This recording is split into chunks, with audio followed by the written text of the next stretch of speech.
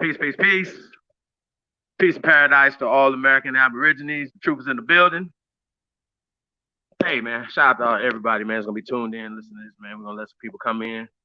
Um, yeah, man, I don't know. Y'all definitely want me to sing or nothing. So, peace to the tribe, man.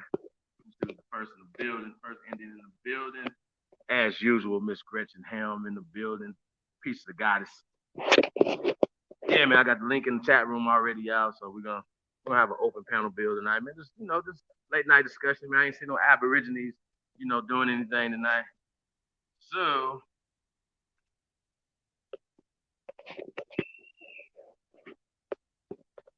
so that's what it is. Who else we got up in here? We got Free Spirit. Shout out to Free Spirit. Peace and love and enlightenment. That's what's up, Free Spirit. We definitely appreciate that. Um, Free Spirit. Tonight, what we're gonna do also, we're gonna put city, state roll calls. We want to know where everybody's at. We're organizing First American Council. I don't know if you've signed up for that Free Spirit yet. Miss Gretchen Helm is in the chat room. Um, we're collecting data,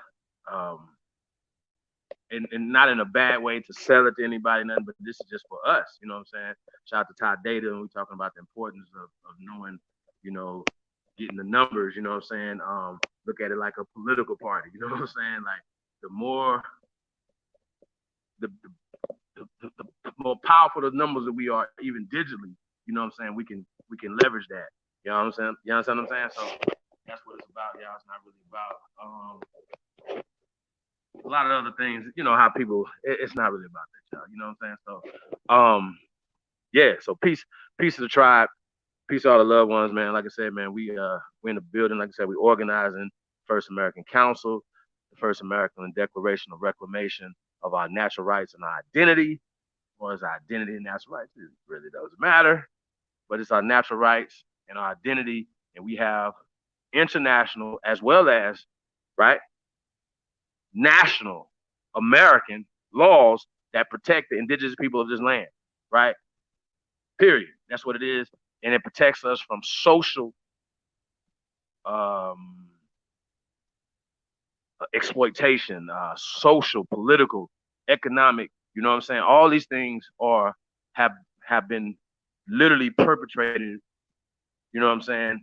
We have literally been exploited for a long period of time, y'all, and we're gonna have to change, this exploitation. And most of it is mental. You know what I'm saying? So that's the whole thing, y'all, that we talking about. We got Nova the Star in the building, Peace King. We got Stacy Calhoun in the building. The piece of the family from your brother. That's what's up. Yeah, so trying to see where we all at. Nova the Star. Yeah, we doing a city state roll call tonight. So I want to know where everybody at, man.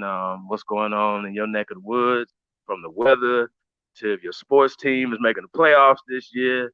You know, what colleges you have there, or you guys gonna be a part of the first leg of this tour, the second leg of the tour, the first quarter of the tour, the second quarter of the tour. Who knows? But yeah, so shout out to Stacey Calhoun, like I said as well. Nova the Star, Stacey. I know Miss Gretchen Helm is holding down D.C. She's in Washington D.C. I'm in Las Vegas, Nevada, by way of Gulfport, Mississippi. I'm always gonna plug GPT. You know what I'm saying? The great Gulfport, Mississippi. So yeah, shout out to my ancestors. Shout out to my mama. Shout out to my daddy, my grandfather who's still kicking. Shout out to everybody, man. Shout out to all my aunties, my uncles, my aunts, my cousins. Yeah, man. Peace to my family, man. I don't think people speak on that as much, and as they should. The importance of family, man, and reaching out. And man, I gotta admit, I be so busy, man. I'm a terrible uncle. Like, you know what I'm saying? A lot of times I got godchildren, you know what I'm saying? So yeah, so you gotta gotta make time for your loved ones, y'all. You know what I'm saying? So I like to say every day is a holiday, right? Every day is a holiday. And you treat it just like, Christmas. Like when you were so excited you couldn't even wait for the next day, so you would go to sleep and wake up early as you can for Christmas or whatever. Yeah, so that feeling, imagine having that feeling every day that you cannot wait to wake up to enjoy your family, enjoy your life. You know what I'm saying? So that's one thing that you gotta we gotta do more of is enjoy our lives. So yeah, we got Miss Julie Carey in the building. She's in the boot, aka Louisiana. You know where she's at. We got Mr. Aboriginal Smith in the building. Peace of the God, man. Trying to see where y'all at down here in Houston, Texas, by way of Jacksonville, Florida. Okay, Stacy, that's what's up. Sheba B in the building. Peace, goddess. It says peace, y'all. Much love. Like I said, we're doing a city-state roll call. Sheba, Nova, anybody else in the building? You want to know where you at? Like I said, we're gonna do this American tour. It's America First tour, right? By the First Americans, sponsored by the First Americans, Universal Media, 5,000 Elite. Just all our partnerships, man, that we got. Y'all, Tribe Up, that app. Be back up real soon, man. Shout out to Giovanni. Um, yeah, man, like, we got a lot of shit going on, y'all. Like for real, for real. And what we say always, support the real. I don't know what more to say, but support the real. We the realest on YouTube. We're the realest on Google. Realest on these streams. You know what I'm saying? And that's just what it is, man. The realest information, the realest brothers and sisters, man, on the planet Earth. So shout out to all the great ones tuned in. You know what I'm saying? There's no big I's and little U's. There's no I in team. You know what I'm saying? So everybody got to play their position on the team, and that's just what it is. And I just happen to be able to play a few positions, so this is what it is. So shout out to everybody, man. You tuned in to the greatest of all time. Hashtag Young Cassius Clay in his prime time. You heard? Michael Jordan in his rookie motherfucking year. Chief Holiday, aka Doc Holiday. It's the return of Doc Holiday, man. It's going down tonight, y'all. So, like I said, we're gonna have a great conversation with the tribe. We got Boot Feather in the building. Y'all seen the big Mississippi River? How big Mississippi River is in Natchez, Mississippi? It's huge. I haven't been there in a while. I'm about to get down there, Julie. Check it out. When I go back home. So yeah. So we got what else we got in the building? Yeah, that's a link to the First American Council. Yeah, as well as the Declaration for Reclamation. It's a very important document. Yo, you know what I'm saying? When it's because a lot of times, we get documents in the mail or wherever, right? School. We take those documents and we hold them dear, birth certificates and all these things. Like these are like sacred tablets and shit. You know what I'm saying? So when are we gonna have our own sacred tablets, our own sacred things? You know what I'm saying? Our declarations. You know what I'm saying? Our manifestos. You know what I mean? So I think people gotta really, man, grab nuts. You gotta start grabbing your nuts at some point. You know what I'm saying? And say, hey, man, look, I'd rather live like a man on my feet than die like a coward on my back. You know what I'm saying? Like it's just bullshit. So I don't believe in that, yo. And so when it comes to not being afraid, not being fearful, of anything that these people or anybody else can do to you, especially when you walking with guys, you know what I'm saying? And you walking like a guy. Shout out to Libra Son, man, and the first American aboriginalshoes.com, and then we got the originaltribalwear.com, man. Yeah, man, walk like a guy, man. Dress like a guy. This is what it is, man, and really support this the season. I know Miss Mohawk has a special going on, right? This for the holiday seasons, y'all. Purchase anything and you get a free T-shirt. You know what I'm saying? So I just think that's dope. You know what I mean? So definitely support the sister, um, Miss Aboriginal, Miss Mohawk Aboriginal at originaltribalwear.com. So shout out to the goddess, man. We definitely appreciate her, man. Very proud, very proud of her and the company and everything she's accomplishing, y'all. So we really support that, man. So shout out to Miss Mohawk. And anybody else, man, that got a business, man, shout out to Marlon Pierre, man. We were gonna do the thing tonight, but scheduling and stuff like that. So we pushed it back. We're gonna push it back to next week. I don't know if it's gonna be Tuesday or Wednesday, but be on the lookout for that. We're gonna just do a whole business day or whatever. But I wanted to do that presentation because we did it after a long video. So I really want to come back and redo that presentation. Let Marlon redo that presentation, and then some other things that he's gonna present to the community that we feel like is super dope. You know what I'm saying, y'all, man. So like I said, man, I'm super proud of all of y'all, man. You know what I'm saying? Seriously, everybody that tunes in, we be on this motherfucker for 12, 13, 24 hours, and everybody's still tuned in. You know what I'm saying? So I think that's a testament to y'all. You know what I'm saying? People, like, what are y'all doing? We comrades. There's nothing better, nothing else better we could be doing. You know what I'm saying? But spending it with our family members and getting to know each other and stuff like that, and that's really what it's about. You know what I'm saying? Gaining some type of camaraderie. So people were like, yo, I, it's just that's what it's about when it's about trust and building trust. You know what I'm saying? And building this Aboriginal trust and the things that we're doing. Yeah, I just believe, you know what I'm saying? Shout out to Sister Betty, you know what I'm saying? Shout out to Sister Greg Pam, you know what I'm saying? There's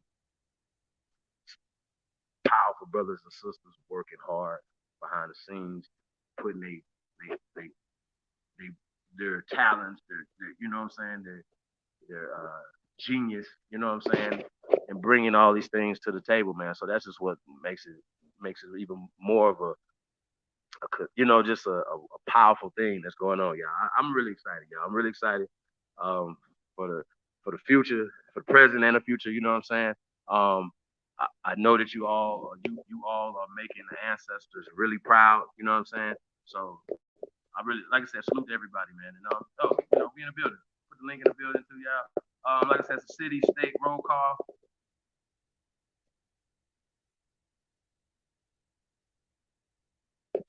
You know what I'm saying? It's a city, state roll call, man. Let's put this thing together, y'all.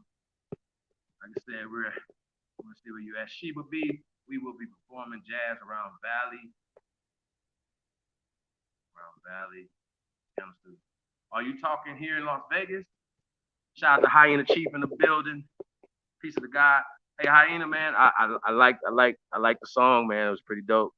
You know what I mean? So especially anytime anybody shout us out, man, and talking about the information, man, I think it's just dope, man. So but you put that together, pretty dope, man. Shout out to you, bro.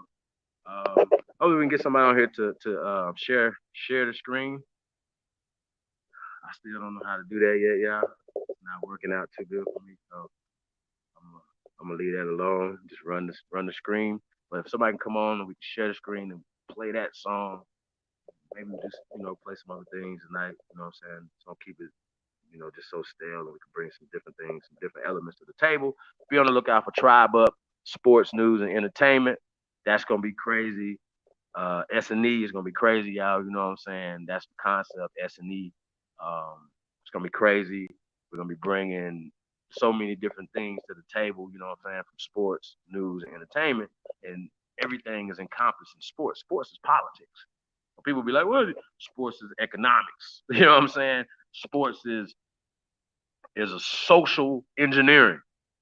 Okay, don't and as a lot of sisters don't even participate in sports, don't even like sports. But think of it from this perspective, right? If we were reaching out to these young men, let's say young men that not little boys, but young men, 20s, 30s, you know what I'm saying, 40s, men, you know what I mean, who are in these communities, who are the youth of the community, right? Supposed to be the protectors, you know what I'm saying? So why wouldn't we use sports, right, as the draw for these young men, right? But once you got them, right, you can you're not just a coach, a X's and O's, pitching the ball, or shooting the basket, free throws. A lot of that stuff is a part of the, the building of young men, so to speak.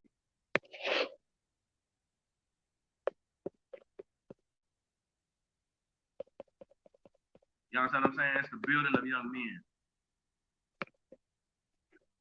And so I think it's very important. I think sports is important for a lot of different reasons, you know what I'm saying? Because you're building up men physically, but you're building up character. You and you should be using this opportunity with these young men as a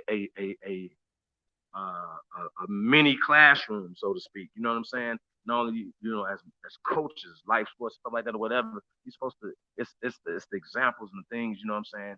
Not to just a rah rah rah, hey, cussing them, going crazy as a coach. But I know that I had some good coaches. You know what I'm saying?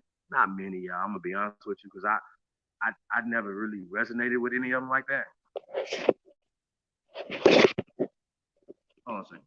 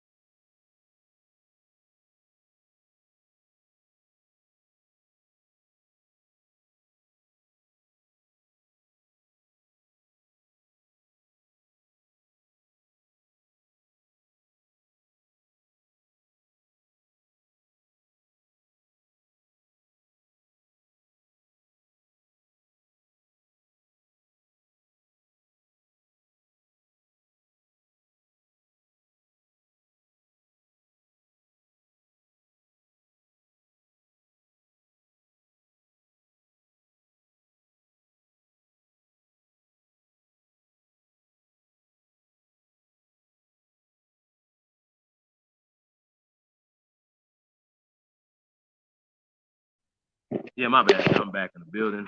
Um, like I said, it's a late night. It's Friday still for me, man. So late night power build, man. We doing our thing. Um, we got in the building, y'all. Um, game. Yeah, I mean, I know when the sisters used to come see me, they like to see the men. They'll watch, your butts and stuff like that or whatever. So sisters definitely, then they probably watching y'all tap on each other's butts. I didn't do that when I played sports. I hit the next man on the butt. So I didn't think, molesting my teammates would be good. Respect. Hey, Blue Feather. I don't. I didn't get where you were at either, sis, or Hyena Chief. Okay, Sheba, you out here in the valley. Okay, that's what's up, Sheba. UNLV area. That is what's up. How long you lived in Las Vegas, Sheba?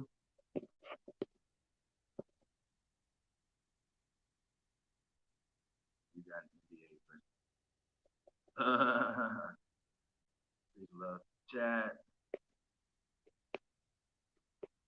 Yeah, no, I think it's pretty dope. You know what I'm saying? Like, I know, I've had to watch.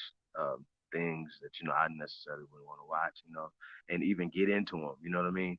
So I've watched love and like I ain't gonna say really love like basketball wives and real wife housewives and stuff like that or whatever.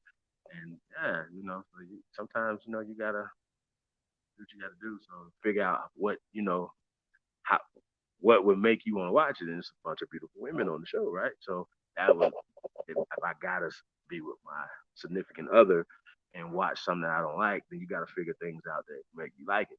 And the sisters, a lot of times I hear them say, it's a bunch of fine ass, athletic, rich men. Why wouldn't they want to watch that and cheer for them and stuff like that? So I think that's an interesting dynamic. But yeah, we got Alexandria, Louisiana, in the building. Miss Julie Carey's in the building, y'all. What does it say? I ain't a chief. I like players, not really a team. I like to watch certain teams play. Haven't really been keeping up lately. Yeah. Um. Hyena. Yeah, bro. Like, I don't know where you at. Where you at, Hyena? And who's your? Well, it's football season and basketball season right now. So who's your football and basketball team or players? You know. Oh, y'all, shit. Y'all think we're gonna have to do this build tomorrow unless I don't know, we might get into it tonight, y'all, but I did anybody see the Dr. Umar Johnson,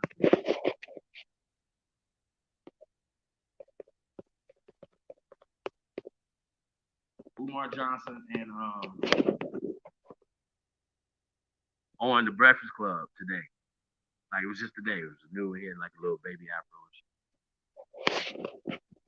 You know what I mean? Um, I want to know what y'all think about it. If you haven't seen it, like I said, we need to get somebody on here.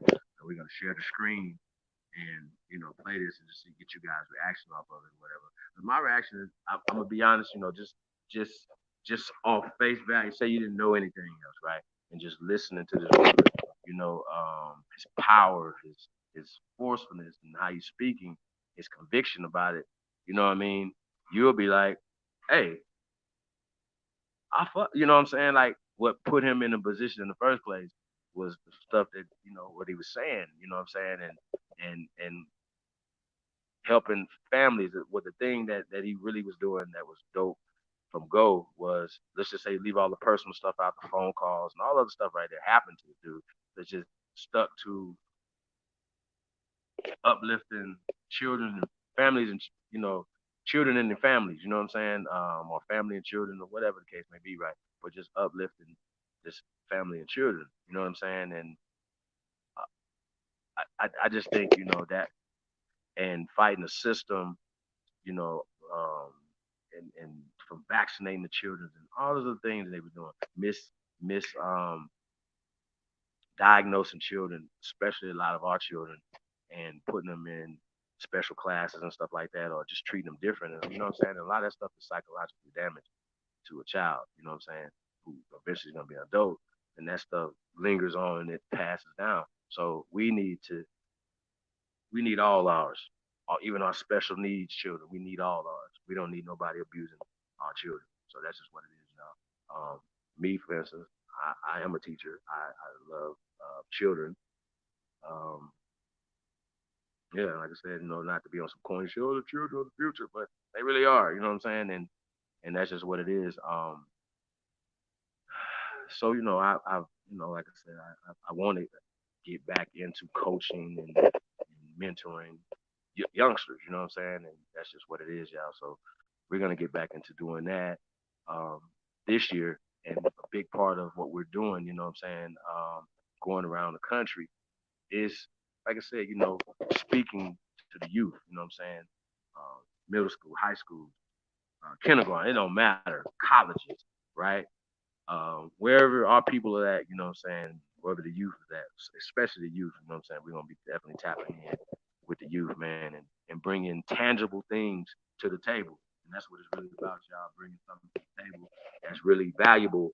Um, that's changing the game. So I think that's what we I don't think I know that's what we need to be doing in 2020, taking this thing to the next level. We got in the building. Um, NBA. Yeah, I like Candace Parker. You know what I'm saying? You know, I'm not, I like to see dunks and stuff, you know what I'm saying? So I don't know, I'm gonna be honest, like my daughter played, when she was like all through elementary, middle school, high school, you know what I'm saying? I thought she was gonna play college, but she was just tired. She didn't even want to play. Like I think, like her junior year, you know what I'm saying? Like she's been playing all these years, you know what I'm saying? She didn't want to play. But imagine, y'all, all the games, all the traveling. Like you have to be dedicated for real, when your children are into these sports, and it's expensive. And once we were talking about uh, taking the, giving back, right, to the community, but it could be a business model for jobs. So we're gonna talk about these things. We're gonna be breaking these things down. Um, Shout out to my brother Poke Chop up in the Windy City, man, in Inglewood. We're gonna be running that story too, y'all. Like it's just so much going on, y'all. People giving back to the community, any ways that they see fit. You know what I'm saying? And see, okay, well let's put you know, that's you. You do that. Some people might say, man, I'm into sports, and I feel like this is the way to reach the children in my community, right? Your community is unique to you. So if somebody's dealing with the children through sports and entertainment, don't knock that, especially if you're not doing anything with the children. You're not capturing their attention. Shut the fuck up. Please, please be quiet. Like, and just another thing I don't like, you know what I'm saying? Like I said, I don't like everything that everybody says and does, you know what I'm saying? But we gotta we gotta learn how to stay in our lane and support each other. Well, yeah, I wouldn't have said it like that, or I wouldn't have did it like this, but come on, you know what I'm saying? So remember, other people are watching. You know what I'm saying? And like I said, shout out to Al. I would definitely like to have another conversation with Al. Um, the guy that came on the Aboriginal TVs the other day. Shout out to Aboriginal TV too. It's a good build, yo. You know what I'm saying? There's a lot of stuff going on, yeah. But once again, though, everybody's confused about who we are. You know what I'm saying? And setting the record straight, I think, is the most important thing.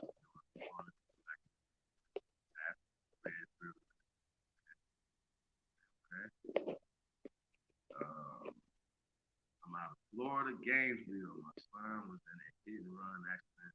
I live. Okay. You in Brooklyn. Okay, I got you. Yeah. All right. Wow, Florida Indians.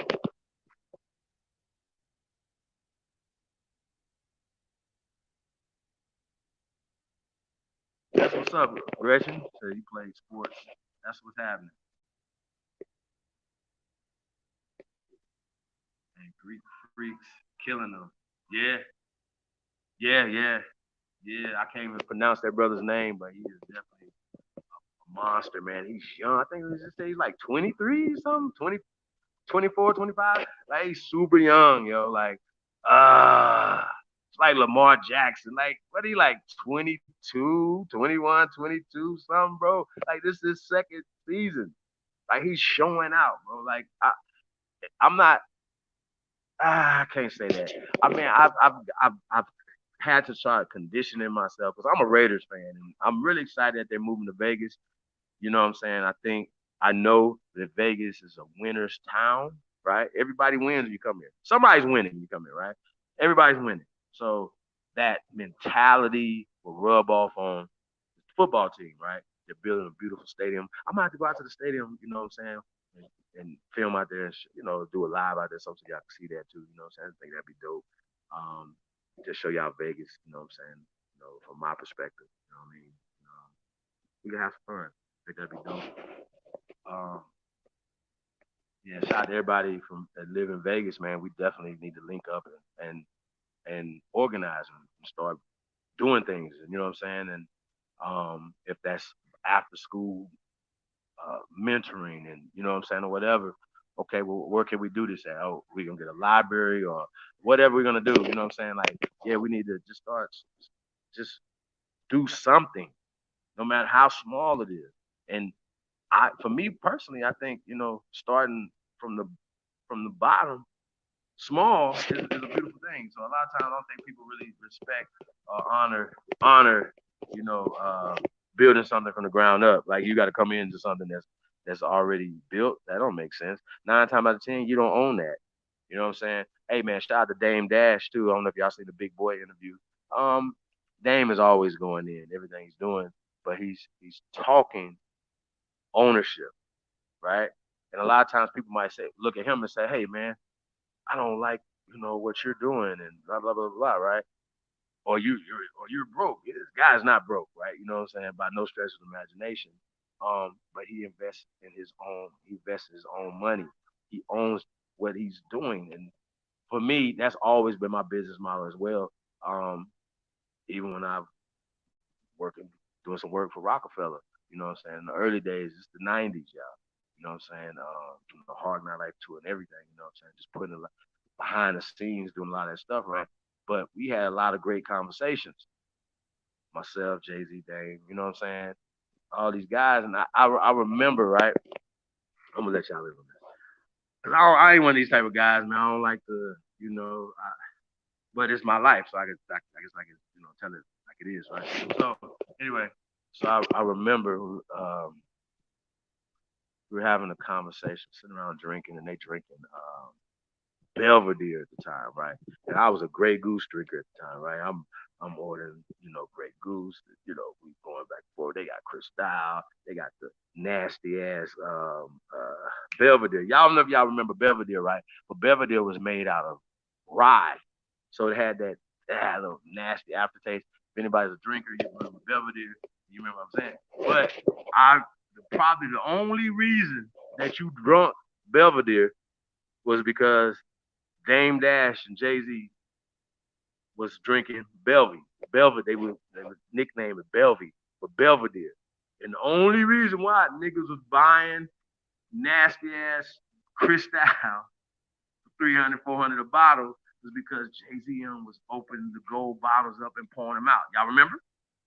Now you might say, well, Chief, why are you talking about Jay Z and Dame Dash? Well, we're talking business, okay? Big business, right? We're talking politics, okay? Big politics.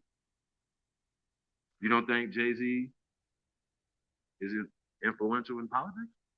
So I know he's important enough to have a conversation about because everybody else is having a conversation about it, okay? But I remember, right, going back and forth with him, right, and I have an outside at the time, an outside looking in mentality of what they were doing. I'm like, yo, I'm at the time in the Midwest, I'm going back and forth to New York doing business, right? But I told him, I was like, yo, bro, like everybody is drinking this nasty. Like we at the table, right? You know what I'm saying? I'm janking them. Like this is what we doing. They that's how Dame play, right? I play like that too. Okay. But I remember having this conversation with him, like, yo, bro, like everybody's drinking this nasty shit y'all drinking right here, right? Because you're drinking it. I don't know, you know what I'm saying? At the time, they didn't have no deals with Belvedere. They was just, just just doing a fly guy shit. They didn't have no deal with Cristal. None of that. They were just buying bottles, buying cases and pouring them, doing their thing, right? Okay? Y'all follow me? Everybody cool? All right. So we having this conversation. I'm like, yo, bro, like, not sarcastically, but seriously at the same time. Like, look, you guys are so influential. There's no way that you shouldn't have your own brand of liquor, clothes. They didn't have state property, they didn't have Rockaware at this time, whatever. Because we were at literally at a Fat Farm event. Shout out to Russell Simmons, man, another hero of mine. You know what I'm saying? Of somebody. And I've never, and I've been around celebrities, man, my whole life, bro. Like and And so that's never been nothing. But this guy is the only guy I've ever wanted to meet. Like, yo, bro, I need to meet this guy. You know what I'm saying? I need to shake his hand and just soak up some of that game. You know what I'm saying? So this is the only so-called, I'm air quotes over celebrity, but that wasn't because of his celebrity, but because of his genius, because of I think at the time he was doing or had just done um, Def Comedy Jam. You know what I'm saying? Like, bro, y'all got to think about all the greatness that came through Def Comedy Jam. Martin Lawrence, Chris Tucker, Chris Rock.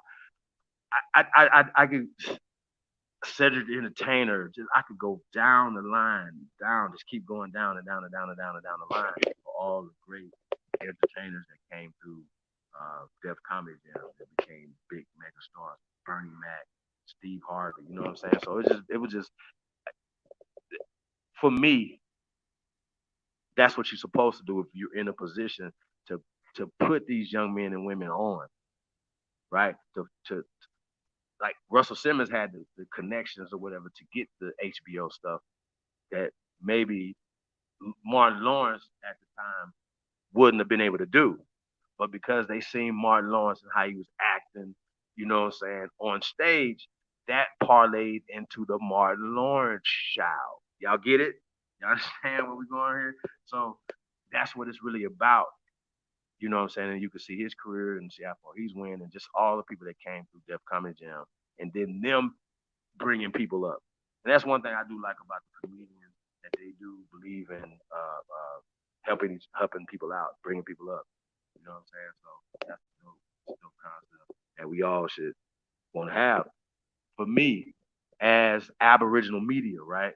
And I'm saying, but American media, right? We're gonna say that. We're gonna say American media, right? Going back to Dr. Umar Johnson, listen, from him to Byron Allen to anybody that goes up there and speaks, even Dame Dash, don't say black. Don't say black business, black car. I mean, black if it's a black car, okay, it's a black car. But if you're talking about, okay, this is a black company, this is a black, it's just school, like you know what I'm saying?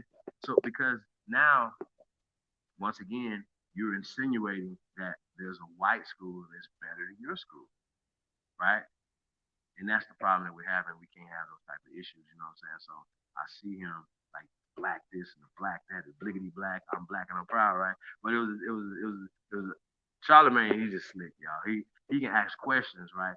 And make you feel like he ain't the one that asked the question. He's like, yo, so and so said something about your not having a license to to uh, to be or whatever counselor or whatever psychologist or whatever the case may be. But then he broke that down, and it was kind of suspect in he kind of he did a Fred Astaire dance around that question a little bit. You know what I'm saying? He said some shit that it sounded slick, but for me it didn't help me at all. Like so, I just want to say that, right?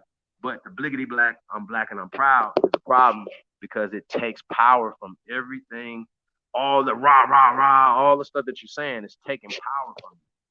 And that's just and I really don't think people really understand that, right? So Charlemagne asked him again, he was like, yo, so he was talking about Byron Allen having a white wife. He was talking about people that have white wives, right? Like you really can't take them too serious. Paraphrasing, right? You really can't take them too serious or whatever. And so then Charlemagne say, y'all, he say, well, wait a minute. Is it Frederick Douglass your ancestor? He said, yes, like direct or something like something dumb he said, right? He's like, well, he said he had a white wife like that. But he was like, okay, well, so check this out, right? He was with a blue black. This is what this nigga said. Y'all gotta hear this shit. I don't really want to spoil it, but this shit crazy. So this nigga gonna say she was a nappy head, blue black African. Talking about his first wife of 50 years that gave him his children. Everybody follow me? Everybody cool? We good with this? If he had children, then that means he have grandchildren, okay, that would be living today. Now y'all might, nah, Chief, what are you talking about? Nah, this nigga was giving speeches in 1894, right? That's 1900.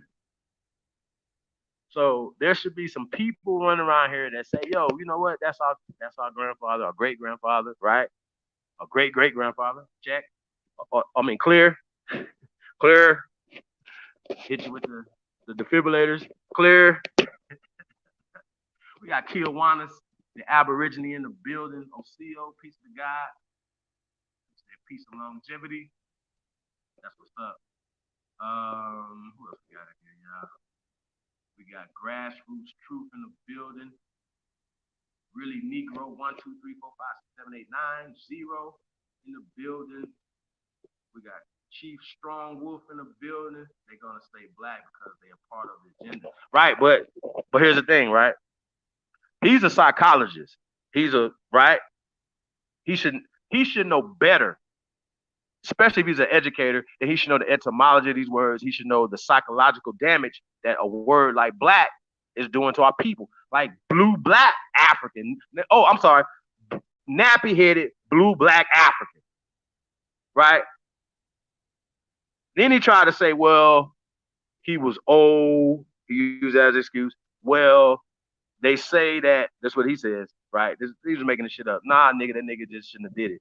Nah, that nigga, no, whatever. But anyway, that's here nor there, right? About his personal stuff, right? But you can't be so rah anti people swirling where you don't want to do business with them, but then you'll name your school after your so-called ancestor who was a swirler, right? You're gonna try to say that his wife told a white girl to take care of her husband, like that, or when she died, before she died, or some shit. I'm like, get the fuck out of here! Ain't no woman gonna tell nobody no shit like that. You know what I'm saying? So I thought that was interesting. Also he was like, oh, they released Mill to kill Bill, right? But the release Meek Mill, right? To kill Bill Cosby. I thought that was an interesting thing. But he's great at making these type of grandiose statements, and you know what I'm saying. And for an unlearned dummy, I'm not saying Charlamagne and Envy is an unlearned dummy, but these are the kind of conversation that have to be had, right? Like Charlamagne started going there, but Umar was just when y'all see it, like he was just so aggressive in the interview that he basically just fell back and just let him talk the whole time. You know what I'm saying? Hand gestures, all out there, like but only a kitten would be intimidated by that though. But I digress. Shout out to King Erna. That's his thing. He say kitten, y'all. I don't want y'all to think. That was what I'm saying, Chief. I think he's part of the royal European bloodline.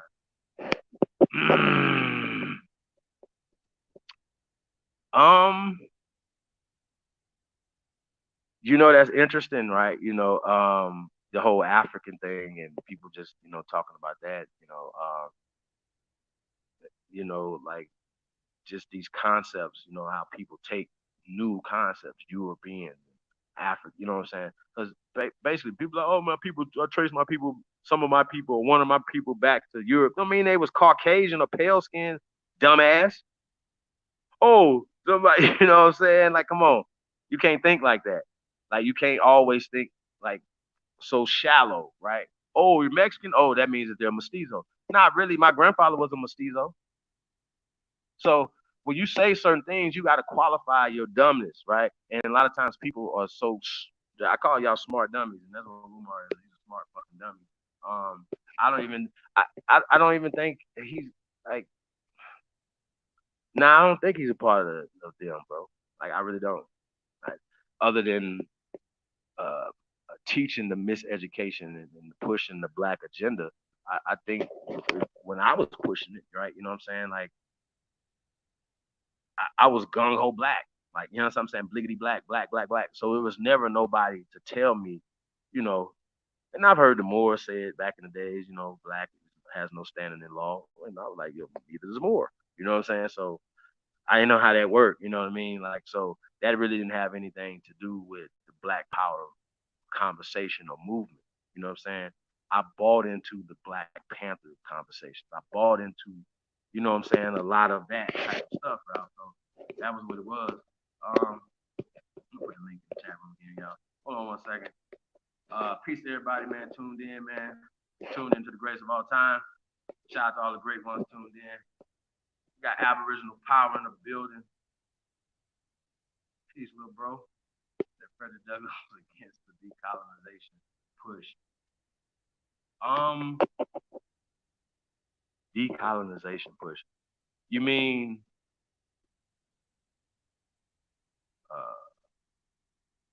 sending people to Africa push, you mean? Is that what you mean when you say that? Hold on, I'm about to put the link in the chat, Al. If that don't work, Al, I'll send it to you. Yeah, man, y'all gotta qualify these conversations. Umar is like a bogus preacher. Super facts. And that's how he pushes it. He comes from that standpoint. And then y'all like even push getting some money, like, like, hey, hit me up at da da da. I don't know if I've never, ever, never, ever, ever, out of all, listen to me, y'all. Listen closely. Out of all, out of ALL, all guests who have ever came on the Breakfast Club, nobody, I'm gonna repeat this.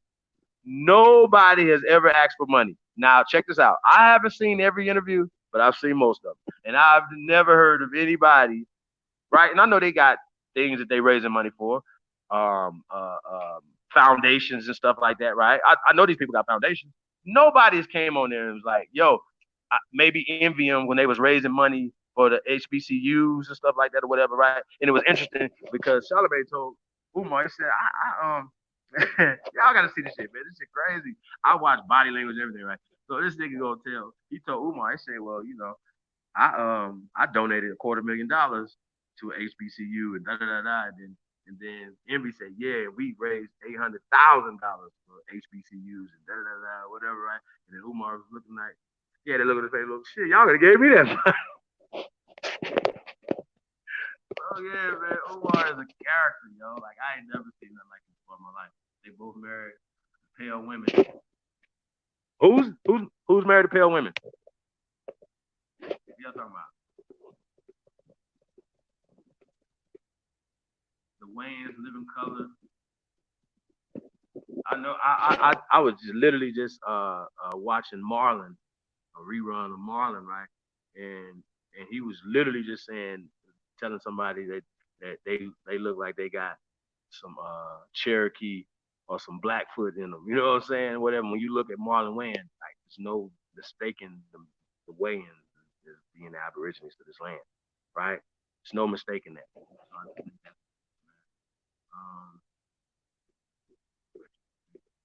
We got Lolly Star in the building. Peace, Empress.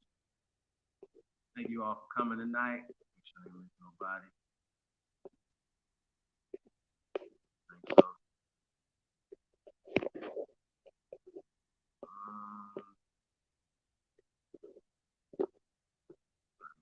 But he's stuffing with CGI. Huh? But I don't know if I have that.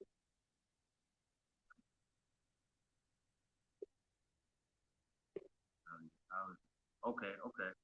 So I don't know what's going on. Shout out to everybody, man, and my any y'all going through anything, you know what I'm saying?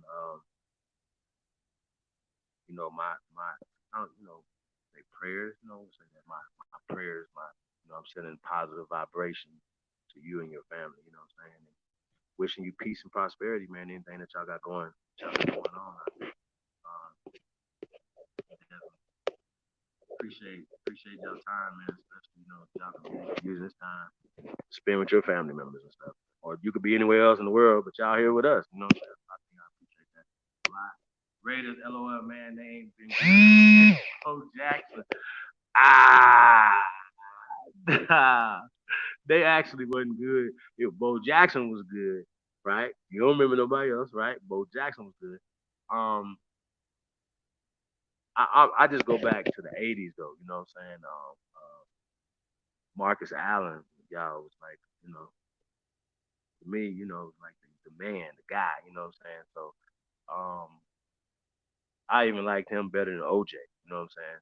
Um, and even though OJ was better, I just like Marcus better for some reason. Um, that Super Bowl. I forgot what year that Super Bowl was. I want to say '84. Might have been. I might got that year wrong, but let's just say it was the '80s where he reverse field, and ran for the touchdown. You know what I'm saying? On the they like tossed it left, and he reverse field and went back. I know. I think I said this the other day. We were talking about like, we're so impressionable as kids. So like in elementary and middle school, you would see dudes trying to do this when it's not even, you know what I mean? Like something that you should do, but they still tried it because we see the Michael Jordan, we see the Marcus Allen, we see the Bo Jacksons, we see these guys. You know what I'm saying? So I definitely think I know for a fact that sports, entertainment is a valuable tool that we should be using to reach out to our children. So yeah, man, shout out to everybody, man, tuned in. I don't know if that link works, y'all. Nobody's here. If it don't work, let me know, man. Text me or something, and I'll text it to you or send it to you. What we got in the building? Balance, chat, matriarch. That's right. How you talking about Umar? Yeah, man. Yep. Oh, Chief Strongbow. Ah, okay, that's a fact. But let me ask you a question. Does that matter? To Umar, this is the reason, and I gotta agree with him on this, right? I gotta agree. This makes sense, right? This actually makes sense. He was like, yo, he was speaking on Byron Allen. He was like, yo, well, this is the reason. Um, yeah, I do agree with the civil rights things, and we'll get back to that, y'all, in a minute. But he was like, he don't agree with the swirling part, and that's why Charlamagne said what he said, right? But he's like, yo, I support him. You know what I'm saying? And basically, like he supported him because he got money. Y'all follow me? He supports Tyler Perry because he got money. He even supports the dress because he got money. He literally said that we have to buffer or protect the financiers. I came at okay, y'all think okay. I think I'm tripping. But so I think that he could pick and choose based on the relative, right? Or based on whether or not this person could potentially give him some money, that he won't critique that behavior, you know what I'm saying, or whatever. I'm not. I don't even speak on that. Like it's not my thing. Like I'm not. That's what you want to do. That's your life. That doesn't mean whether or not you're valuable to your family, right? Right? That somebody's squirrels in your family, you don't love them anymore. You hate them, right? Not only do you don't hate them, but you even love the spouse that they're with and accept the spouse that they're with in your family. So y'all do this, like so. Don't act like that's a thing. And for me, hopefully in the next this year to come, that we'll eradicate this whole black white paradigm from the Aboriginal community. We really got to do that. We're not weak. That shows weakness. That shows fear. You know what I'm saying? That was manufactured by the Zionist media. And that's just what it is, man. And, the whole gender struggles that we have with each other, going back and forth, whatever, is all based off of agenda that is set. You know what I'm saying? Like I've heard some conversations, people, saying something. Oh, I want to say this about Umar though. Before I get to that, Umar, I agree with this, right? And I said this the other day when it comes to Byron Allen. How many of us do we have on the board, right? How many of us Aborigines, not black people, American Aborigines? I think this is important to that. I feel like indigenous people of this land should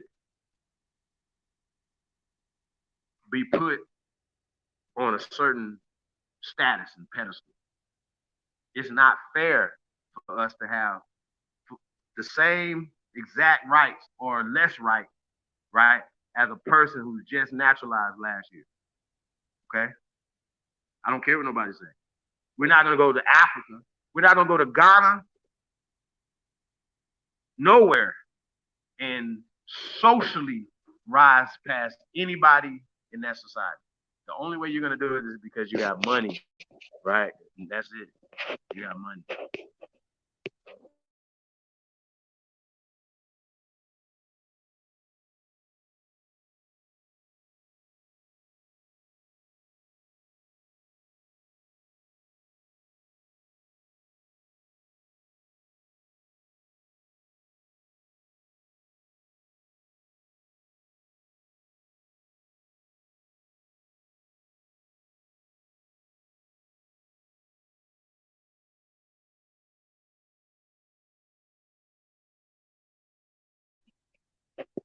Yeah, man. Peace and love to all American Aborigines, man. Thank you all for coming out tonight. Shout out to all the real ones, man. Hashtag that, man. It's a year of the real, man. Shout out to all the real ones, man. We definitely appreciate y'all, man. Um, tune tuned in, man. Lend us your energy. Yep. Yep. Supreme Chieftain in the building. OCO. Facts, money over everything. Yeah, nah. That's for that. Yo, even when you know, like I remember, like Mo, like my brother, y'all, my brother, my blood brother, 18 months younger than me, right? We got the same mom and daddy, right? He has literally this big ass tattoo on his chest that goes all the way down to his stomach. MOB. Big ass M like on the right side and the O in the middle. There's the B, right? Right. So I understand that concept. Money over everything. Money over bees, money over everything, right? MOE, right? I even know guys is pushing MOE, right? That is a slogan. It's not money over your family. It's not money over integrity, right? You know what I'm saying? Like you got to have some type of integrity, and a lot of times, people put money over integrity, right? Because they feel like money is security, right? Oh well, I turn a blind eye to R. Kelly, right? Right? Or Harvey Weinstein, right? Right? Harvey Weinstein, they'll turn a blind eye to Harvey Weinstein, right? Or any of them other pedophiles in Hollywood because they pay them. And if they say something, they know that Hollywood, for instance, is a cesspool of the degradation, right? So they understand that, that they ain't gonna be able to get jobs anywhere. It's surprising to me that Terry Crews is still working. Like seriously, it really is. Like I really thought when he came out like that from the penis handshake or whatever, you know what I mean? Right? You know what I'm saying? Like, first off, man, my wife would have been fighting that motherfucker. Like, he'd have hit him. Like, I would have had to, like, you know what I mean? Like, I'd have had to start fighting off top. But as soon as he tried to grab me like that, she would roundhouse him or something. You know what I'm saying? Like, is this real? Where they find these people at? Like, you know what I'm saying? So, yeah, I just think that, you know, I hope that never happened to me. I already know. I don't want to catch a case. So, I hope that never happens to me. I promise. It's not gonna be good. That's money and humanize his family. Um, that's fucked up, but it's actually real though. Yeah, Supreme, support the real, man. Hashtag support the real. We'll put that link in there in a minute, y'all. Um, tell me Walter Payton's sweetness wasn't the best in Barry. I say this. Barry Sanders in his prime, Walter Payton in his prime, right? Right? You the coach. Hyena, you the coach. Who you gonna put in the back? Because they just came out with the list of the greatest running backs, right? So you got Jim Brown, Emmitt Smith, the beast. Like you know what I'm saying? Like he ain't got to be the fastest, but I still think if I had to pick a running back over like this is gonna be the one. I don't know, man. Like I like Bo Jackson, for instance. I think Bo Jackson would have been incredible. Um, I mean, What's the guy from Tennessee that did 2,000 yards? Chris Johnson is up. Yeah, you see this guy, you just throw up. You know what I'm saying? So I don't know, man. Like I don't know. Like that's a tough one. You know what I mean? Like Eric Dickerson was like just like you understand what I'm saying? So I could just start naming them off, man. You know what I'm saying? Like just some of the greatest running backs ever. So when we say Walter Payton, I don't think that we start talking about Jim Brown and Walter Payton. I think we're talking about era. You know what I'm saying? Walter Payton was the greatest in his era, but I just think, you got a bunch of dudes that came through that was hogs, man, some dogs. And Walter Payton was great, but he wasn't the fastest. He didn't have the, like come out the backfield, he could run routes and stuff. So like it's just so I don't know. That's a subjective one right there, y'all. You know what I'm saying? I still wouldn't have took Walter Payton over Bo Jackson. Like I got Bo Jackson. Like I'm running this guy right here. He's getting the ball. Sorry, Walter. You're gonna be on the bench. So is Barry Sanders. I'm sorry, y'all. I'm gonna run Walter Payton. Barry Sanders is dope. I mean, not Walter Payton. I'm gonna run Bo Jackson. So for me, Bo Jackson would be the greatest running back of all time. Speed, power. He didn't really need a bunch of jukes and vision and stuff like that. You know what I'm saying? So um, I think I know Bo Jackson would dominate any era of football. If he was right now, he'd be the best running back in the National Football League, right? Because you got Saquon Barkley, 240, two whatever, 25, 40. You know, he just don't have that killer instinct. To me, or unless the Giants are just so goddamn terrible, right? And you just got to juke before he get the ball. He's juking 10 times, you know what I'm saying, or whatever. Bo Jackson was just like, I'm just going to run through everybody. Nobody can catch me. You know what I'm saying? So it would be hard for me to start anybody over Bo Jackson. Okay? That's just me. That's just me. I wouldn't start nobody over Bo Jackson. Ooh, hyena. LaDainian Thomas. Hey, I heard he was salty. I didn't see why he was salty. Like I don't know if he's salty about not being added to this list or whatever. But shit, bro, like was he even the best running back during his time? Like you had people that was better than him. Emmett was doing better than him. Let's be clear. He had a better line and stuff like that. So I don't know. Damien is tough, man. He's a dope running back. I gotta give him that. And he might have done even better behind the Dallas Cowboy line, right? Maybe. Who knows? I say this: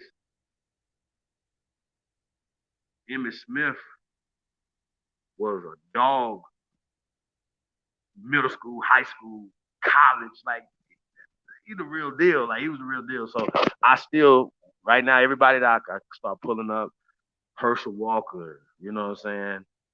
Um, I could pull up a lot of people, man, and I still wouldn't put them over Bo Jackson. That's just me. Edrin James. Ooh, another dog. You know what I'm saying? Like, shit. I still wouldn't put him over Bo Jackson. He'll still be on the bench. J Rock in the building. TNT's in the building. Christian Okoye, the Nigerian nightmare. Hey, man. So, hey, Tribe of Sports News Entertainment, man. We need a sports guy, a gal out there, man, to come through, man, and talk sports with us, man. You know what I'm saying? So we definitely looking for people. We're gonna have guests come on. You know what I'm saying? Like, we can do the same thing Stephen A. Smith and do. You know what I'm saying? When it comes to sports, when it comes to talking politics, a lot of times you got men. The only news they get is ESPN. You heard? It's ESPN. That's it.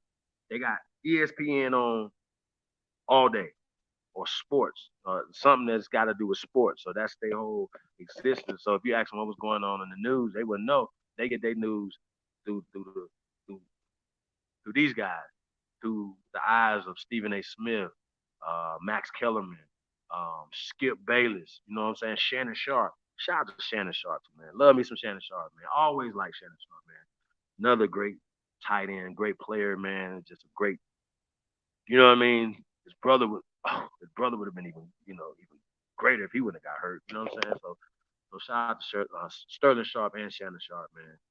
Um, man, I love the way Shannon conducts himself on this stage. He could easily, y'all, easily cooning. He could just start. He could have went on there cooning, right? But the fact that he is moving differently, y'all, and you know what I'm saying, I just think it's dope, man. It's dope, super dope, brother. Y'all don't see that a lot, and he speaks his mind. He says a lot of stuff, man, and he stays on code. I know Tariq, we talk about staying on code and stuff, and these niggas is never on code. But yeah, so this nigga stay on code. Put this link back in the building. Yeah, anybody want to come through? Oh, that's TNT. Okay, TNT. Got it. Yeah. So if y'all got anybody for Barry? I mean, not for Barry Sanders, for Bo Jackson. Y'all got somebody for Bo Jackson? A healthy Bo Jackson? I need to know. Is there a greater running back than Bo Jackson? I need to know. I really do. I don't like. He was Christian Okoye, Barry Sanders, everybody wrapped in one dude, man. You know what I'm saying? Man, I used to like old boy from the Rams back in the days, man. What was his name, man? Fuck. Oh, his name is on the tip of my tongue. Oh, Marshall Falk was a fucking.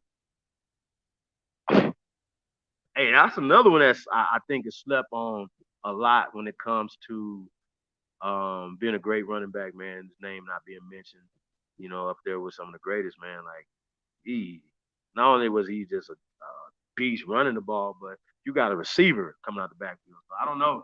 Like I like Marshall Falk too, y'all. Like once again, I'm gonna put him in as a slot back or receiver or something. He's not gonna start over Bo Jackson.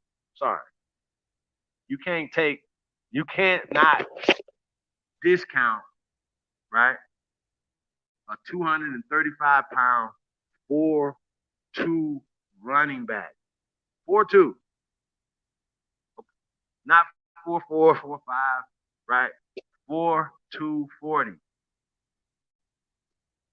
It's come on, bro. Like that's unbelievable. Yeah, I said Dickerson, man. He was another one. Uh, I just Bo Jackson, man. Like, shit. You know what I'm talking about? Like he's something else, bro. Um, yeah, he's just something else, man. Coming out of Auburn, man, doing what he's doing. Um, I'm still talking now. See how we having this conversation now? Could y'all imagine us having these type of conversations? You know what I'm saying? On our network, on Universal Media, Tribe Up, stuff like that. On our networks, we having these same type of conversations, right? And we can mix in for us.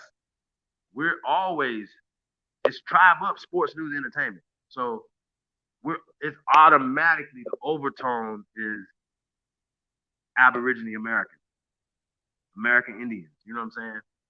Um, the indigenous people of this land is the overtone, it's the conversation that we're having because we're having a sport, or we're talking sports and entertainment that was created in America by First America. From hockey to baseball to football to basketball, we created everything. So-called soccer, aka football, we created it. They'd be like, "What are you talking about?" Don't play games. Don't even do that because that right there makes you look even more dumber, right? It makes you look dumb. And I don't like dummies. I don't like talking to dummies too long because you're gonna make us be dumb. And if I'm going back and forth with a dummy, people gonna be looking at me like, what's going on? You know what I'm saying? So yeah, nah, man, niggas too goddamn dumb. Kyle was in the building. Piece of the God. Yo, man, we having a city roll call, man. Where y'all tuned in from tonight? We talking everything, man. We talking current events. We talking sports. We talking politics. politics. You know what I'm saying? I was just speaking earlier, and if y'all just tuned in, about Umar Johnson's interview on the Breakfast Club. That was super interesting. Yeah, yeah, we probably can't play it. The last time we played something on the Breakfast Club, we got flagged or a copyright strike. It wasn't really flagged. We got a copyright strike for it, and they literally took the video down. Like they just took it down. So I just think it's interesting. Like we're on YouTube, right? Everybody, including the Breakfast Club, say like, share, subscribe. I'm sharing your video. I'm not like taking it for personal gain or nothing like that, right? You said share your video. We're sharing the video. I just think that's fucking dumb. I think it's a dumb like anything that's on YouTube is to be fair to be played on YouTube. And 99.9% of the time, if we playing these dumbass people's shit, they ass censor shit is getting played too. I don't get that ass sense if I play somebody's shit, they play their ads on my shit. They get them 2 pennies. You know what I'm saying? So every time I'm like, what are you talking about? Like, that's dumb. How am I? What am I stealing? What we're on YouTube. Everything should be fair fucking use. So I think that's bogus as hell. If you got fucking music on YouTube, I'm an artist, right? I want my music shared. Every time you play my fucking music, I get paid. I wouldn't give a like. Why would I want TuneCore or anybody to stop you from playing my shit? Just pay me. I just think it's the dumbest shit ever, y'all. I really do. I just think that's a dumb policy. I don't know why they do that. Like that's dumb. I hate dumb shit once again. Erman Thomas, another dog. I just think between him and Marshall Falk, they're kind of similar. Marshall Falk's just a dog, man. But Thurman was a beast, though. I think OJ made the list. They had to put OJ on there, y'all. OJ was, let's be clear, OJ was the man back in the day, right? He really was the man. He was just the all American kid, bro. You know what I'm saying? Like he was all American. So it's just interesting how they just tore him down. You know what I'm saying? Really, I really think that's interesting. Um, I wanna know, are they still investigating the Ron Goldberg and um OJ's ex-wife murder? I really do. I don't know if you guys remember this when this happened, you know what I'm saying, or whatever. But I remember watching the trial as much as I could back in the days. Right? We didn't have social media then, so we had to catch it on the news, or you know what I mean, or they would like, they would have little, um, they would literally you would be in the trial in the court. I think it was one of the first televised court court cases, right? If anybody remember, I think it was one of the first ones. So I'm watching this, right? If we're the jury, right? We're the jury of public opinion, right? So I'm watching this. I'm not the type of motherfucker that's gonna be sitting there like, oh man, fuck them people. Nah. You know what I'm saying? If OJ killed them people, his ass would be still underneath the jail right now. You understand what I'm saying? That's just how I feel about it. Like people, what are you talking about? What the fuck is you talking about? What the fuck is you talking about? I don't believe in what you believe in. I don't. I don't. So I wouldn't have sat there, right? Because I'm righteous. I'm not like these people, knowing that these people are guilty, but then they would still acquit them. Niggas be sitting in the jury room like, nah, yeah, we seen him shoot him, but he his mind state. They will find all this fucking shit. I wouldn't do that. Nah, that nigga killed him. He gotta go. Or he gotta do the time. I'm Amber Geiger, like all this, like that's bogus. It's not. There's no way to look around it. So when you see these things, right, and the way they're played out in the media and society, the social of it, the social engineering that's happening, right? As a child, for instance, right, you sit back watching the injustices go on in America. What the fuck? And people are still telling you, oh, this is how America is. No, the fuck it's not. It wasn't like that before these motherfuckers came here. Because if it was, when we were the majority, I think we still are, but we'll get back to that. We wouldn't have allowed you motherfuckers to build shit.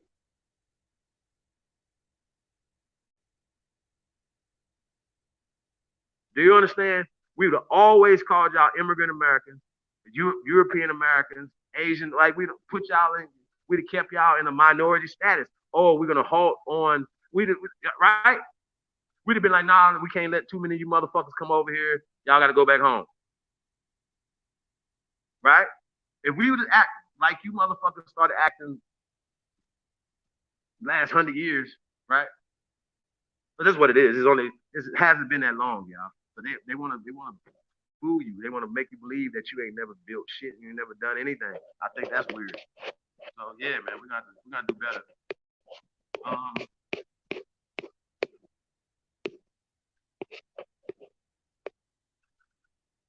okay. So he comes real blunt and all well, in dog black. Wow. What?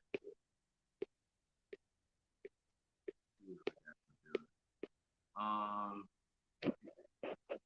Chief Strongwolf said Jerome Bettis, the bus. Ricky Williams. E.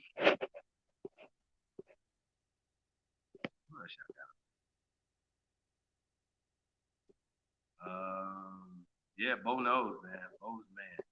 I'm still. Who would y'all? Yeah, would y'all? You definitely wouldn't put Jerome Bettis in front of Bo Jackson. So I'm still. I still think Bo is the greatest of all time. I'm sorry. I'm a running back, so I come from a running back mind state or whatever. Um, yeah, Bo Jackson. I don't know, man. It's nothing like him. Like Herschel Walker was close, right? Y'all remember Herschel Walker?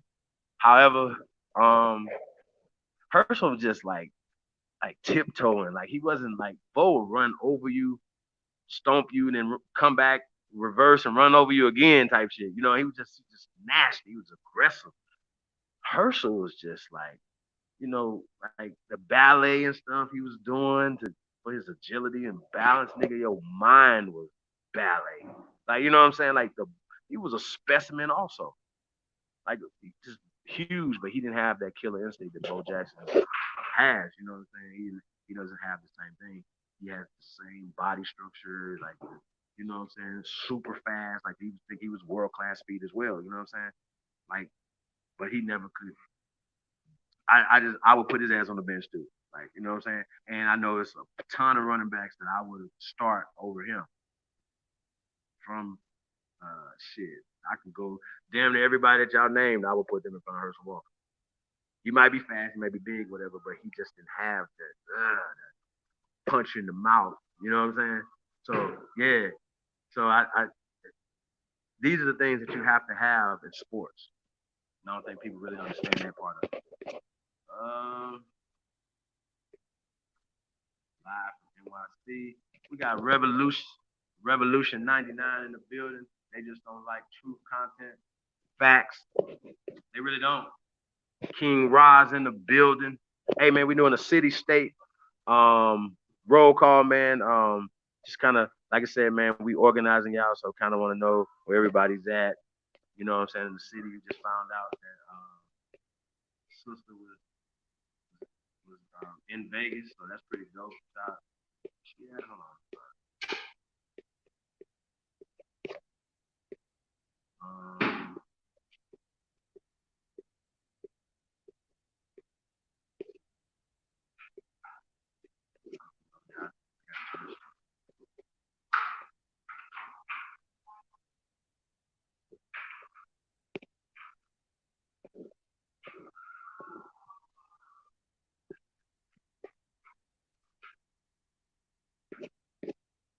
Byron Allen is married. Okay. Yep. Dame Dash is too. That's a fact. Walter used to block and throw. He said Walter the GOAT. Chief Strong Wolf, you must be from Chicago.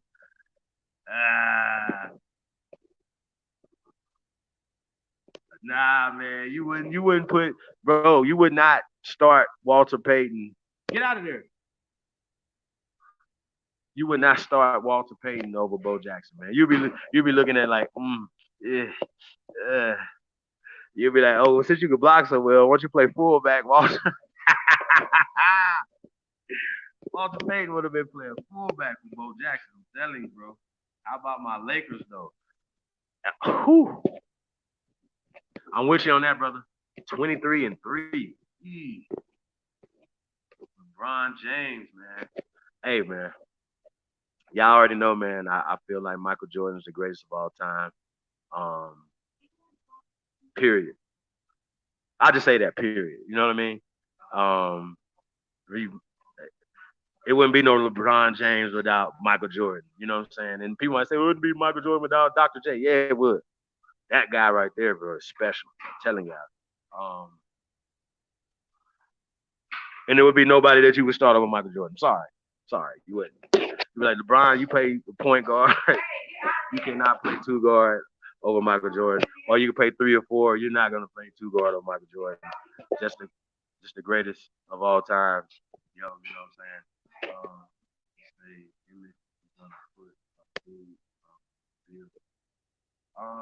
Yeah, I still like Emmitt Smith better than Thurman Thomas. I really do. Um, but LeBron James right now is the greatest of is the best basketball player on the planet, man. Like I like Kawhi Leonard. I like the Greek Freak. I even like Anthony Davis. Oh, fuck it. Ugh. Right, you got two of the best top 2 or 3 players on the planet on the same team, bro. Like, and they just gelling together. Um, the Lakers looking real good right now, y'all. I can't wait to the Christmas Day game. They're gonna put their foot in the Clippers' ass. So that's why I see that. You know, the Clippers are real good though, so that's gonna be a great battle. I just don't think that they can handle them. They got too many monsters over there, man. JaVale McGee is a monster. Nah, man. Anthony Davis, and you got motherfucking Dwight Howard, he just looks like, man. He's not like Dwight Howard of back in the days, but he looks good, y'all. You know what I'm saying? He's looking real good, man. He don't have to do it. He just do what he do: block shots and dunk the basketball. That's all you got to do. Especially you got people throwing you the ball up in the air or getting, penetrating, getting to the thing, man. Um, yeah, Avery Bradley. Oh man, I actually seen this guy. He went to a high school here in Las Vegas, Finley Prep. I don't know if y'all ever heard of Finley Prep. They recruit players all over the country, right? All over the world. They had some players with him that were from overseas and stuff, right? So they didn't have not one player that I knew of from Nevada, right? But Avery Bradley in high school, I was just like, yo, bro, like this can't be nobody. Like I've like with my eyeballs, right? Just to see how quick this dude was, how like quick and fast, just next level jumping out the gym on these guys. You know what I'm saying? But it was just like a grown man playing a little boy. And Finley Prep was always ranked top 5 in the country. You know what I'm saying? It's a private school that I don't even think they could even play in the state, tournaments to be win state champions. They would win more of the national championship. You know what I'm saying? So if you ever heard of Finley Prep, that's what Avery Bradley went. He's a dog. Tristan Thompson went there, another dog. Like, but Avery Bradley's like they couldn't. These dudes couldn't even dribble. Like, how in high school, like they come up trying to dribble, he would just take. Like, his defense was so crazy. I was like, you know what I'm saying? So, yeah, man. So I've definitely seen some great golf. Yeah, man. Marshall Falk was a beast. Yeah. Man, I don't even know why the hell we didn't even mention Tony Dorsett. Like, I'm my bad. I'm sorry. I don't even know what I was thinking about, Joe. I really don't. I don't, y'all. My bad. I'm sorry. Um, I still wouldn't put him over Bo Jackson, right? But Tony Dorsett, I think Tony Dorsett was better than him. That's just me. Tony Dorsett was I don't know, bro. Like, yeah, whew, Kiwanis, I forgot about the great Tony Dorsett, bro. Like I really did. My bad. Shit. PG County in the building. That's Prince George County in the building. Shout out to TNT. Chief Strong Wolf is NY, New York in the building. You got boxing heavyweight of all time and middleweight. Hyena, man, you just going. Y'all need to come on here and have this conversation with me, man. I was talking to the chat room. Y'all need to come on here and have this conversation with me. So I'm about to put the link in the chat room again. We need to have these conversations. Dark Red G in the building. Hey, I want to say that reminds me of the Chosen One last night.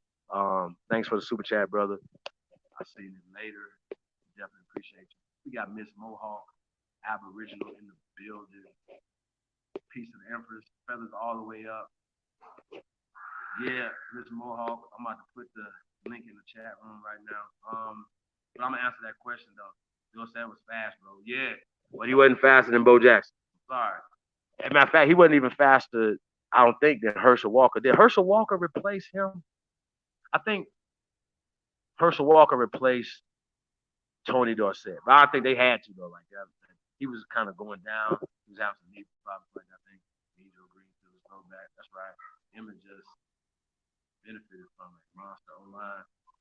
I mean, when you're going to have to say that in college, you know what I'm saying? In high school, nah, man. Emmett didn't have to have great breakaway speed, but he had great between the tackle vision, his low center of gravity, bro. Like, nah, man, you got to put Emmett in the top 5 conversation. Like, he's got to be in the top 5. I'm sorry, but Tony Dorsett, shit, man, facts. Darryl Green was faster than everybody, bro. What you mean?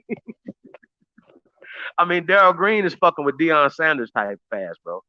Like, you understand what I'm saying? Like, I literally, like, I think I seen them race in one of the what you call, like, Darryl Green, bro, like, is the fastest, like, one of the fastest humans on the planet, bro. Like, real shit. So you gotta, like,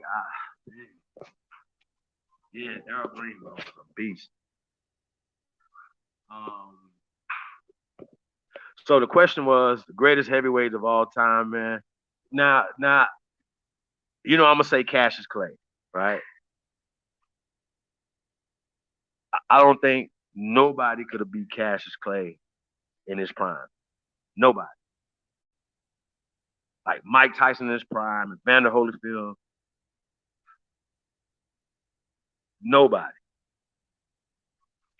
So that's just for me. And if you say, well, Mike Tyson, whatever, Mike Tyson could be in this conversation. Don't get it twisted. He could be in the conversation. Um,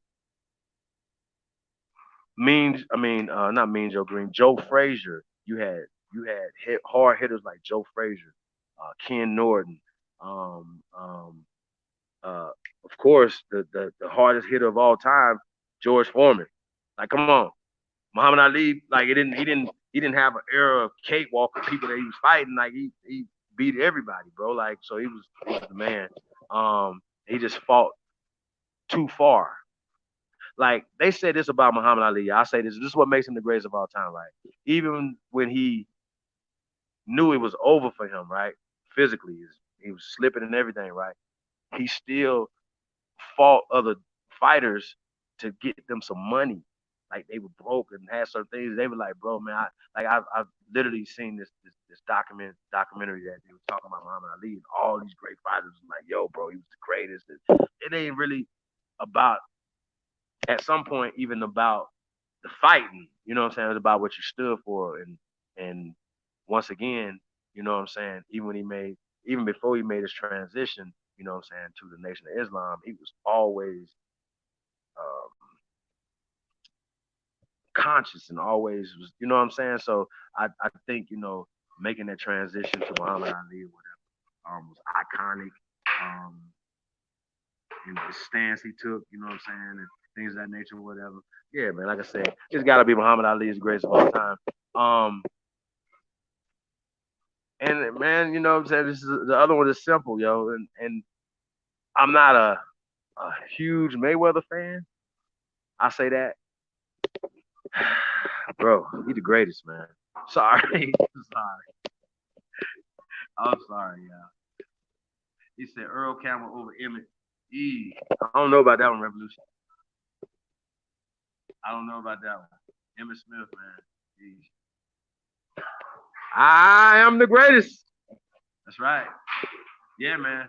The Brown Bomber, Joe. Oh, you said Joe Louis? Nah, yeah, Joe Louis got his butt beat. Tyson was faster and stronger, but smaller in stature. Um, I, yeah, man. I think Mike Tyson had a ceiling, right? Um, the Buster Douglases, the people, Buster Douglas broke the code, so to speak, right? Evander Holyfield beat the brakes off Mike Tyson, y'all. So even though people say he's in prison, he took the time off, and all these other things y'all saying, that's facts, that's true. I think the second fight, he even beat him even worse. That's why he beat him the second fight. Right? I don't know. Yeah, he beat him the second fight. So yeah, I don't know, man. Like Evander Holyfield um, moved up, manhandled Mike Tyson, y'all. So that wasn't a good look for me. Um, and I was almost gonna say Sugar Ray Leonard, man. He was one of my favorite fighters of all time, man. Um, but Mayweather, man, I think Mayweather could beat him, could beat Hagler, could beat Hearns. However, I want to say this: I would love to. I don't think that Mayweather had that type of competition. He didn't have Hagler, Hearns, Camacho. You know what I'm saying? Um, he didn't have these guys, man. Like, yeah, Oscar De La Hoya, who was beyond his prime, and he fought. You know what I'm saying? Pacquiao was too little beyond his prime, and I think Pacquiao's shoulder was hurt. Their first fight. I think Pacquiao. I want to see Pacquiao and Mayweather. Mayweather came out of retirement. I want to see you and Pacquiao. That's what I want to see. I don't think you. I don't think you can get Pacquiao right now. Pacquiao is good. Mayweather, man, he's his defense is impeccable. Right, he's not the hardest hitting person or whatever. You know what I'm saying?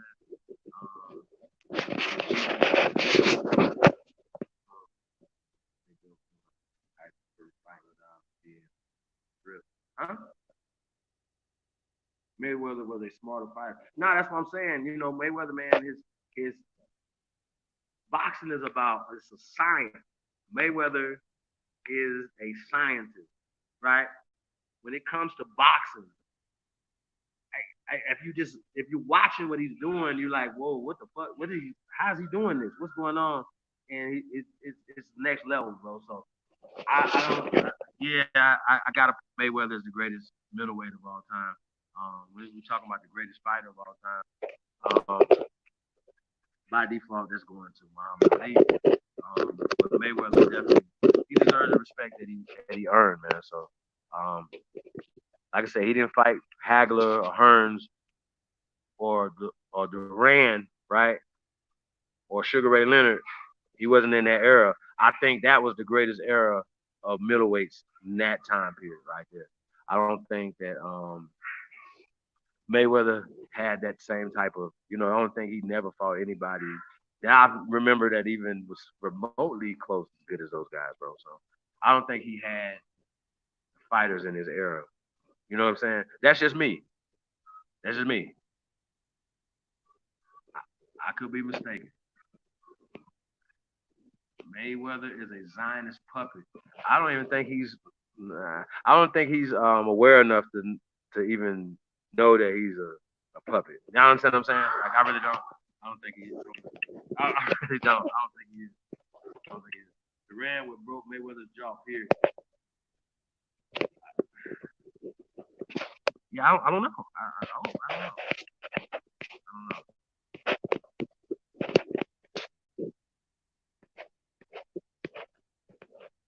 don't know. Yeah, yeah.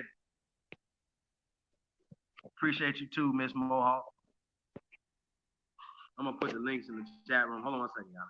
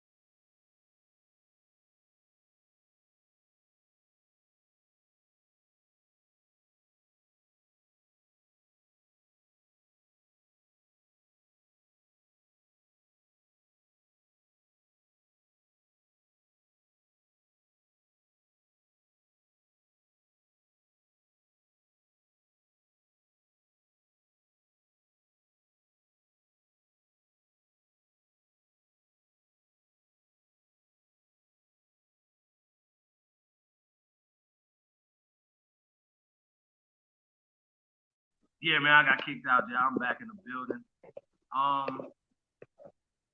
Yeah, man, I don't know. We got Bubbly Cuff. The Holyfield cheated the whole fight. That got him bit.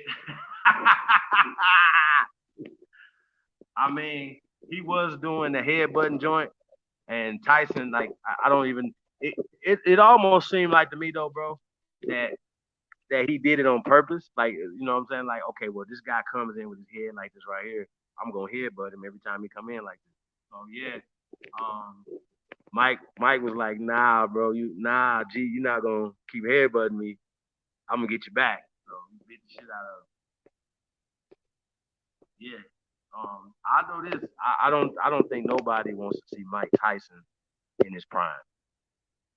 Pre-Robin Givens, custom model, come out the back, just the black trunks on, no socks, just beating niggas down, like just. Ah, I remember. I remember this, y'all. I remember. I forgot the dude's name he was fighting. This dude was crying. Mike, he in the ring already. They in Vegas. It's a big fight. This nigga is in the ring crying, crying. I'm like, what the fuck is going on? Like, he's crying. His wife's in the audience crying. I'm like, bro, like, just lay down. Don't go in there and get your ass beat like the man Mike knocked the nigga out in like first round. Like first quick. You know what I'm talking about? Come on, bro. Said Duran would have broke Mayweather's jaw. He would have had to hit him though. Have y'all ever seen Mayweather get hit? For real? I haven't. I really haven't. I don't know. Tough,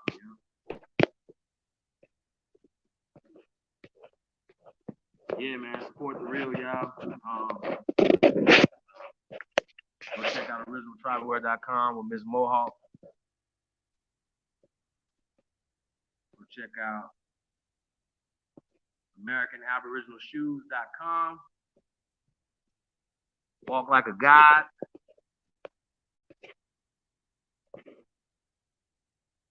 Tyson was a ring god. Facts.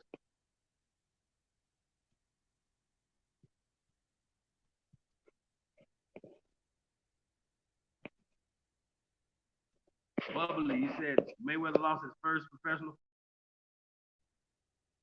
I'm about to go back and check that one out. Hey, J-Rock, I actually like Sweet Pea too. Sweet Pea is dope. He got some dope as well. And that's really what it's about. If you hit me, you know, and I can hit you more than you hit me, you're going to lose. 9 Ether in the building. There's Michael Stewart. Okay. The Mexican beef fire out of cuz.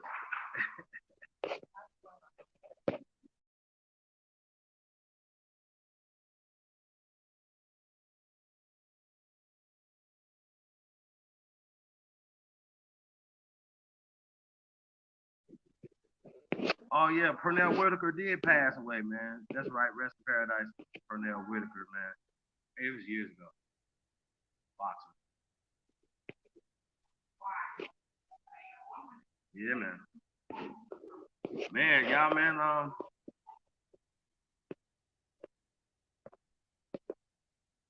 not gonna try to put that in there. Think back again.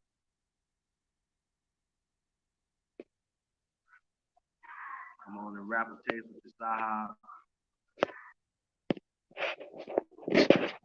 Um,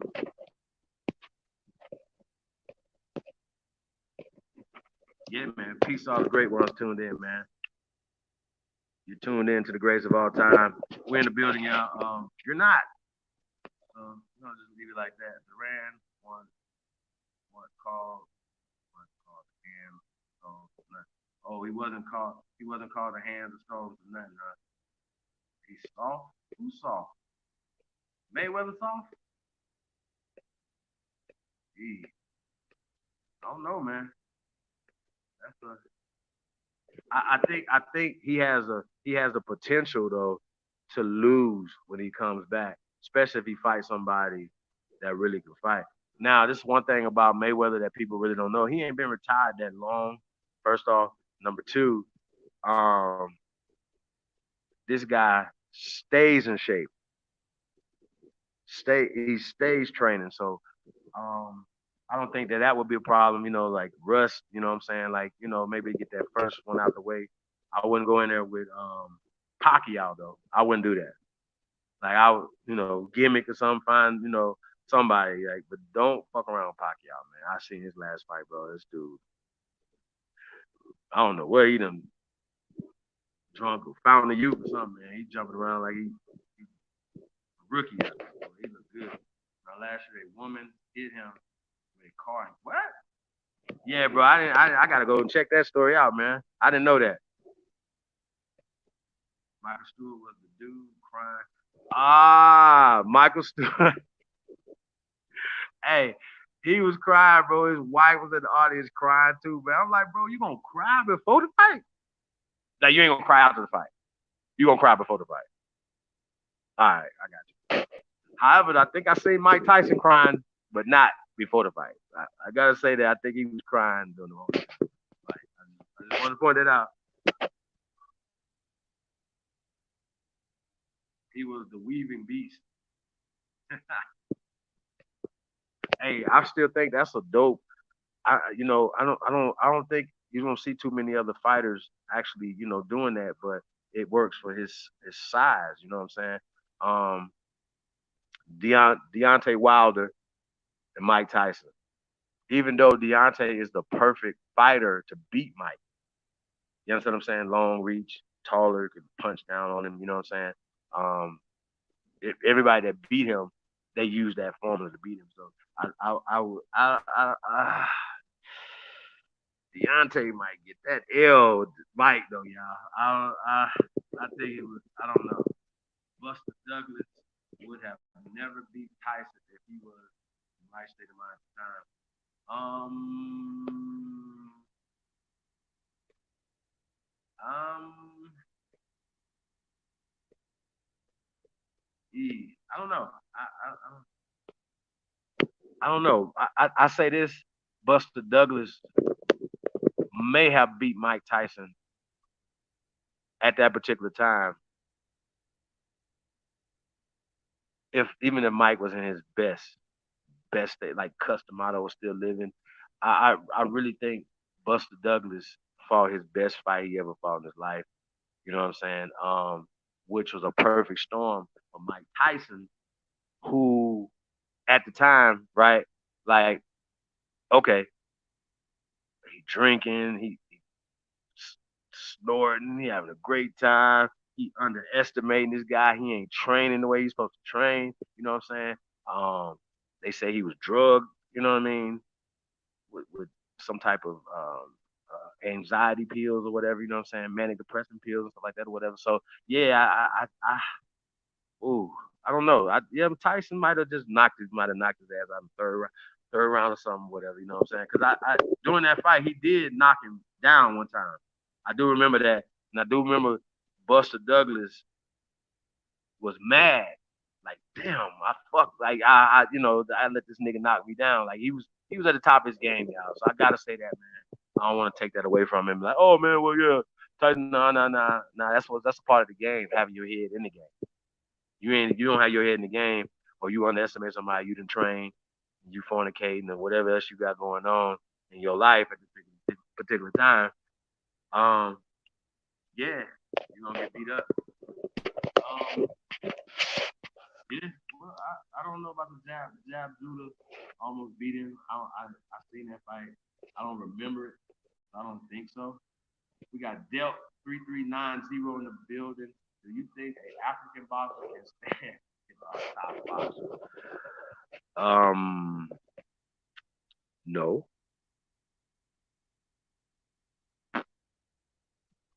We got the bronze bomber, man. You know what I'm saying? AKA the Tuscaloosa bomber, nigga. You know what I'm saying? Hey, that brother. Hey, man. Shout out to Deontay Wilder. Right now, man, he's the man. I want to see him and Fury fight again. I want him to beat the brakes off Fury for real, for real. Like, don't even put these people. Like, you know what I'm saying? This is how it really works. I should have asked dude the other day. I asked him, did he, in the Olympics, does he cheer for Italy and shit? You know what I'm saying? And that's an honest question. Like, do you cheer for Russia, Italy? You know what I'm saying? Because you're descendants of them, right? Um, Let me ask y'all a question, right? One, if you rooted for Angola or Nigeria in the Olympics, you know what I'm saying? Or did you root for your American Olympics stars? You know what I'm saying? Like, I need to know that. I think that's interesting.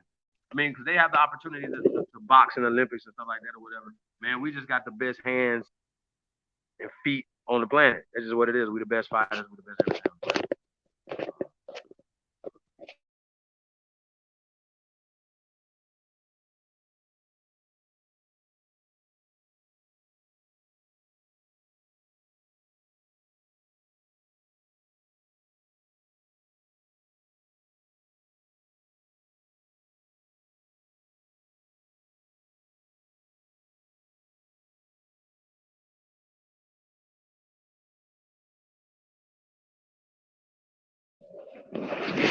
Hey, peace and love to all American Aborigines, man. We definitely appreciate everybody. Put the link back in the chat room. Y'all, if y'all ain't gonna come on here, man, I'm not about to be on here talking y'all head off all night. We'll get up out of here. Put this back in here real fast. All the Americans, America all day, American all day. Yeah, man, it's USA, USA for me, man. It's USA, USA.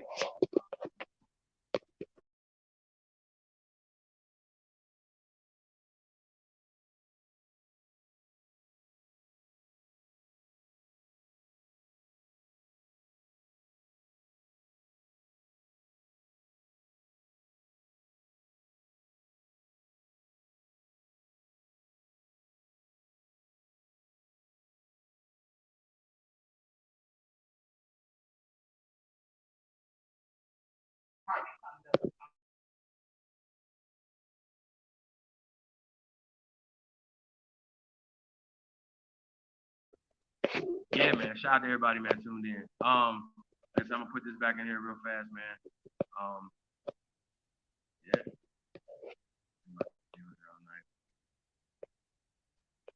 John King boy, only for America. Yeah, man, that's right. America first, man. Look at the hashtag there, man. Hashtag America,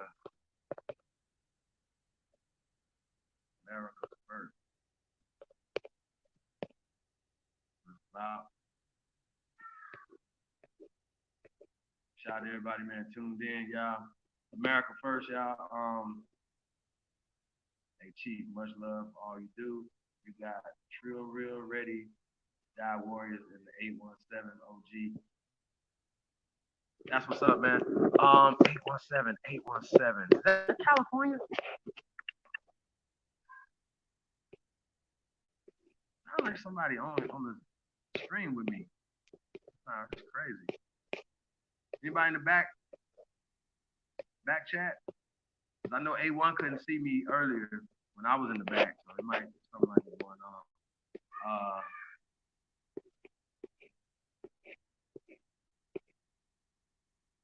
Yeah, man. Bubbly, bubbly cup, man. Where you at? I don't know if you changed your name on your channel. This is my first time seeing you, man. 817. Hold on, man. What is 817?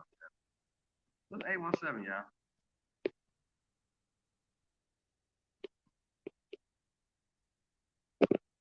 Funky Town, DFW. Yeah, man, that reminds me, man. I don't know if y'all know the brother. He used to go by the Indigenous Realist. Shout out to the Indigenous Realist, aka he going by now by Chief Sebi.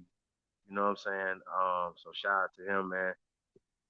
Definitely, man. Y'all gonna see that brother over here, man, building with us, man. Um, you know, we've been going through some things, man. So shout out to the brother, man. Once again, our prayers and our energy is going out to everybody, man. Um, that's going through something, y'all. You know what I'm saying? I just say this, man. If you ain't never going through nothing, man, you don't have, it builds character. So going through stuff builds character, y'all. You know what I'm saying? And I just say this, man. I know growing up, it was people that I was growing up with that committed suicide. 16, 17, 18, 19, 20-year old, people, right? And I just remember thinking, like, damn, you know what I'm saying? They were young, you know what I mean? And now that I look back, you know what I'm saying? And I'm like, wait a minute, you know what I'm saying? Like, negative things happen to a lot of us, right? You know what I'm saying? And young people will think, oh shit, you know what I'm saying? This is the end. This is it for me. You know what I mean? It's like, I lost my girl, like, you know what I'm saying? Or lost my boyfriend. Or, you know what I mean? Like, dude, you're 14, 15, 16, 17, 22, 3 years old. You're gonna get another girlfriend, another boyfriend. You know what I'm saying? Or you know what I'm saying? So some of the things that people have done, like taking your life, you can't take that. You can't get that back. You know what I'm saying? So um, mental health is serious. Issue that needs to be handled, taken care of in our community as well. You know what I'm saying? It needs to be discussed. It needs to be talked about because we have been going through a lot of post traumatic slave disorder. You know what I'm saying? And I want to say that slave disorder because we have been taught we've been taught to hate each other. You know what I'm saying? And to be so dysfunctional. You know what I'm saying? And that's like I said. I think when we talk about the slave codes and we talk about the black codes and all these other things. Black slave codes are interchangeable. They interchange black and slave. I need y'all to understand that. So even myself, I try hard to not use black as a descriptive term for us as a people because it's not describing us, right? Neither is Negro. Negro is black. That's not a descriptive term of us. Okay. Now, even when we start getting into maroon and things of that nature, whatever, um, these are still descriptive terms. They're not a race of people. Oh, the brown people are a race of people. Nah, we're the copper colored aborigines that they found when they came here. Period. Right. So that's what we got to talk about now, man.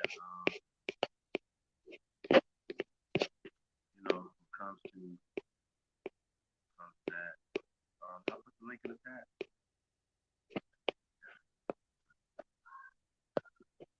Yeah, man. So yeah, it's coming up on 2 hours, y'all. So like I said, man, I'm gonna shut this thing down, y'all, and let y'all enjoy y'all evening, man. And I'm gonna get up out of here. Nobody wants to come on the bill. Hey, man, shout out to Funky Town though, man. I definitely, man, I enjoy myself every time I come to Funky Town, y'all. Forgot the studio I was in last time I was out there, man, doing music with the brothers out there. I remember um Twisted Black. Shout out to Twisted Black. Um, did some stuff with them, man. I already know you from Funky Town. I already know you know Twisted Black. He was I think he was one of the biggest artists so far to come out of the Funky Town. Um um and if anybody know about Twisted Black, was it Twisted? Nah, wait a minute. Is it Twisted Bro, is it Twisted Black? Bro, is it Twisted Black? I don't wanna get I know it's something black. I think it's Twisted Black. Um he had a song called is it Act a Fool? Something like that. Y'all know I know. So yeah, man, shout out to him, man. Free Twisted Black. If it's Twisted Black, if I'm saying that wrong, uh, was it Twisted Black, bro? Free OG Black. Yeah, yeah, yeah. Tommy Burns. I think I heard of him. But yeah, but is it Twisted Black though, bro? I think it was Twisted Black. Yeah, they was really getting some real money out there, man. Um, yeah, Twisted Black. That's what's up. So you already know I know, brother.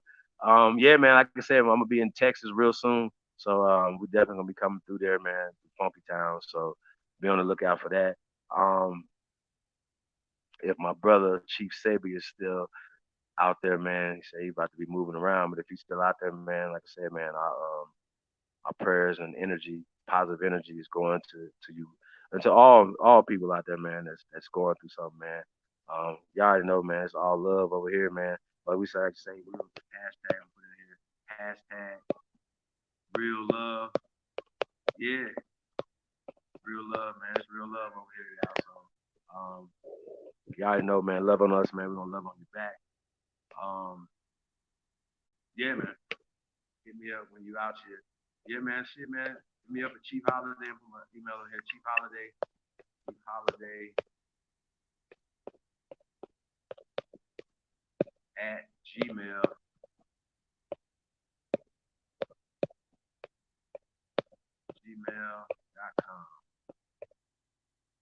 That's for everybody, man. Anybody want to link up, man?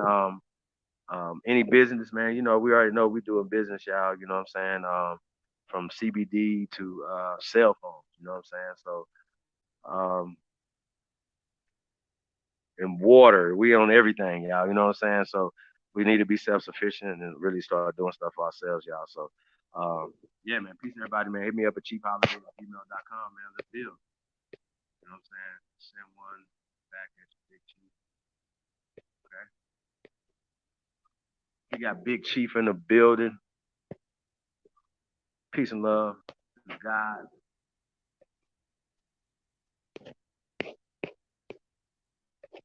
I don't know. Is that link working, y'all? Okay, I'm a fool with it. Yeah, yeah, yeah. No, that's what it was. I'm a fool with it.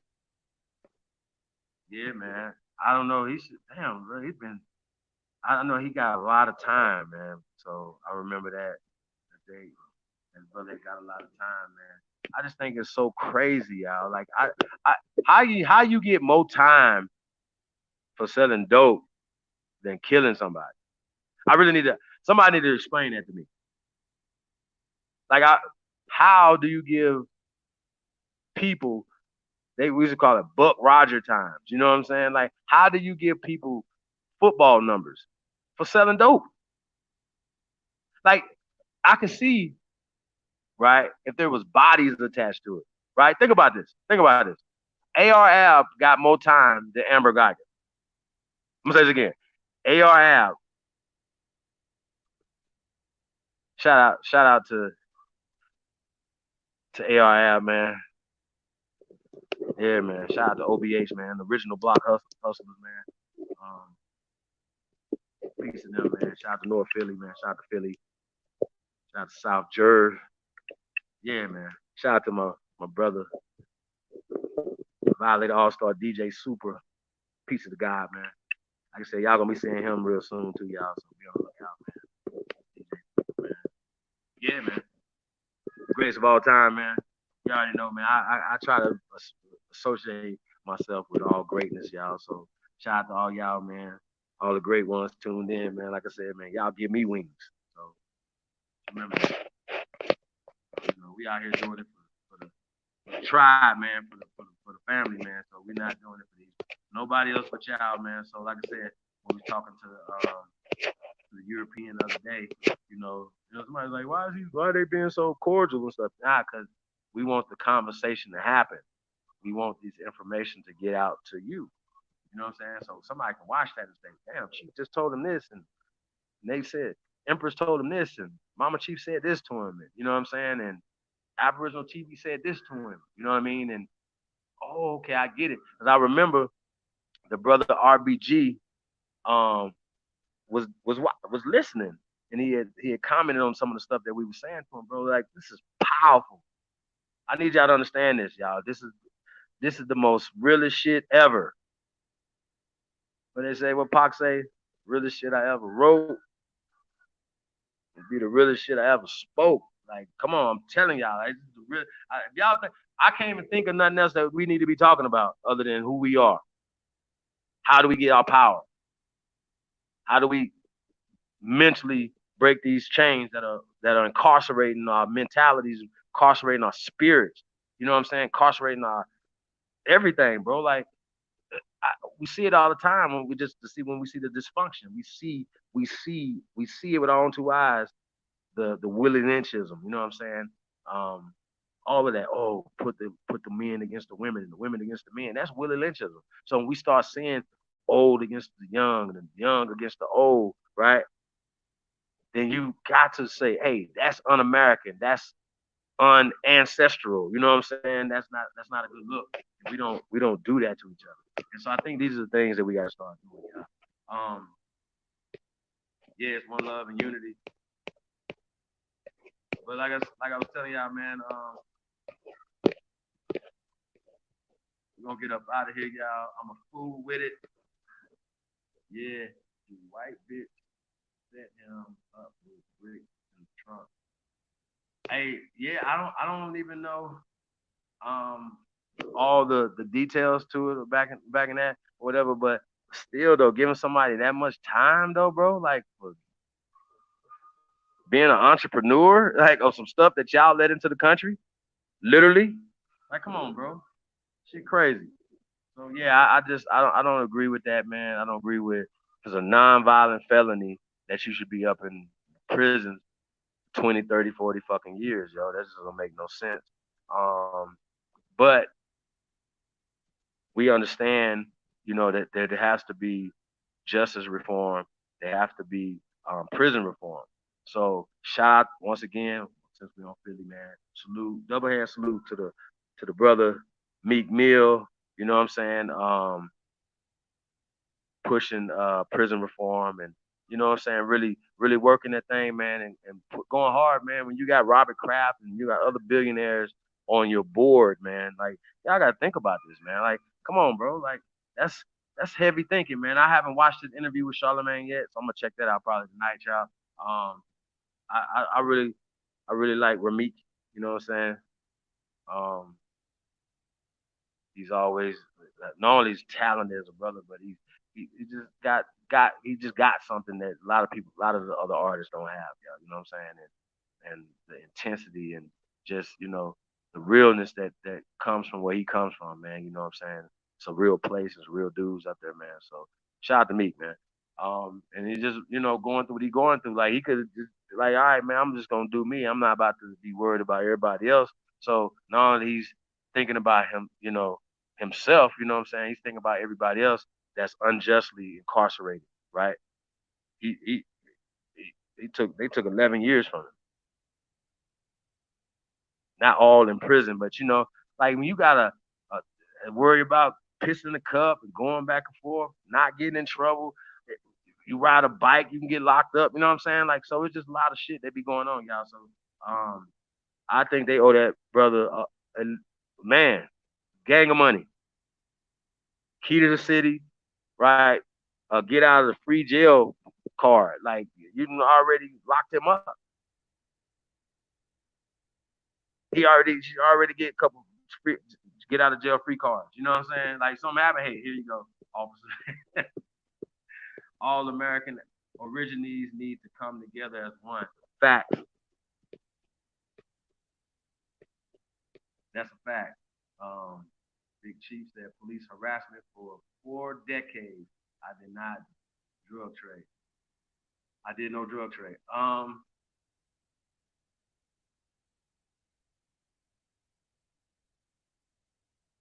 Okay, you said it was the indictment was online. Okay, that's what's up.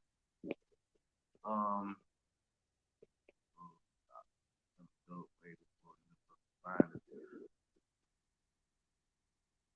Word. I mean, I don't know. You know what I mean? Like, um, you know, um, yeah, I can't even speak on that. I only know the music side. You know what I mean? So, um, yeah, man, free. I remember we did the whole campaign, man, like free black, man, like you know what I'm saying. So free twisted black, man. Give us free, man, free all our comrades, man, that's down. You know, so yeah, man. Shout out to Funky Town, though, man. It's real town too, y'all. Real G's up there, man. Um, you know them niggas is wild up. There's some wild ass Indians up there. I remember hearing the story about they literally robbed the damn security at the grocery store. I'm like, who robbed the security? Who's off? Like, you the police? Like, who robbed the police? I'm like, God damn. So yeah, man, you ain't built like that, man. Don't be rolling through Funky Town, man. Don't be rolling through Fort Worth, man.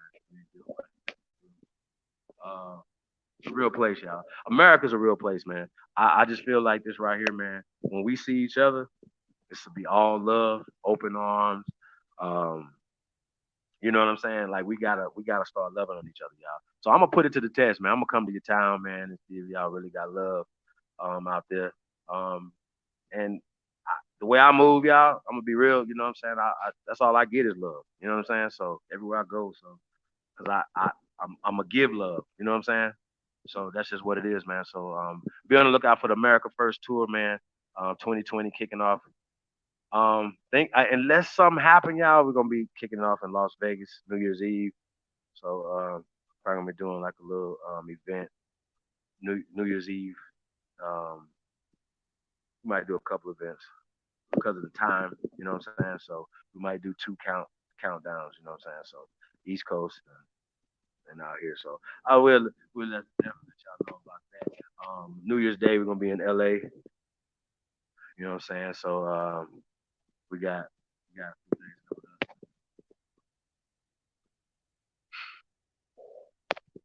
I'm working on another get right. Yeah, I mean, yo, you know what I'm saying? I mean, I got a lot of faith in our people, bro. I really do. I be honest with you, you know what I'm saying? Um, I know it can really happen. You know what I'm saying? I just feel like we got so much animosity. You know what I mean? And a lot of times you know, you inflict pain on people that you close to. You know what I'm saying? So a lot of people abuse people. So that's just what we're dealing with, man. So like I said, I feel like we gotta touch bases with the street organization. You know what I'm saying? Um, those are the soldiers. Those are the people who are respected in the street. So I could tell you this right here: a lot of the trafficking, the sex trafficking and stuff that's going on, I can guarantee you, if the GDs, Vice Lords, Crips, Bloods, Mickey Cobras, Latin Kings, whoever, I can go down the line, right? Stones, everybody, right? Said, you know what? It's over. We're gonna in our communities. We're not allowing the kidnapping and trafficking of our women and children, right?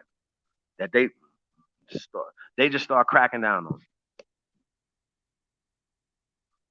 Okay, I can guarantee you, shit will change overnight. Guarantee, guarantee it. So it's not like a lot of these concepts that we're talking about are new. People have been talking Dr. Amos Wilson to Tupac. You know what I'm saying? People have been talking about solutions and things to do. It was just really about implementing them. You know what I'm saying?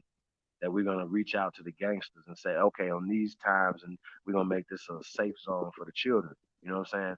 I remember people was, and this might be a little bit before my time, when they were like on Sundays, gangster shit didn't happen. Nobody did anything on Sundays. I think that was interesting. You know what I'm saying?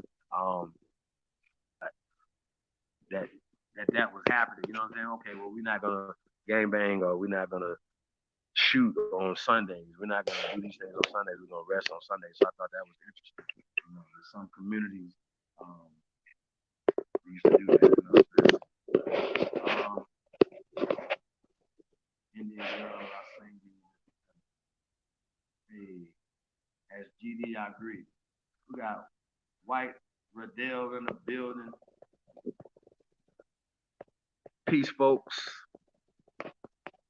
That's what's up, man. Hey, White, where you at? Where you located at? Everybody on. I think we got everybody. Let me see. I know. Kiwanis. I don't think I know where you at, Kiwanis. What we got? I know where Big Chief is at. San Diego, California, yeah, in prison. Yeah, it's definitely slave trade. Sister Miss Mohawk's in the building. She's in California, Northern California as well. Nine Ether. I think you said one time where you at, brother? Where you at, Nine Ether? City State. We're doing a city state roll call, y'all. Represent where y'all from. In the building. Nobody still came in. Okay.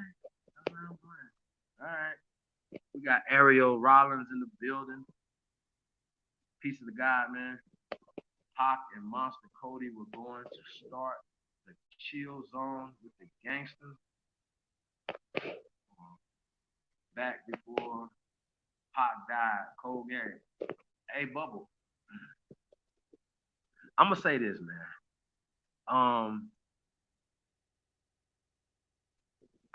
I really think people might think, you know what I'm saying, and we talk conspiracies and stuff like that or whatever, right? But at some point, I guess I'm gonna have to redo this show because this is it's in the lost tapes too. Um, I did a show before on the FBI's secret war, right? Again, think about it, secret war. It's not secret. Secret war, and it's interesting. That's the FBI, right?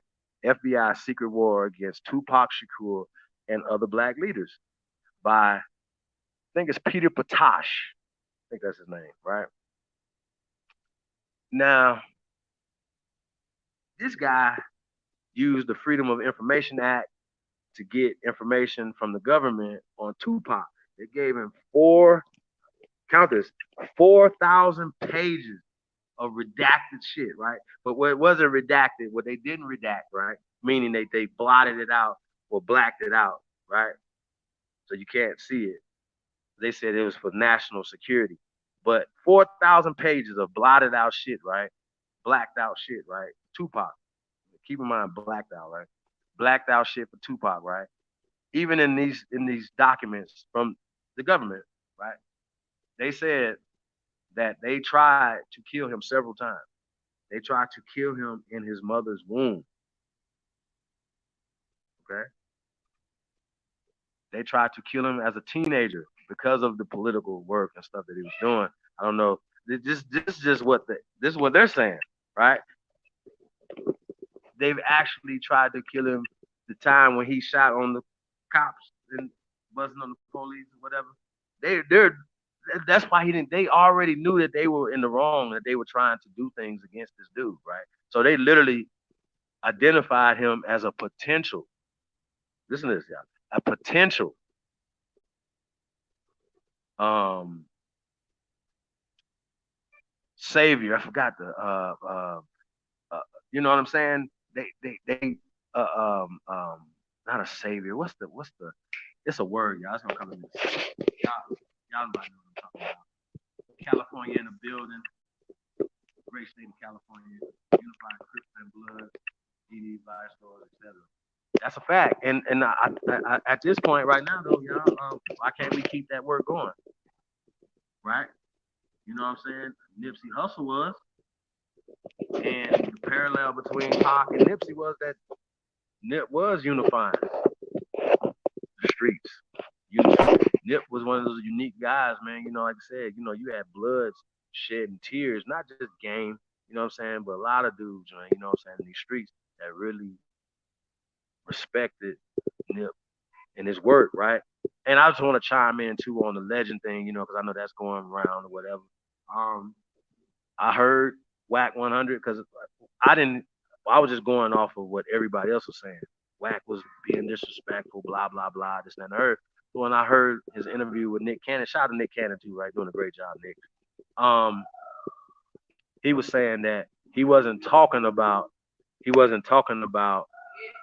a legend, in his life or anything like that. He was just talking about musically, right? Now, for me, 8 Ball MJG's legends. Now they might not be, you know what I'm saying? I think that a legend is a body of work. Is a body of work that, you know what I'm saying, is more than just that. You know what I'm saying? Just the music or whatever. Some He was a legend to a lot of people with his music. Whack, you know what I'm saying? Maybe not to y'all because you're competing in California with him in the same city. So you're competing with your artist, right? Um, can Game one day go down as a legend? I think so. I really do. Like now, if he got to die, I'm just saying if he's just saying I'm done with this or whatever. So yeah, I look at Game as a legend, as somebody that put in put in some work and did some great albums. I haven't heard this new album right here, y'all. I'm definitely gonna give it a listen to, see what he's doing. His last album. But Nipsey Hussle was definitely a legend, and I don't want to separate what his legend was in any type of way because as a as a as a fan of his music, you know what I'm saying, and all the albums, Crenshaw, Mailbox Money, you know what I'm saying, Bullets Don't Have no name, and all these things, you know what I'm saying, like people that really rock with the music, right? He was legendary in his music, right? I'm not about to go, oh, was MC Hammer legendary in his music? He sold a lot of albums. Was it was Vanilla Ice legendary in his music? He sold a lot of albums, so nah, you know what I'm saying? So when we talking music is subjective. Whack. You know what I'm saying? I still think I still hear like I could see where people take the disrespect aspect of it. You know what I'm saying? Um, but yeah, I don't agree with that at all. But that's my opinion. And Whack 100 is definitely allowed to have his opinion on that. Some people might think it's just maybe too soon, too insensitive. You know what I'm saying? We're talking about Nip, but Nipsey Hussle was absolutely a legend. You know what I'm saying? So um, would definitely love for him to be a living legend. You know what I'm saying? And um, you know, like yeah, I just nah, bro. So that was not a good look. That was definitely an L this year. We we haven't taken too many, but we have taken some L's. You know what I'm saying? We've lost people. Um, Sister in Fort Worth, the police shot through the goddamn window. You know what I'm saying? I want to. I think we got to follow up on some of those stories as well. See what's going on in the brother Joshua Brown's case. Like what's going on with that? Or the guys who they say shot him? Are they locked up? Are they charged with murder? Do anybody know? Y'all see what I'm saying? So there's a lot of things that we gotta start addressing. But um, I say this: when you see Kim Kardashian and them getting stuff done in the White House with Trump, I think the work is bigger than our feelings and how we feel about working with Trump. I feel like if we know what we're smart and we really understand what's going on out here, whatever. Um, we have to start. I'm not saying deal with the Republicans, but if we're dealing with the Democrats, right now, there's another thing I agree with. Oh boy, right here. he was saying that he said the black community, but we're gonna say that the American Aborigines here in America, right? Shout out to Scott Beason, um, are married to the Democratic Party, right? Which is he's saying a racist. I don't look at it as being racist, y'all. Like that's a we gotta stop classifying everything.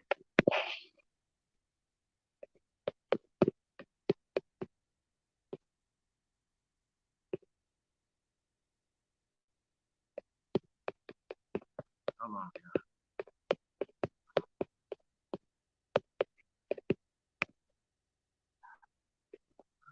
Pac was unifying. That's right. Oh, Messiah. That's it. That's it. That's it. But non-ether man. You know what Messiah mean, bro? Like, cause I don't get into all that. I get into the etymology of words, right? So, um, when they call the Honorable Elijah Muhammad, I'm gonna call him the Honorable Elijah Muhammad, and I'm gonna get back to that too, right? Um, um, they call him the messenger because Messiah, right, means messenger. Okay, Messiah means messenger.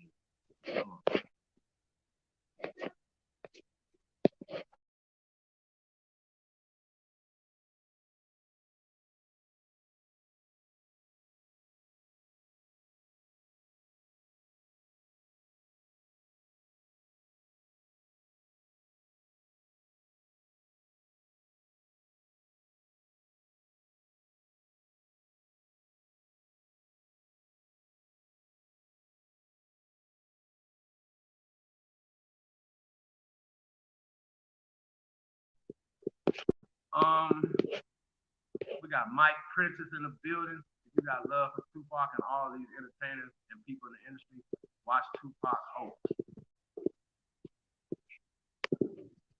I think I seen that, bro. Hey, bro, I'm a, like I said, man, I'm gonna say this, man. Um, they would even say that Tupac, and depending on who you talking to, right, wasn't a legend until he died. They Whack 100 said that about Biggie. So you know what I'm saying? It's all subjective because a lot of times people are getting stuff because they are seeing the movies, they are seeing the outpour. You know what I'm saying? Like, shout out to Choke No Joke, man. I want to do a build with Choke No Joke. Who said we can get Choke No Joke on here, y'all? But Choke believes that kind of the same way that Whack feels about Nip Hustle. He feels that Rock Nation and Atlantic, right, is benefiting from his death and that they're blowing his death up and blowing him. You know what I'm saying? You can't blow up somebody that, right, if they don't have nothing to blow up, right? Shout out to Juice World, man. Rest in paradise to him too, man. Um, Young kid, good kid, man. Like I don't want to keep saying, yo, I don't want to keep saying that, yo, it's this is we can learn. The kids can learn a lesson from this. You know what I'm saying? The kids can learn a lesson from this. Nah, the kids ain't learn no goddamn lesson from this because he didn't learn a lesson from Mac Miller or anybody else that was killed or died from promethazine, or I don't even know exactly what this brother died off of or whatever, but they say he had, a bunch of weed, which is not nothing. What is he doing with 70 pounds of weed though? Like, I gotta know that. Like, he putting his hood on or something, like salute. You know what I'm saying? Like, weed, he could have smoked all 70 pounds and he would still be here right now, right? But that syrup can stop your heart. Okay. Now, shout out to my brother from another mother, sort of the truth. If you listening, bro, I got the link in the I sent you the link email. But yeah, man. So I don't know, Mike. We talk about, you know, yeah, I definitely got love for Tupac and a few other people, but I don't get into the personal stuff. You know what I'm saying? And like everybody got Tupac was 25 when he got up out of here, right? So he was a complicated man. He dated Madonna, for instance, right? I remember Bobby Hemmett. Shout out to Bobby Hemmett, the great Bobby Hemmett. Matter of fact, the God Bobby Hemmett, right? I remember Bobby Hemmett was watching the lecture. I think it was like an 8. So y'all think I'm inspired by the Bobby Hemmett's 8-hour lectures. He's standing up the whole time, 8 hours, talking to a group of 3 or 4 or 5 people in the fucking audience. You understand what I'm saying? So he didn't have to have thousands of people in the audience to bring that passion, to bring the information that he was bringing, right? But I remember he was talking about Tupac, right? And he was like, and I don't know if y'all remember this. Some of y'all might go back. You know what I'm saying? When Tupac had the song "How Do You Like It" with Jodeci, right? BET, they had two different videos. The first video with Tupac, right? He was they had him with some pale skins, right? In the video. And I remember and they took that video down and redid the video because I I guess somebody said something to him, right? You know what I'm saying? That wasn't a good look or whatever, right? So they put a different video out with a different version, and they didn't, have the pale skins in the video, right? But I remember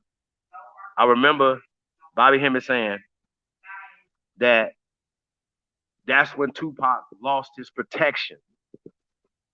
Okay, protection, like he was protected by the ancestors, by the sisters, you know what I'm saying? But when that video went out, in his opinion, right, or expert opinion, or just insight or foresight into this situation, said that Tupac lost his. And he's a metaphysicist, so you got to think about that. That he lost his spiritual, right, protection. Be busy in the motherfucking building. Yeah, man, I'm solo, man. Nobody want to come on here with me on the open panel, man. I'm about to shut it down. Yeah, I'm on here just rambling, talking about Tupac, and we're gonna be talking. I'm gonna be talking something else in a minute. So shit, I love Bobby Hemmett info over there, man. Bobby Hemmett is one of the greatest, man. So I'm gonna put the link in the back in the building. If anybody wants on here, butt juice. Got butt juice. Yeah, no, I've heard some disturbing things, man. So okay, I don't want to get into them though. I don't think Nipsey Hussle is dead. Why is it people is not talking about it after the first or second month? Nah, bro. Like I think that's the goddamn problem, man. I said I was gonna do a whole show on Nip. You know what I'm saying? Because I didn't want to do it during the time. You know what I mean? Because it just seemed so fake. You know, anybody know me? I don't play his music on my shows before and stuff like that. So I've always, and just as far as his movement, as far as what he had going on, bro, like it was a real dude, and you know, we know new people in common. You know what I'm saying? So the people have always spoke highly of this cat. You know what I'm saying? So, like I said, and then even after you're gone, you still, even though I don't think it would be too many people that would come up and be saying anything negative. Um, you know what I'm saying? Other than that pale girl that was painting over his mural, I still think. See, sometimes y'all there's sometimes you have a green light to whoop ass, like the pale skins that was walking around for Halloween that just passed in the fucking clan outfits. That's automatic. They don't go home with them clan outfits. That just don't happen in my world, right? Not saying I'm gonna put hands on them as a man, you know what I'm saying? But that's when you go get your big sister, Empress Hover or something. You know what I'm saying? Oh, I would have definitely kicked their ass. Fuck that. You're not about to walk around here disrespectful like that. You know what I'm saying? And these people do this stuff just to see how far they can go with it. To end up hugging them and like you hugging a motherfucker in a clan outfit. Does this make sense? Even though if it's Halloween, right? That doesn't matter. X-rated version. Yeah, okay, Hyena. Was that the X-rated version? I'm not sure. I just know that the version that he had with the pale skins got changed, right? And Bobby Hemmett said that that's when Tupac lost his spiritual protection. Before that, he had been shot at plenty of times, attempts on his life, all that. Shot up 5 times, hitting the dome, everything, right? Still walking, still here. But then this particular situation or whatever, he lost his protection. You know what I'm saying? There's people I know personally that went and visited him, here visited Tupac, right, in the hospital days after that, and they said that he was flicking people off with what, because he had like one of his fingers, his middle finger got shot off, and he was still flicking people off with his finger and shit. You know what I'm saying? He was full of, like they said, he was full of life, and they was like they was not expecting him to be dead after they left. Like, oh man, oh Pac, you Gucci, man. Oh okay, cool. They left, right? So they're saying some real weird stuff about Pac, y'all. You know what I'm saying? They can't even they don't nobody even can speak or even know who was on staff at the hospital that night. You know what I'm saying? Like it's a lot of stuff that they covering up, yo, when it comes to Tupac, man. So yeah, I don't know. Yeah, I don't know. I think that's still weird. Hold on, we got in the building. Star Child in the building. Star Child, peace to you, brother. Peace, peace. What's going on with you, brother Holiday? I'm chilling, man. How are you? I'm doing just fine. This your boy Bubba Lee out there, 817, man. Okay, you from the 817. Okay, Star Child. What's up, brother? How you doing, fam? Hey man, I'm Funky living, Town in the man. building. I had to put my name that I go by originally on here, bro. But yeah, I'm Bubba Lee 817. Okay, man, I got you, man. That's what's up, Yes, man. How you sir. feeling? Hey, How you I'm living, feeling? man. That's what's up. Yeah, Hey, man. Huh? I want to say, bro, I always remember, man, when we speak about conspiracies and stuff, bro, or what people may call a conspiracy, a lot of people don't know. Federally, conspiracy is 2 to 22 years, and in some cases, it's a life sentence. So conspiracy is very, very, very real. And people tend to bypass that because of the Caucasian definition for conspiracy. But when we speak legalese, there you go. And because you got goofy people on TV talking about, oh, you're just conspiracy theorists. Well, yeah. So was Lucky Luciano and his gang, and we see where that got him. So was John Gotti. So was a lot of people. It's when two or more nefarious people get together to commit evil deeds. You did. So, and that's not just the only definition legally. So a lot of this stuff is conspired upon. Two or more people got to kill Pac. Two or more people got together to kill Nipsey. Because don't forget about that Jeep that was in the parking lot that never left, didn't even move. That was making my man go back and do what he was doing to Nipsey. The same day Nipsey Hussle got killed, I got shot in my head. I watched that on the news. I watched the whole thing on the news, and then I watched the video, and I examined that video. Star Child, hold on a second. You got shot in your head? Yes, sir. I was bouncing at a nightclub early that morning. I got off work at like 5. It was out here is real wild, bro. Our nightclub scene like Harpo's Juke joint in the movie, bro. So it was an after hour spot, and the dude didn't want to go home, man, and he called me out to fight. But shit, if you see me, I'm 6'6.5", 340. You ain't gonna win, homie. And he turned around and pulled out a in the head right there. Damn. Man, I'm glad And I you're here with us, bro. thank you, bro. Shit, I'm built different, man. I'm built different. I got up and chased my attacker, bro. So I don't know. A lot of people, that just goes to show, though, they lie to you, bro, because they don't want to know what you really built about, man. Everybody ain't supposed to die, and everybody bones ain't weak, and everybody ain't going to die from a gunshot wound. You only die when you want to die, really, in many situations, and that ain't even being funny. Man. Um, I say this, man. I've never been shot. You know, I come from the quick to bus camp. Yeah, So me too, but I couldn't have my gun I on wouldn't me in want the to try to club. fight no motherfucking body these days. You know what I'm saying? Without, you know, I'm gonna give you Well, a choice: see, the bad or this. You know what I'm talking about? well, Fuck well, that. see, it was supposed to be straight up because we inside the club. He wasn't supposed to be in there with a gun, but the outside security let him in with a gun. So Oh wow. yeah, and they got pistols. Crazy, man. Yeah, that's crazy. But say, Yeah, man, I was saying earlier, man. Fort Worth is wow. So it's definitely a real spot, man. A Man, I'm lot of glad. it was predicated through the media, bro. It's So it's it's it's a document that was declassified by the Fed, showing that TV, radio, and movies are all programming devices. Your skin is an antenna, and it accepts the rays.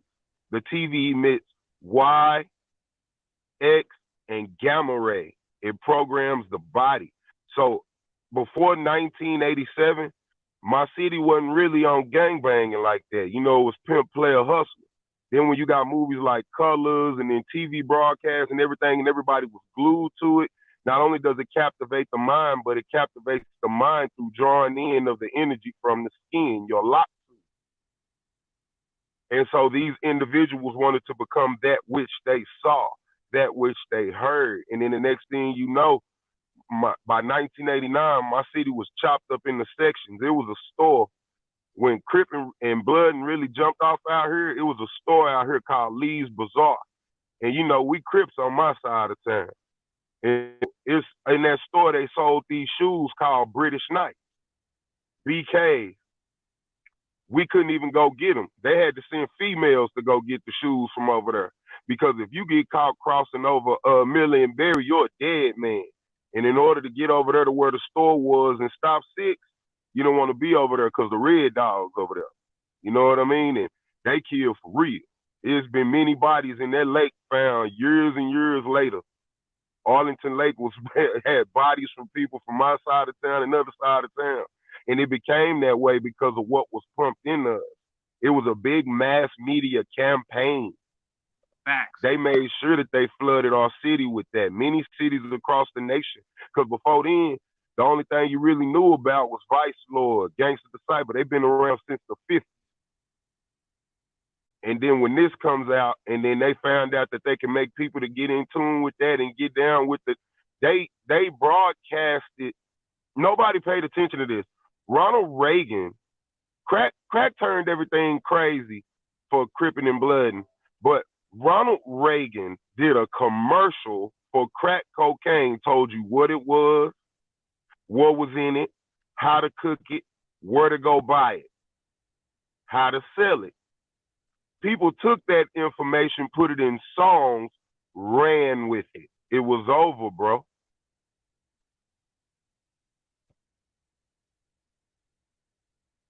Yeah, man. Man, I'm glad you're here with us, brother. That's crazy.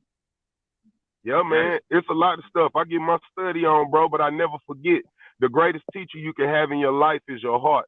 Your heart has 66% more neural matter than your brain. That's why they tell you learn everything by heart. I never forgot nothing my whole life.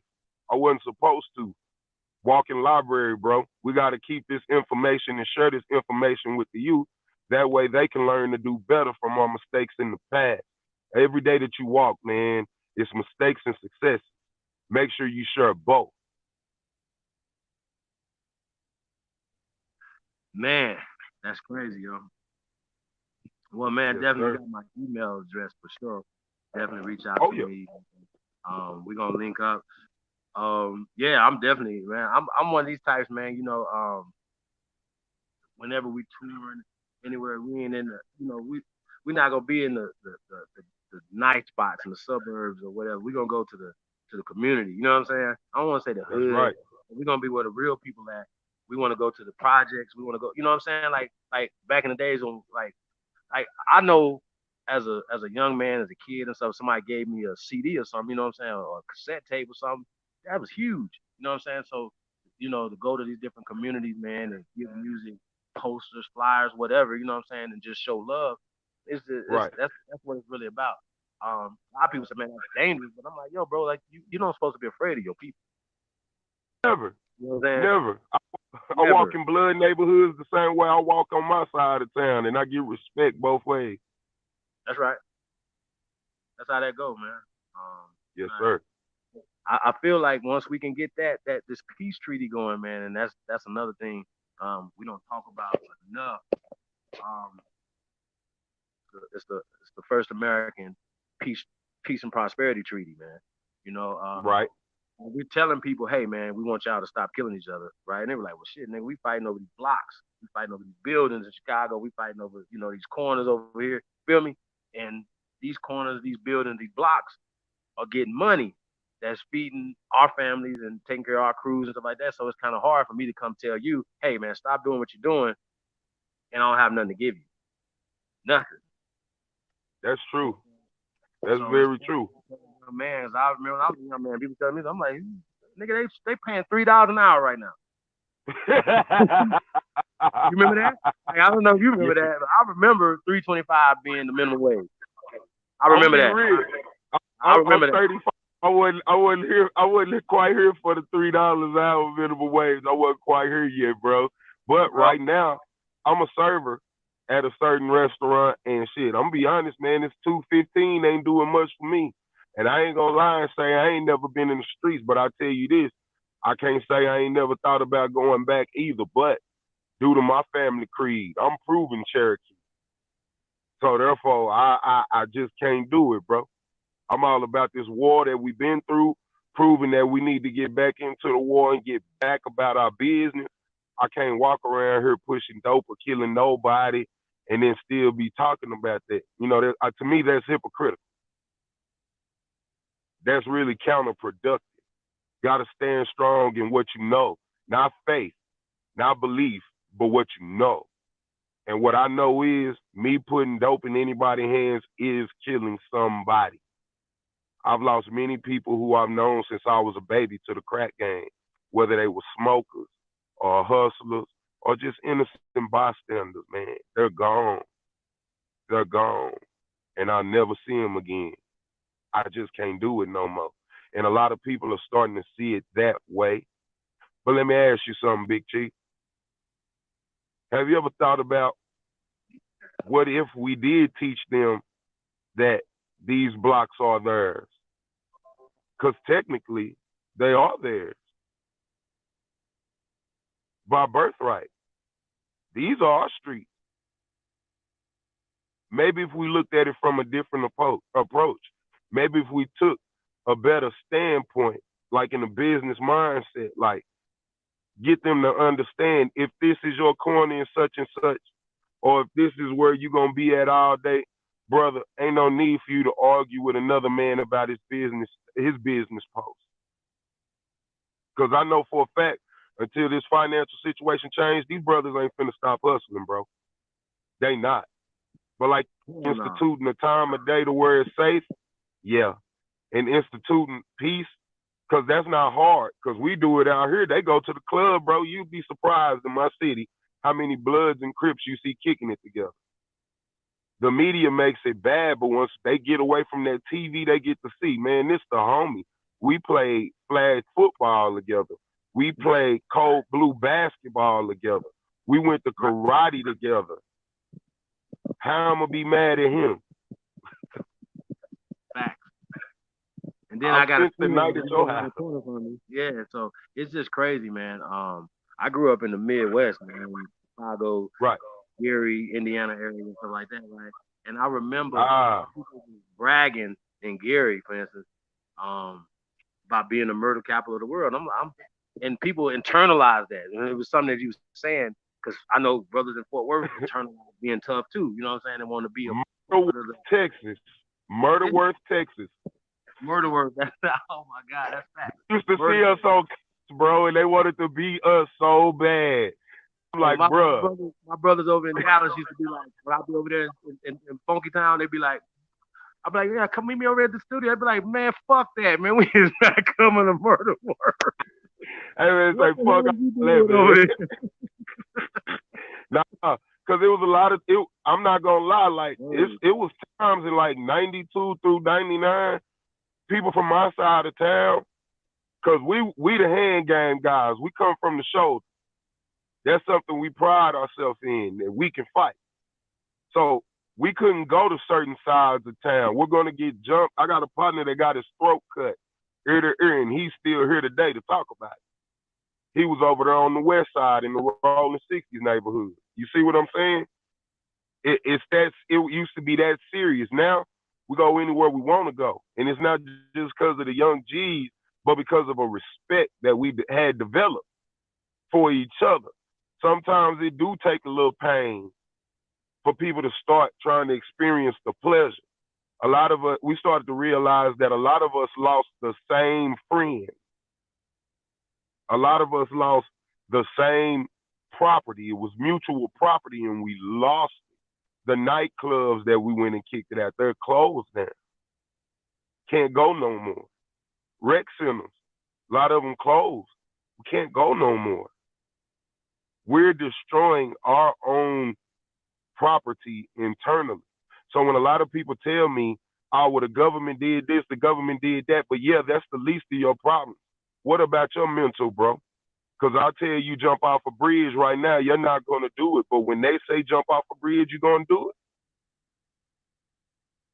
A lot of brothers started thinking different, bro. And that's the mentality we got to get. I like to call it the mama and daddy principle. Because mama and daddy made you wake up a little bit when you heard stuff like that. You know what I mean? And once they moved on and you got grown and grandma and grandpa passed away or whatever, we started to disembody those principles. Now we're at a time where we grown, where we cherish those principles. This is the time to reach in and grab hold to the youth and make them embody those same principles, bro. And yeah, a lot of them don't want to hear it, but when you kicking that real tune and they see that you really love them and that you'll die for them, they listen, bro. And you talking to a man that done saved a lot of youngins. So yeah, we our nation's still here, bro. We still here. The Aborigines still kicking, man. Yeah, I mean, I had the same experience, man, with the youngsters, man. They, you know, man, you can't talk at people, man. You gotta, once they know that you care, you know what I mean? Once they know you care and that you one of them and you've been where they at, you know what I'm saying? And I remember it was a time I didn't even think I was gonna make it to 21. So to Man, you know what I mean? I was man. like, nigga, whew. Hey. Hey, man, them shootouts be real when you young, man, or them gang fights or that hustling on the corner while the laws pass, and it's real, bro. Man. Hey, man, I gotta tell them, man, we survived these street wars, man, and so I don't, I, I just think it's real, like we once we got to get back to once again, the militancy, the aggressive.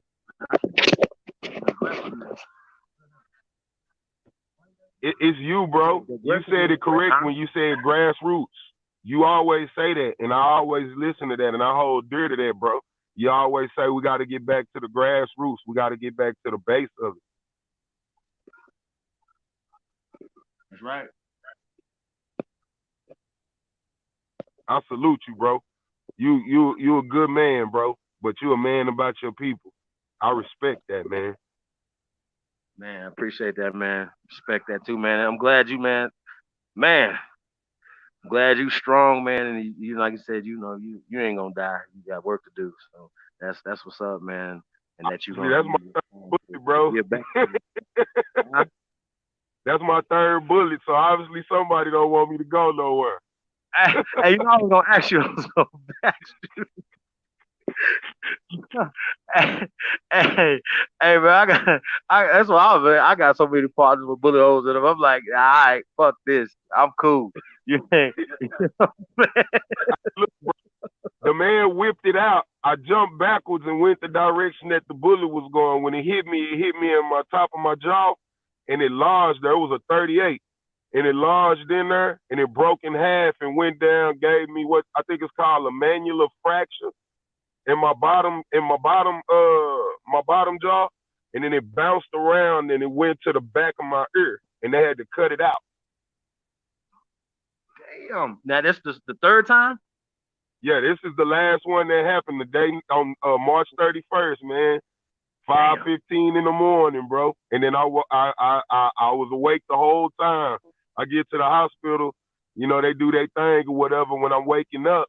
You know, they got Nipsey on the TV, man. It freaked me out because it became extra real then. You know, I don't bounce no more. I ain't bounced since then, and I ain't bouncing no more because these niggas suckers. They do it too much, bro, to not go home. Yeah, my wife ain't playing no games. So, you know, the chief just run the household. So, you know, hey, man, I'm a follow. Plus, man, I don't never want to leave her. She been good to me, bro. And I had to realize that what I'm doing was hurting her. No matter if I'm trying to be legal and do the right thing and look out for, I'm still hurting my wife because I'm putting her in a position where she could lose her husband. And she almost lost me. And her, you know what I mean? That could have went real bad. Real bad. And that's my second time getting shot bouncing. The first time I got shot in my waist and it went through the two main arteries and it bounced over to the other side and lodged in my pelvic bone. So that ain't coming out, and the one in my jaw ain't coming out. Damn, bro. Hey, man, I'm a god, bro. We all are. That's right. You can't go through a metal detector. They're gonna be like, man, take these clothes off. What you got on? You seen the plane? Yes, fam. But I'm willing to take those from my people, bro. I got all those protecting Aborigine women, bro. That's what's up, man. Yeah. So yeah. So now speak on that, bro. Like, we've been having that kind of an issue in the community, well, just in America in general, right? That right. the sisters don't feel like, and they should actually feel like this, that the men are protecting them. You know what I'm saying? And it's interesting that you say that you caught some bullets protecting sisters. I think that's interesting. Kind of speak on that. Why is it important that you feel that we should protect the sisters, brother? Well, the real deal. Ain't nobody get here. Ain't nobody. I know we heard the story about Adam and Eve, but Adam and Eve was really a biology lesson. Learned it in reverse. The rib that they talk about is the 2.5 to 2.8% of her genetic strand that she lost in order for us to get her, brother. That's why she's double the capital X and we capital X lowercase y. She missing that one rib that would make it whole. You did? So when we talk about that, we talk about somebody making a sacrifice for us to be here, and that sacrifice should always be respected. If we're going to respect the ancestors, let's respect the sisters. You see what I'm saying? And if you wouldn't let nobody pop your mama, if you wouldn't let nobody pop your sister, your grandmama, well, this is the same physical representation of them. We need more of us. We need our line to carry on. We need more soldiers. No soldiers will get here without coming through the portal of a woman first. I ain't even talking no African, none of that mumbo jumbo they be on. I'm talking about some real deal proven stuff. You're not getting here unless you come through a woman. Now, see, they know that. That's why they put the chemical. It's a study online where they found out that when women perm their hair, not only do they put certain chemicals in their brain, but when they die and they cut the cranial top off, it's green and blue goop in there. This is the poison they put in our system. All this other stuff, it slows down their reproduction. No, it not. Or it alters their reproduction to where it alters us. We need to protect our sisters and make more things that's of nature for them because they need to be here. They carry a lot of information. They carry a lot of knowledge that needs to be handed down. And I'm talking about the majority of sisters because contrary to popular belief by our brothers, the majority of our sisters are good sisters. And they deserve to be here, bro. They're the nurturers. I ain't never seen a baby get hurt and want his daddy to kiss his boo-boo. You know what I'm saying? He want his mama so he can feel that comfort. Imagine a world with no comfort from a mother. Imagine a world with no comfort from your lover. It's important that their sisters here so we can keep our interaction, our organic interaction correct. Now, here's my point. In my hood, in my city, rules is we're not playing that human trafficking, sex trafficking, all that. We don't play that. Any man caught by edict of the OGs and all in agreement, You getting lynched. We burning you dead alive in the street. No remorse. The cops want you, they could come get you, but you're done. We're not accepting that in my city. And I place this challenge amongst all the brothers in all the other cities. You don't have to like this sister. You don't have to love her. But if you love who you are, protect her. Everybody, on both sides, people ain't doing right. It's time to get away from that. That's what's blocking us from loving one another. Now, once we remember that this sister got kids that we interact with every day, that's little Junebug mama, that's little Tommy mama, that's his sister, that's his auntie, it becomes more emotional, more personal now. Now we have interest stake. It's important. Plus, number two, when your enemies see that you won't even protect your women, it's over. There is no manhood in you. It's very important that we show forth that our women are not up for grabs. They're not up for destruction. They're not up to be tampered with. And if you tamper with them, if you hurt them, if you do anything at all outrageous or against innate existence, we're going to tear your clothes off your back. We'll rip you apart. This is what they need to know, because guess what? Back then, back in the 50s and 70s, it was none of that. They didn't. You touch a woman that look like us, you're going to get ripped apart. We didn't really get taught about those days, though, bro. Not at all, man. That's why it's important for me, man, to do the Robert F. Williams joint. You know what I'm saying? And he's been one of my heroes for years, man. And like I said, I, that to me would be a hero. That would be a great movie. You know what I'm saying? Yeah. Instead, they want to show you a nigga that just getting beat up or running, and you know what I mean, just playing a weak role all the time, bro. Like, and That's they the end up losing. psychological warfare. Say what? That's the psychological warfare. That which you intake is that which you output. That's a fact. Yes, sir. And they got it. That we got to stop letting that be watched in our neighborhood. We got to stop letting. That's the one part of history we can erase and be okay with. I'm willing to sacrifice that part of history. I don't never want to teach nobody nothing about the time where we were pussy.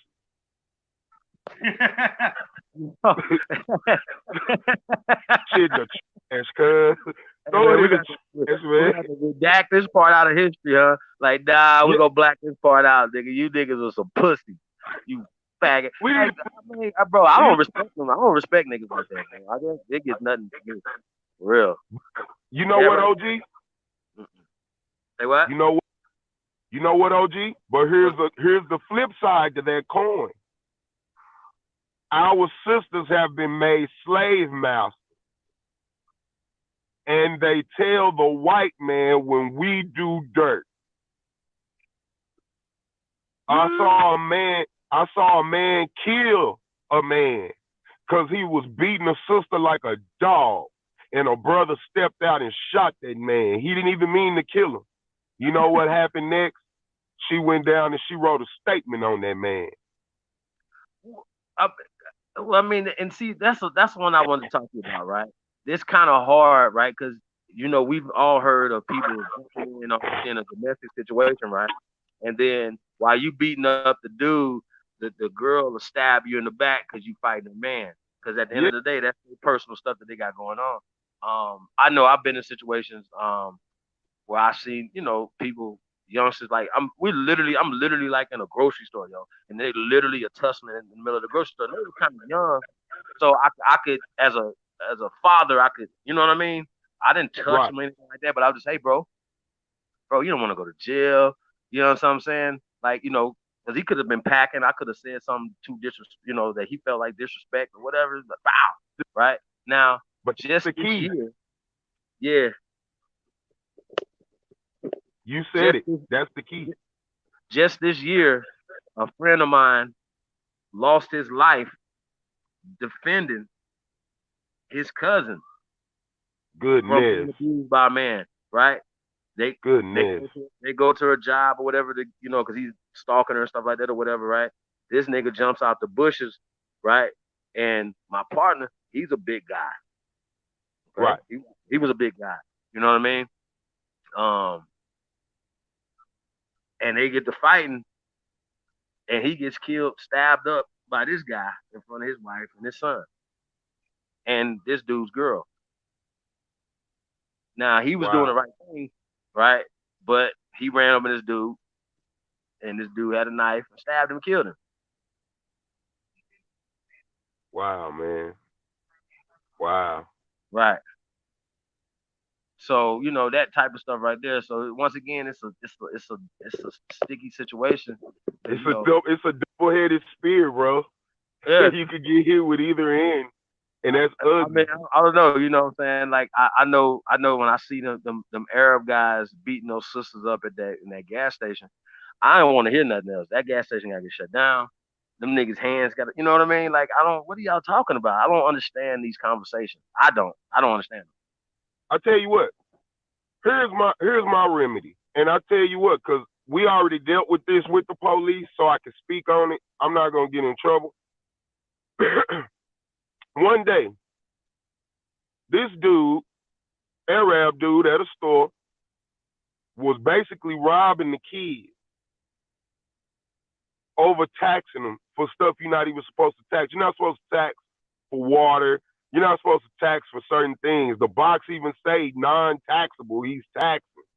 So we go get the boy mama. Boy mama go down there. The man come from behind the counter like he gonna beat the sister up. So we tear the store down. Man goes and tries to get a gun. So we get everybody up out of there. It's cool. We wait till it's almost time for the store to go away. We go back down there and check the man again. Man bumping. We end up damn near shooting the doors off the store. He ended up moving his store. That store been boarded up for a long time, bro. See, this is the type of mentality we have to have. This is my neighborhood. Fuck the landlord. He ain't no lord over my land. I live here. He's a fucking visitor. Respect the rules in this neighborhood. First rule is respect the natives. Nigga, we here when you gone. We dealing with problems you'll never see when you go back to your rich white neighborhood. We still here, homie. And you gonna respect these rules that's in place. You don't see us out here stealing. Hey, look, I ain't seen a man that look like me rob no little kid yet. Matter of fact, we pour money into the youth in my neighborhood. We don't play that. My big brother is known for that. Both of them. They buy uniforms for the footballers, shoes for the basketballers. They throwing clothing drives for kids when the schools start back and during the school year. Holidays, they feed the whole neighborhood. Thanksgiving just passed, everybody was down here eating. That type of thing, that's love. And when you run with that type of love, there's a certain respect that comes with it. People move in accordance to that respect. We got to get with the brothers in the neighborhoods who have that type of respect, offer training for de-escalation first, then how to go in the hyperdrive in the proper manner. Because there's some things that the police just don't have no acceptance for. And when you do what you got to do about it, they run with it. Because a lot of them got mamas too. They got sisters too. They got aunties too. And they don't want their auntie going through that situation. So if it's justifiable, because I've been in a situation where I shot a man broad daylight across the church. I used to go to the church across the street from my old house in my hood. And I shot a man broad daylight. And my pastor was the head constable of the county that I live in. My pastor at that time, he still love me to this day. That's still my man's. Even though I don't deal with the Jesus stuff no more. He still fuck with me. You see what I'm saying? And he never forgets that. and he looked out for me, but also the cops who came, they looked out for me because of the situation. He told me he was gonna bust me and my mama in the ass, and actually tried it. That's my mama. My mama been a tax-paying citizen since she started working. You think the police gonna let you shoot my mama? No, because their first duty is to protect the landlord. Second, protects the taxpayers, because the taxpayers are the ones who keep the landlords on the mission. That's who keep the cops in power. We have to understand how the government and the dynamics of interaction work in the neighborhoods. Then we can get a lot more done. Then we can get rid of the people who are hurting our women. Do you know people were online making jokes about the white vans and stuff? I'm watching these women terrified for their life on these videos, and these nutty niggas was making fun of them damn white vans and the shit that those women were going through. But I also have to chalk some of that up to the love lost because of the things that went on when men tried to protect these women. A lot of these women are very hateful because they're programmed to be hateful. I think you'll agree. When Oprah Winfrey first came out and all the way up to now, her whole thing was bashing Aborigine men to Aborigine women, bro. That's all she ever did. You know what's programmed. I tell people this all the time, bro. That The Color Purple, right, was the absolute worst movie ever created, right? Oh my. No, I really mean that, right? I ain't seen all movies, but I think that Birth of a Nation, the old one, the one in black and white back in the 1900s, right? Right. Is not even worse, or Amistad is not even worse than The Color Purple, right? And I say that to say this right? I've always wondered why Steven Spielberg produced this movie. It's not Star Wars and shit. You know what I'm talking about? Raiders of the Lost Ark, right? This is motherfucking. This not a blockbuster movie, right? But him and they use Debbie Allen to make us. Like, Debbie Allen ain't made a movie before this or after this. Think about it. She ain't made a fucking play in the community or nothing, nigga. Like, she ain't made shit. She was a bullshit TV show that didn't last 3 years in the house. A choreographer, nigga. What the fuck she got to do with this? You know what I'm saying? But anyway, they use her, right? Steven Spielberg. Right. And they create this thing. The villain of the movie was Danny Glover and his daddy. I just think that's incredible. Like you know what I'm saying? Well, it shows how to kill manhood, kill the father, right? Kill the grandfather, kill the men in the families, right? And make them not trust them, make women not trust us at all. And I know that it was happening before that, you know what I'm saying, or whatever. But that movie, man, it was crazy because even the white lady that Oprah was working for, the Caucasian that Oprah was working for, right? She wasn't even worse off. She wasn't even depicted in the movie more fucked up than Danny Glover and his dad. You know what I'm saying? That's the power of film, and that's why they needed Steven Spielberg, and that's why they used Debbie Allen. You know what I'm saying? To co-sign it, so to speak. You know what I'm saying? And like I said, bro, like, so now we in this position, right? And we have all these millionaires and billionaires and stuff now, right? And they turn around and make the same dumbass movies. What are we saying? You know, Tyler Perry and they have the same. They got the logo network. You know what I'm saying? It's the same shit. Right. The same shit they got. The fuck are you talking about? Have and Have Not is the worst show I've ever seen in my. And I've only watched like 2 minutes of it. It's the worst thing I've ever seen in my life. Ever. And you have the nerve, nigga. I'd rather watch Uncut all day than watch that dumbass shit. Are you serious? You have the nerve talking about Aborigine men, like Oprah. But there has to be reasons why she don't like Aboriginal men. You know because she gets to not like Aboriginal men. Mind you, this is the same woman who claims that she's African and then teams up with Bill Gates and pours billions of dollars in the vaccines that kill African and Aborigine children. Oprah don't like men. Oprah is a homosexual. Oprah lies about a lot of shit. Oprah does a lot of dirt. All that stuff about her getting raped and all that shit there. Know that I know this.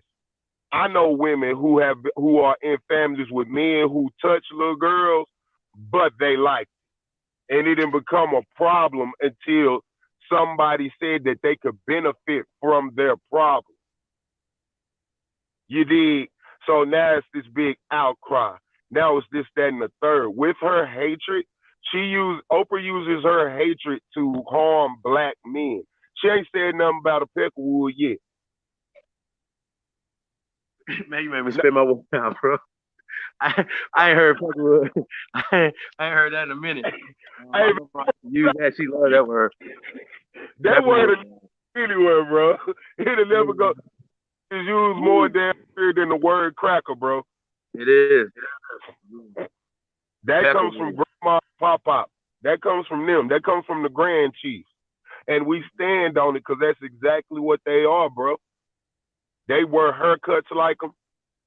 They wear their neck like the motherfuckers. Because that's who they are, bro. They're horrible individuals. And they hire these people. Know this. Hollywood is a weapon. Television is a weapon. Radio is a weapon.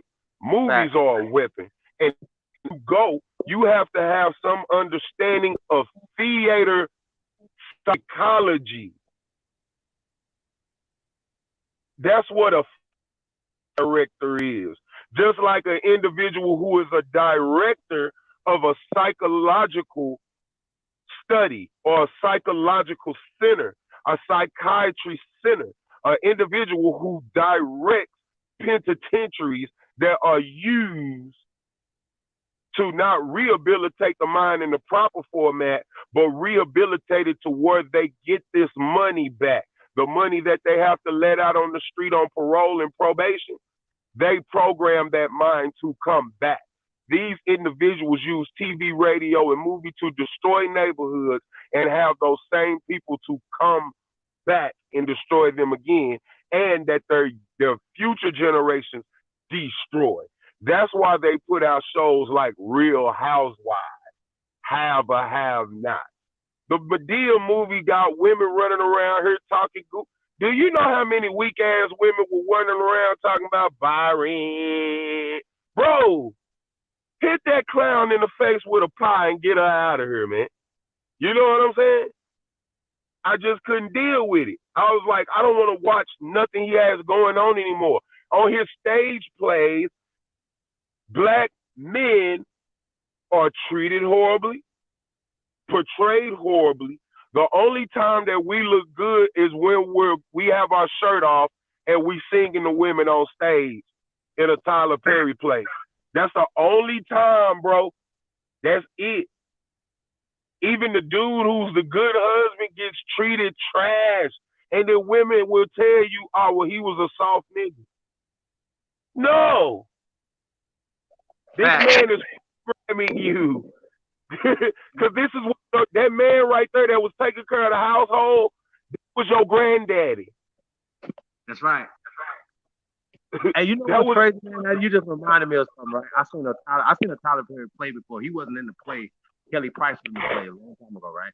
But I remember I don't remember what movie this is. Y'all might know the movie, right? Well, the girl, young lady was being, abused by her husband. And at the end of the movie, I guess Medea had gave her some wings, right? Put a batter in her back. When she put the baby all on the floor and shit, you remember, and started whooping him. You remember that? Where he was naked, she was whooping with a belt. And I'm thinking to myself, like, I was watching this shit, like, what the fuck? Like, first off, I said, second off is, could you imagine a man doing a woman like that? Oh, man, it'll be over.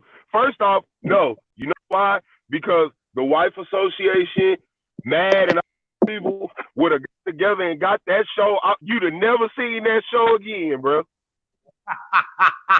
You'd have never seen the burnt them like they did cuz from 12 years, not 12 years a slave, but the Nat Turner movie. What's his name?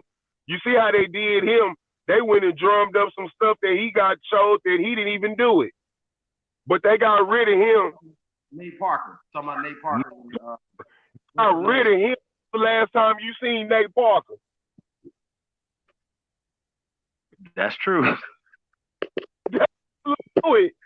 There are feminists, and not every feminist is there's agendas being put around us that people don't want to acknowledge. Well, I don't know, man. Like I said, I come from the mind frame of the Honorable Elijah Muhammad quote. Behind whenever you see a woman um down downtrodden, the man put her there. You understand my point? So Yeah, and I that's don't crazy. I don't blame Oprah. I don't blame Oprah. You know what I'm saying? Yeah, I don't blame these sisters because it's up to us to one take our respect back. You understand my point?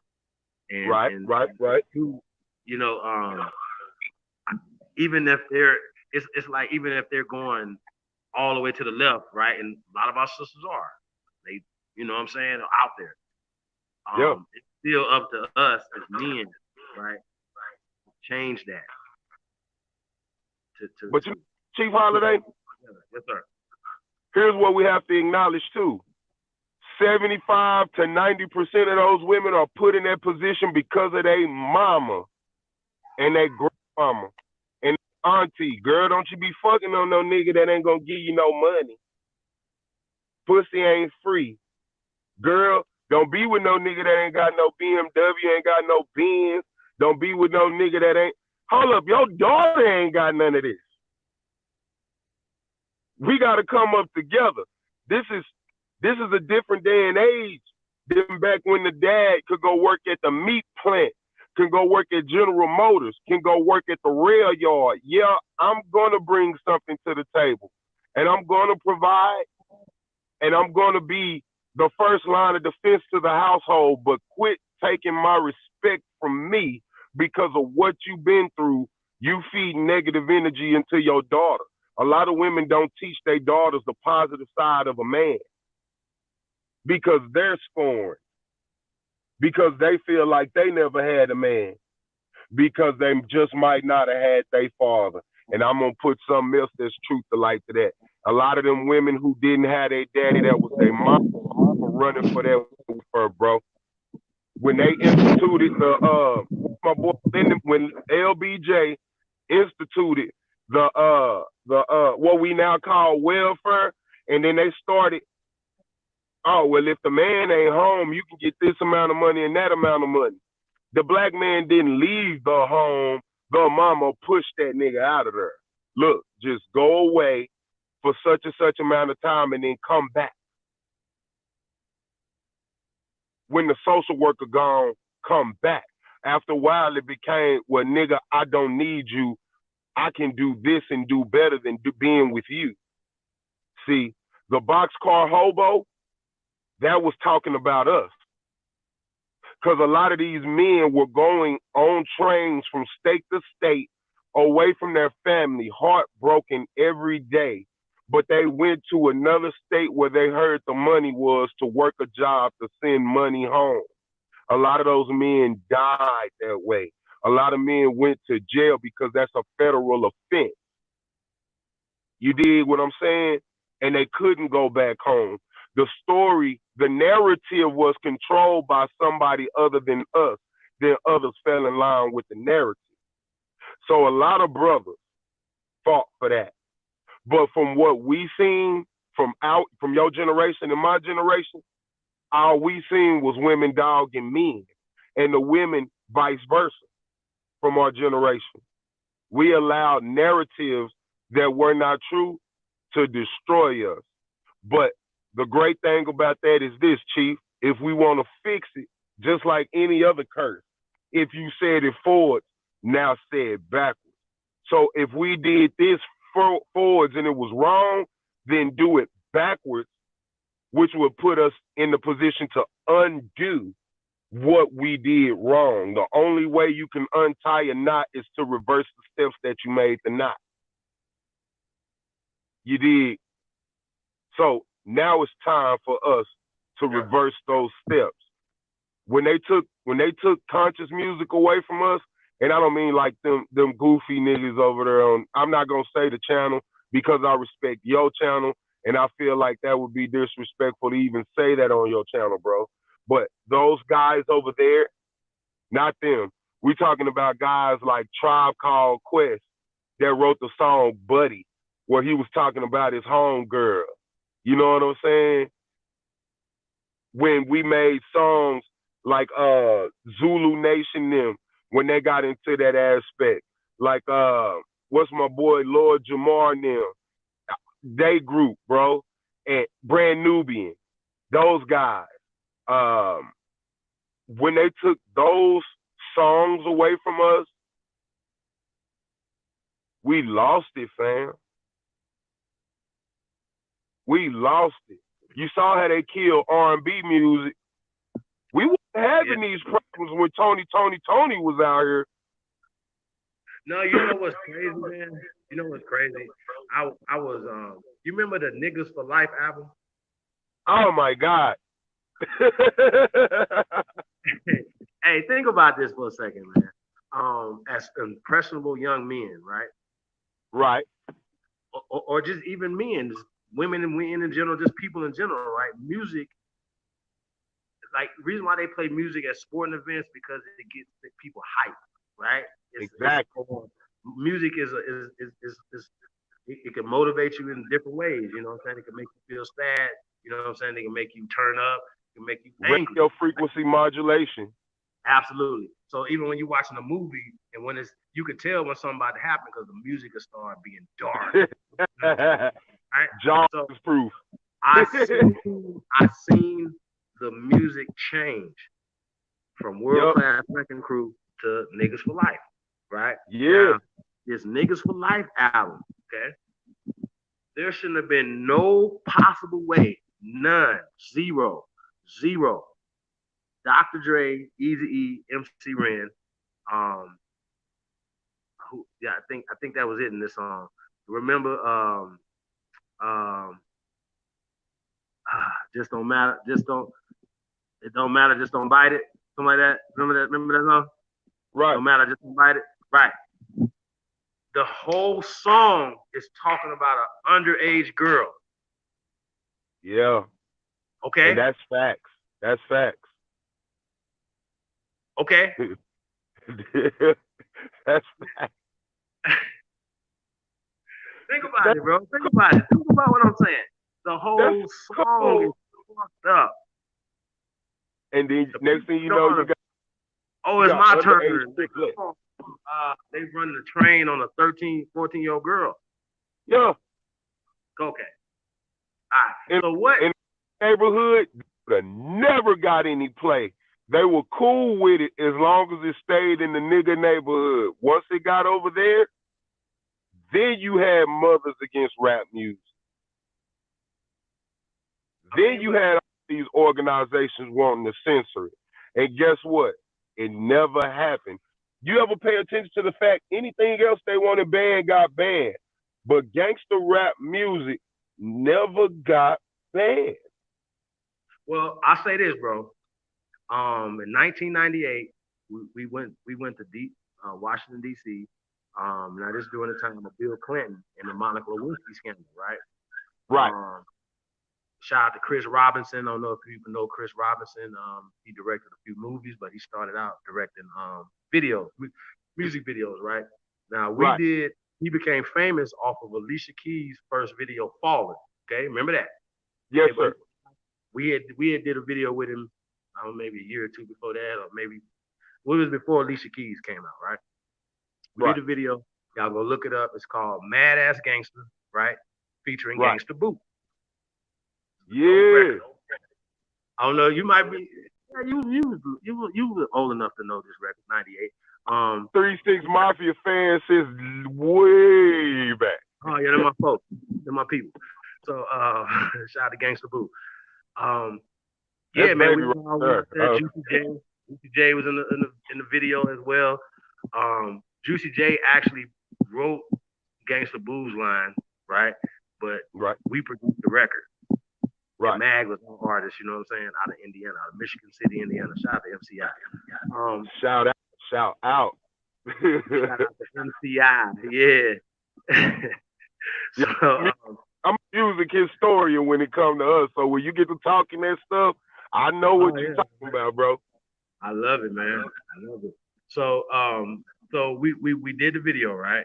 Right, Now the concept that Gangsta Boo was Monica Lewinsky and Mag was the president, right?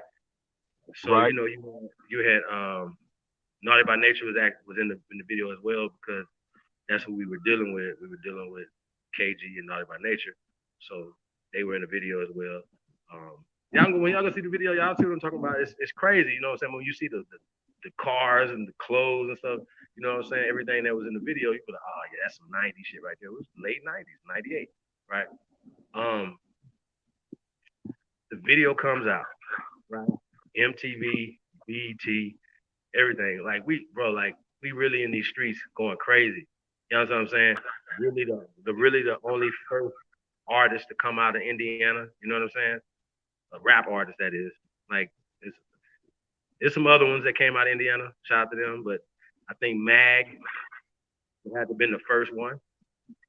You know what I'm Yes, saying? sir. To get a deal, get on, whatever, right? So and major deals, era stuff like that. So we've had major deals out of Indiana, right? And we were Right. making a lot of noise in Indiana, right? So when people see the video, it's the next level now. You know what I'm saying? Especially them days. Now, back in the days, videos cost money.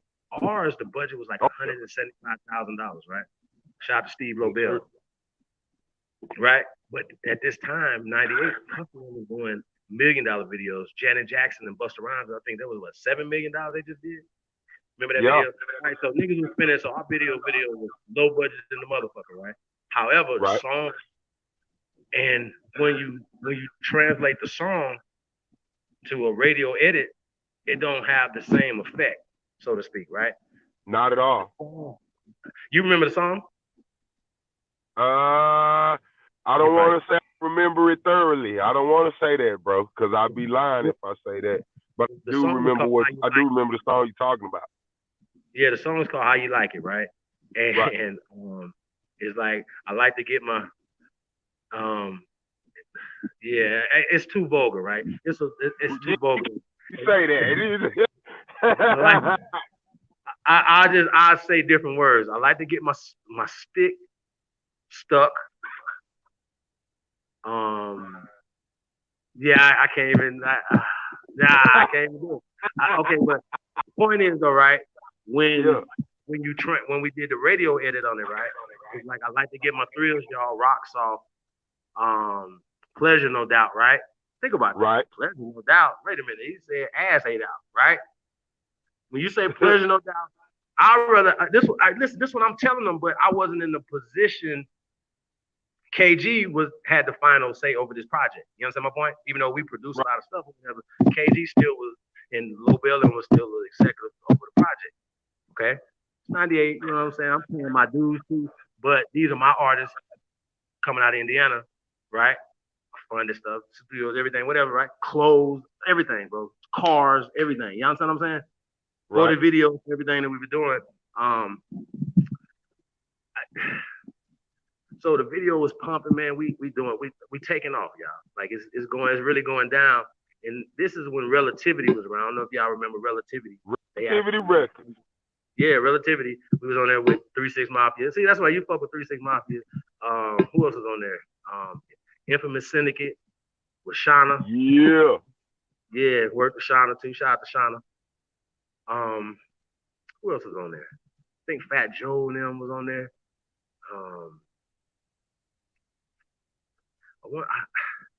Somebody from Wu Tang, because Wu Tang had a bunch of people, so some of the Wu Tang members was over there. So we had, you know what I mean. But we was doing our thing, bro.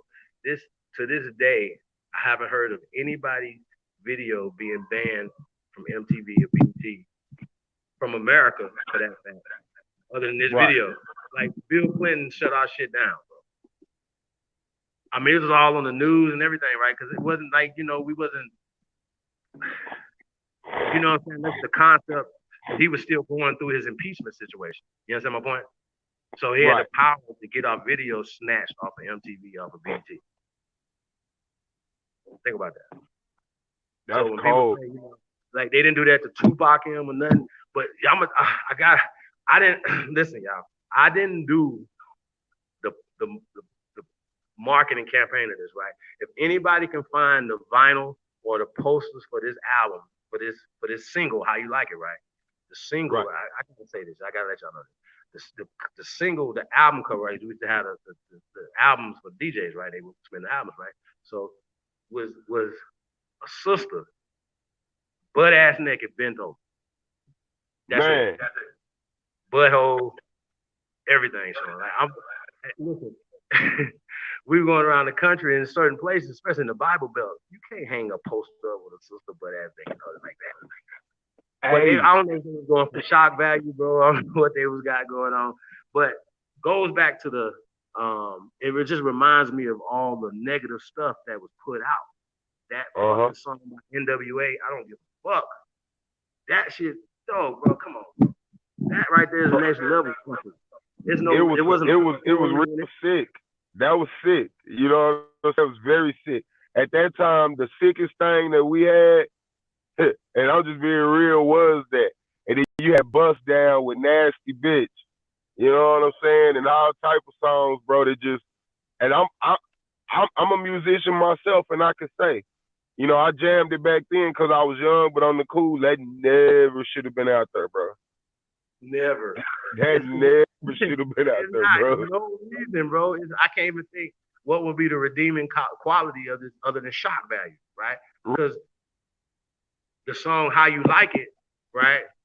Mm-hmm. Concept, everything or whatever. Like I didn't write it. I didn't have anything to do with that. And I do believe in freedom of speech, right? Raping a 14-year-old girl. He literally says it though. MC Ren literally says it. Now, keep in mind, from their concept, they're teenagers too, though. Right. So that's another thing too. So for us as teenagers listening to it, I didn't see anything at that point. You know what I'm saying? Uh-huh. Like you said, we were young, so I didn't catch it then. I was just jamming. I was just, being influenced by negative music. Right? Right. So when we see people, we see the music influencing brothers and sisters to think a certain type of way. City girls got these youngsters, young females, and Cardi B. Think about Cardi B. Think about Nicki Minaj. Boy, she's so horrible. When you admit that you could drug a man and get him raped and don't go to jail for it, but Bill Cosby goes to jail for women that he didn't rape, something's wrong. Something's wrong. Bill paid for the coochie and still went to jail. God damn. I told my people, I said, say, man, did you pay attention to what they said?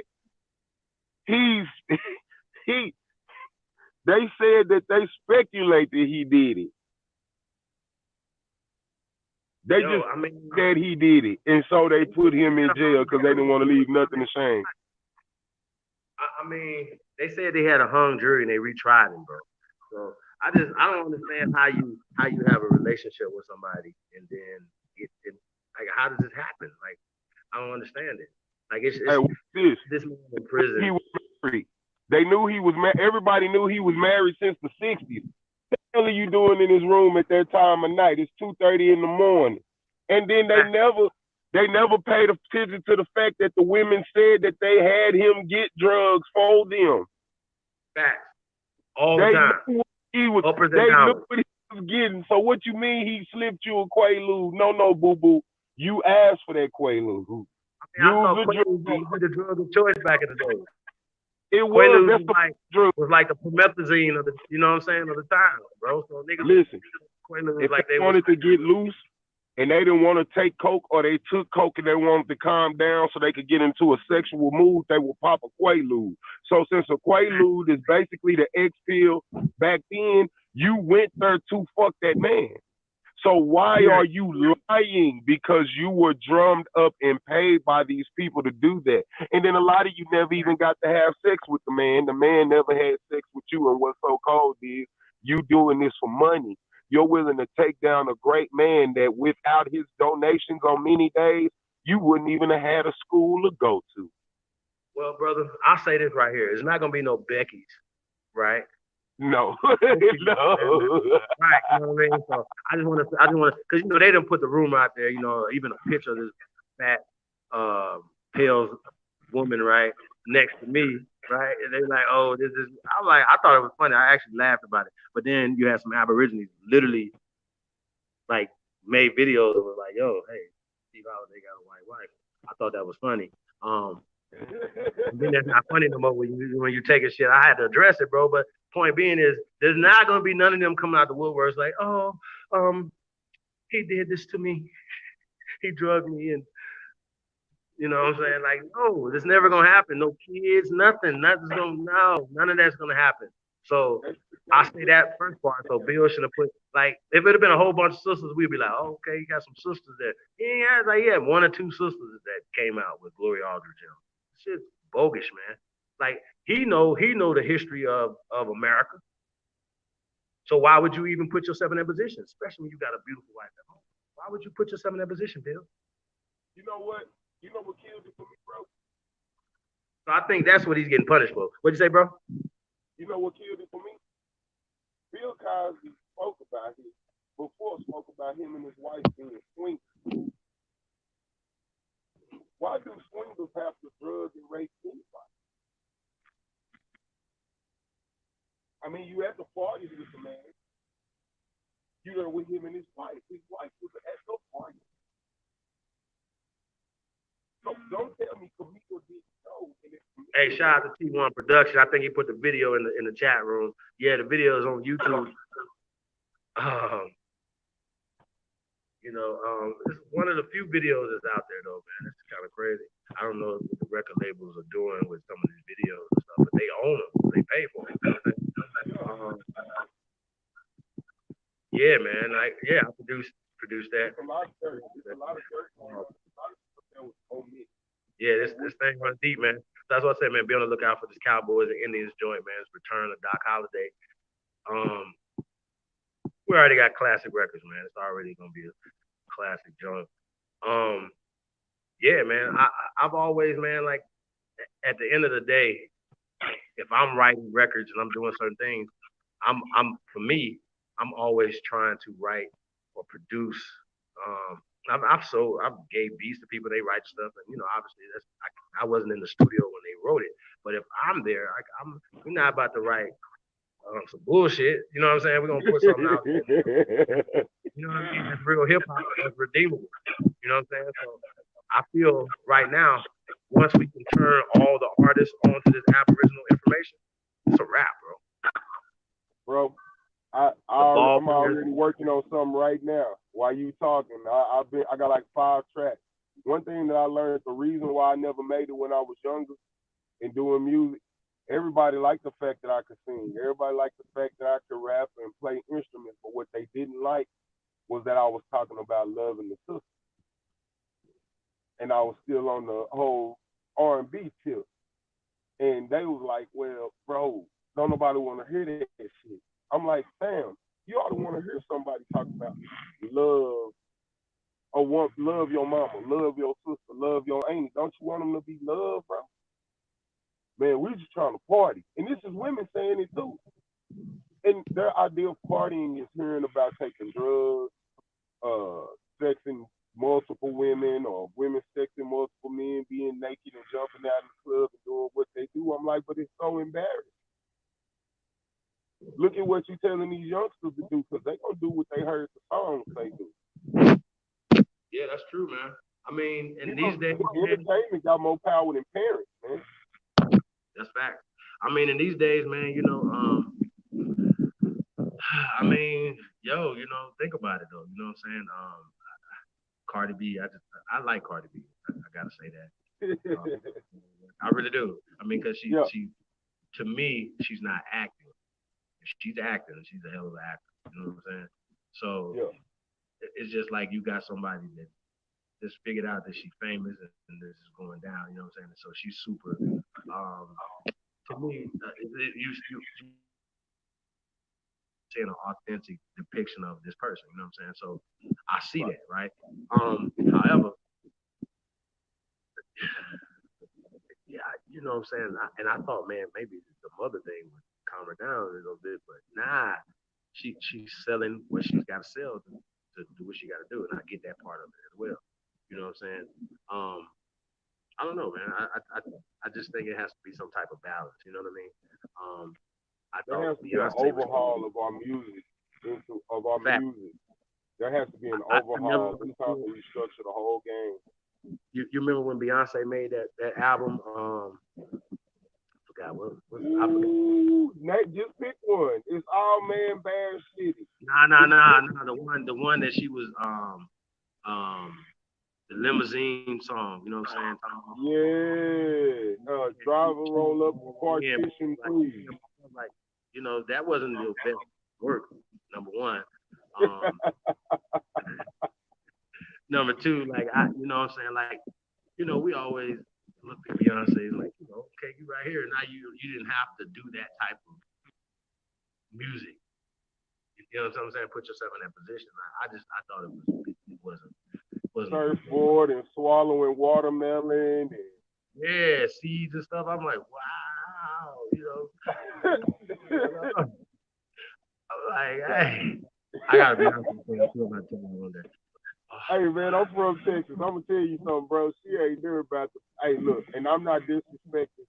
I'm not hating or nothing, but the media can upplay somebody so much that they make them into uh, a highly respected figure. Because I'm gonna tell you something. I'm from Texas.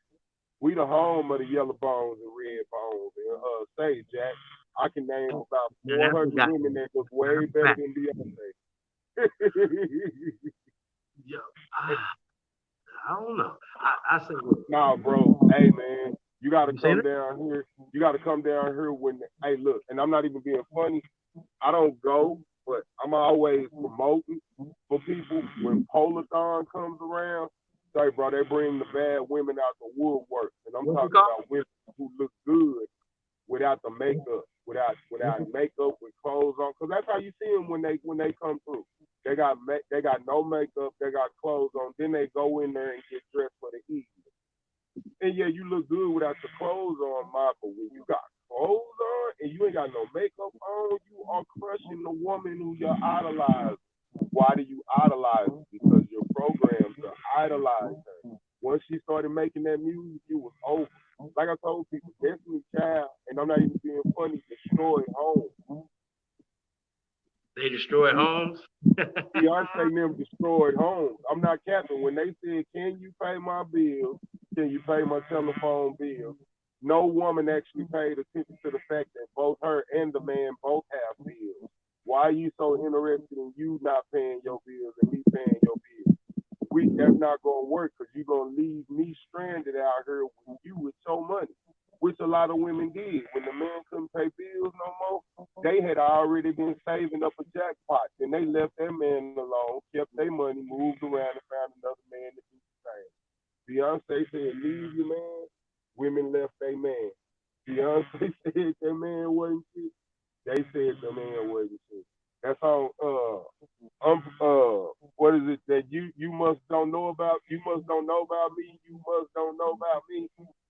Man, do you know how many women were screaming to the left, to the left, everything you own in a box to the left? In my house, my box is to the left. Really? But this is my house too. You know what I'm saying? It's crazy. It was crazy. All this came in a matter of 2 songs, bro. And I always paid attention to that.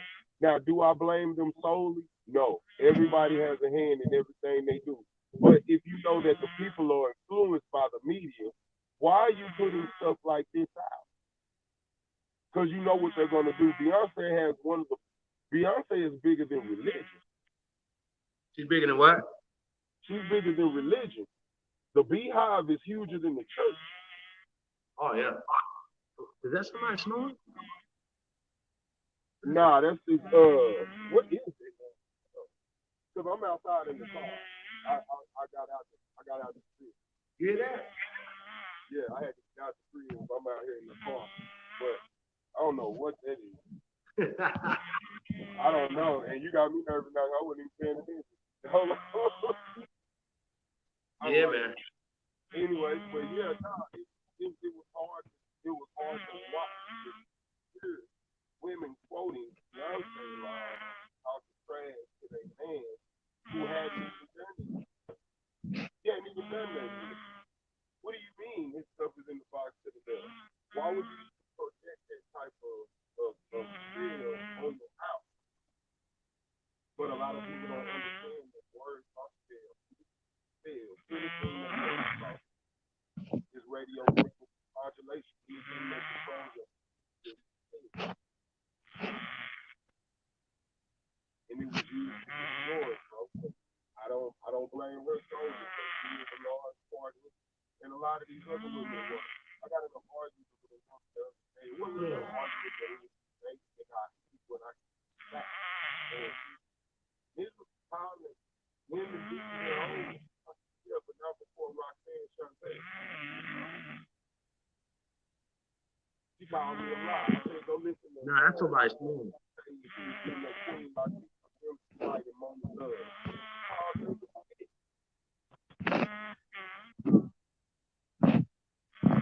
So explain to me why come we're only focusing on one side. I'm not no that person. I will defend my side of the face. And I said I can name a lot of other women calling when they laugh. Why is it that we're only focusing on the male side because women do it too? You got women nowadays calling other women for hoes, and then a man thinks it's a horrible thing. But this is something y'all got from me. That we all got from me. Because before that was the home girl. Or that was or whatever you know the name. That's what it was before. This stuff was implanted in our It just got deep, man. It got too deep real quick. And many people don't have to deal with it. They feel around because they're looking for something to feel a goal. And this show got placed up there. And it was used it did a number on it, bro. So they took the calls and then they came with huge songs like South Central. It's a lot more others I could name if I think of it. That just totally turned it upside down. Boys in the Hood destroyed a nation of kids. Minister Society destroyed a nation of kids. You get what I'm saying? Because when they came out with Boys in the Hood, this brought about a rap. Boys in the Hood and Colors brought about a rap. Gang mentality. Players Club up the stripper population. Stuff like that, bro. And nobody ever pays attention to that. It's like we live to live off of entertainment buzz. Our people have went from trendsetters to being fad followers. And the fad is TV and the radio and the movies, bro. It's horrible. It's horrible. And we really have to reverse that tactic. We really have to get away from that. We need men and women to say, you know what, I know you've seen this. Hey, bro. They said it's hard for them to hear you, but it's literally somebody snoring in your background. Hard. Like I muted my phone. It ain't me. It's probably me rocking on this truck. If you can see, I'm outside right now. So it ain't yeah, it's not. But it sounds like somebody was snoring hard. Everybody in the chat room like somebody sleep, dragging bricks. You know what I'm saying? Yeah. I'm outside right now. I don't know. I'm leaning up against this car, rocking the car. You know, I'm big dude. This motherfucker. But nah. Can you hear me though? Can they hear me? Nah, you low though. You ain't got low. Hold on. Because I'm talking to you on my phone. I'm on my cell phone. But I think what we need to do, and it's just me being honest, we need to throw that shit in the trash. We need to literally throw that stuff in the trash.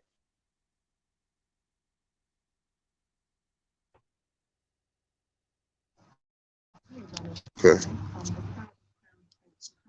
All right, can you hear me now, bro?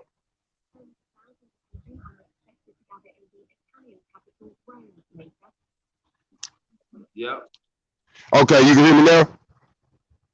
Yep. Okay. Yeah, we need to throw that stuff in the trash, bro. We need to throw it all in the trash. Like I said, it's okay to omit certain things from your history. It's all right. Because some things are not supposed to prosper with you. Some things are not supposed to travel along with you in this journey of life. I mean, if you screw up your homework, you ball it up and throw it in the trash, right? You don't keep it.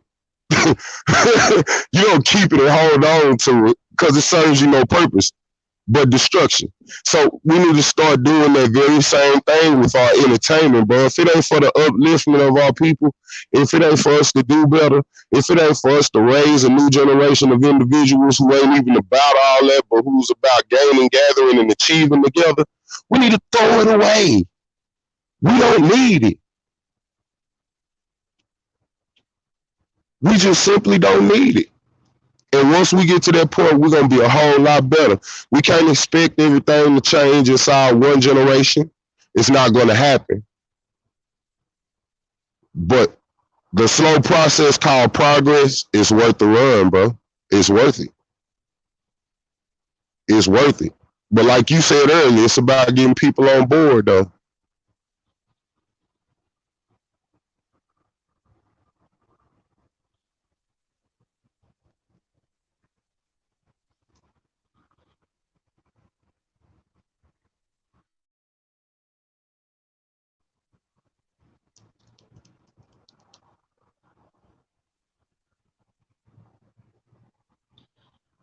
Hello?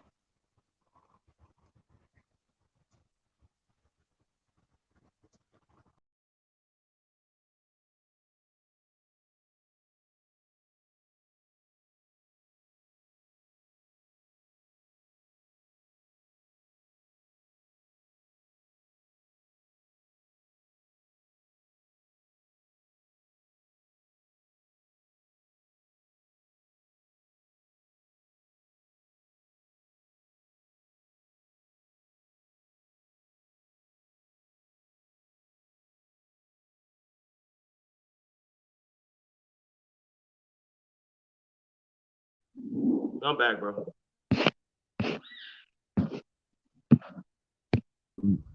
Like you say, it's a slow process. It's a slow process, bro. It's gonna be a very slow one, but it's worth the race, though. It's very much worth the race, and I mean that in two different ways. You know what I mean? It's worth it. We just gotta work hard at it. I faced the fact a long time ago. It's a lot of women who ain't never gonna respect men again, and I faced the fact that it's a lot of brothers who not going. How can I say? Partake in customary measures to protect all women, not just the women who love us, but even the women who don't necessarily love us right now.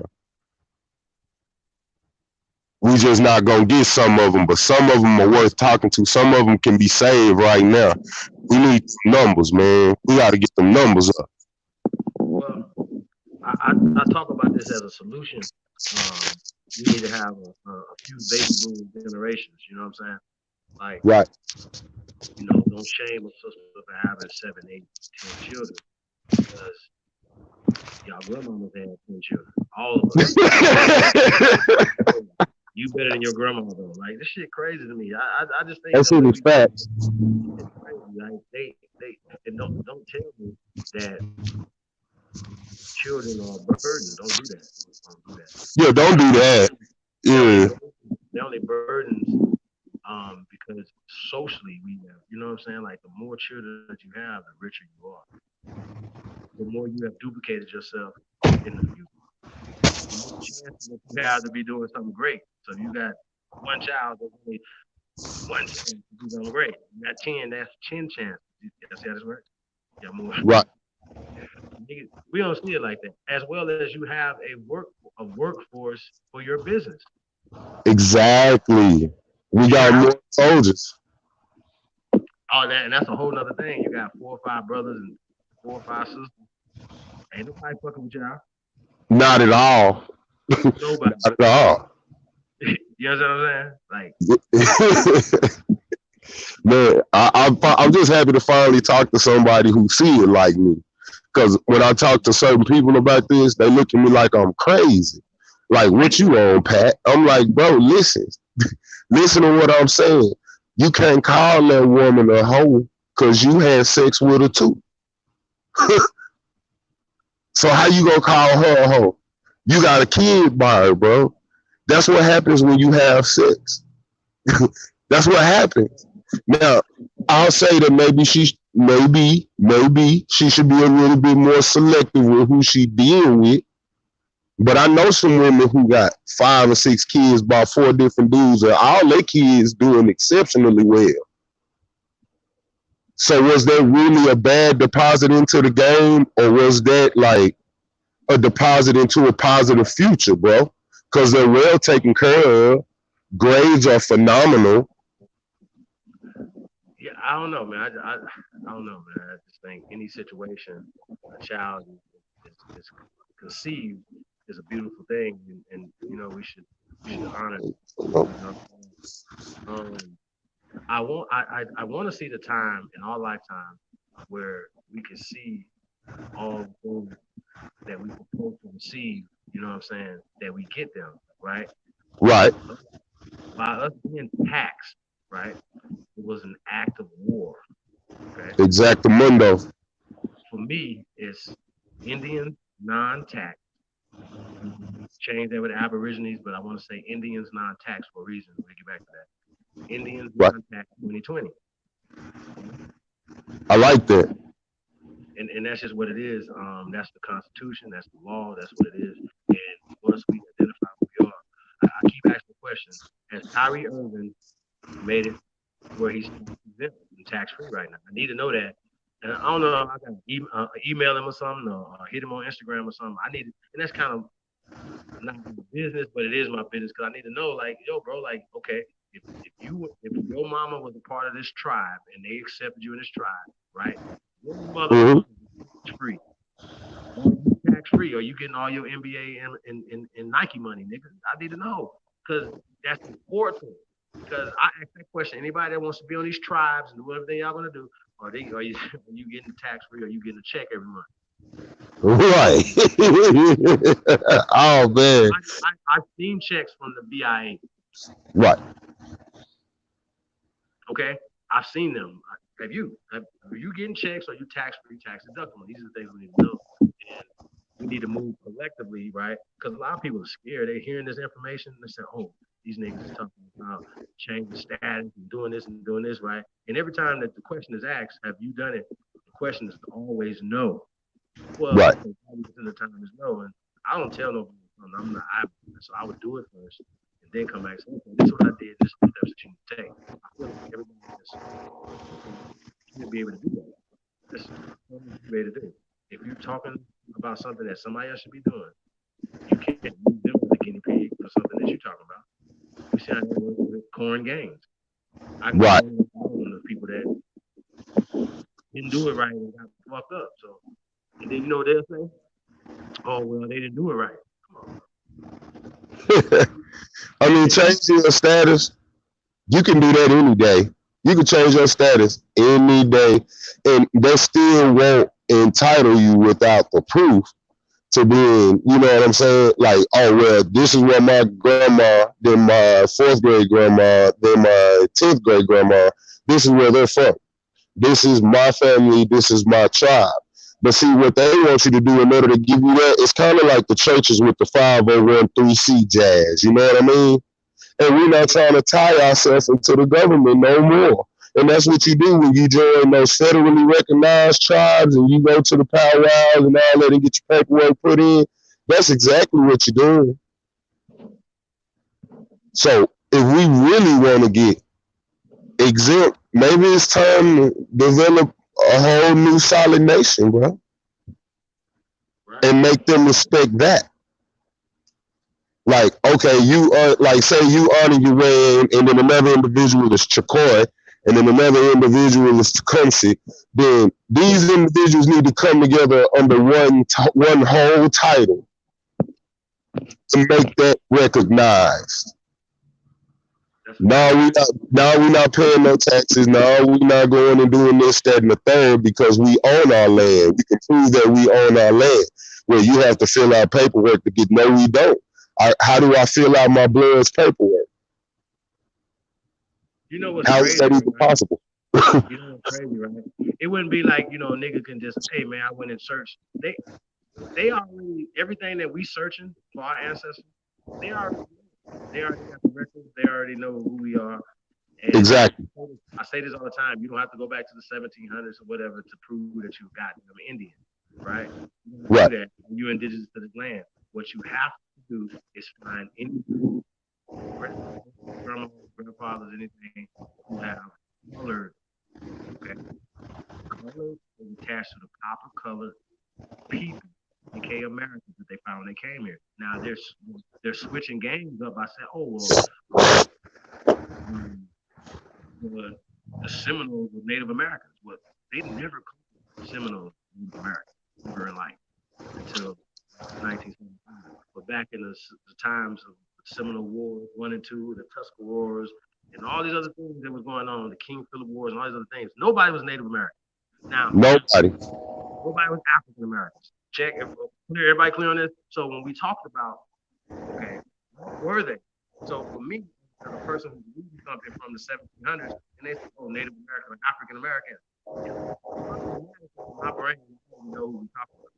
All you know is Americans are separating people by skin tone, okay, by caste, and that's just what it is. And we got to stop that. And to keep pushing the black card, right? Think about it, right? You have magic, right? Right. Good, right? But when you say black magic, it got bad real quick. the black cat and shit coming out like you, it's already fucked up. So that's my point. So you know what I'm saying? Like, oh, there's a white hat, there's a black hat. Wait a minute. So you automatically, for me, I want the black hat because the white hat is going to get dirty quicker. You know what I'm saying? But when we're talking social, you still got people like the cow guy that was trying, the Caucasian European was trying to tell us the other day that we were black. We had to cut him off. Like, bro, we're not black. You white? He tried to say he was white, and we was like, yo, you have anything white in your house? Put your face to it and see if you're white. See what I'm saying?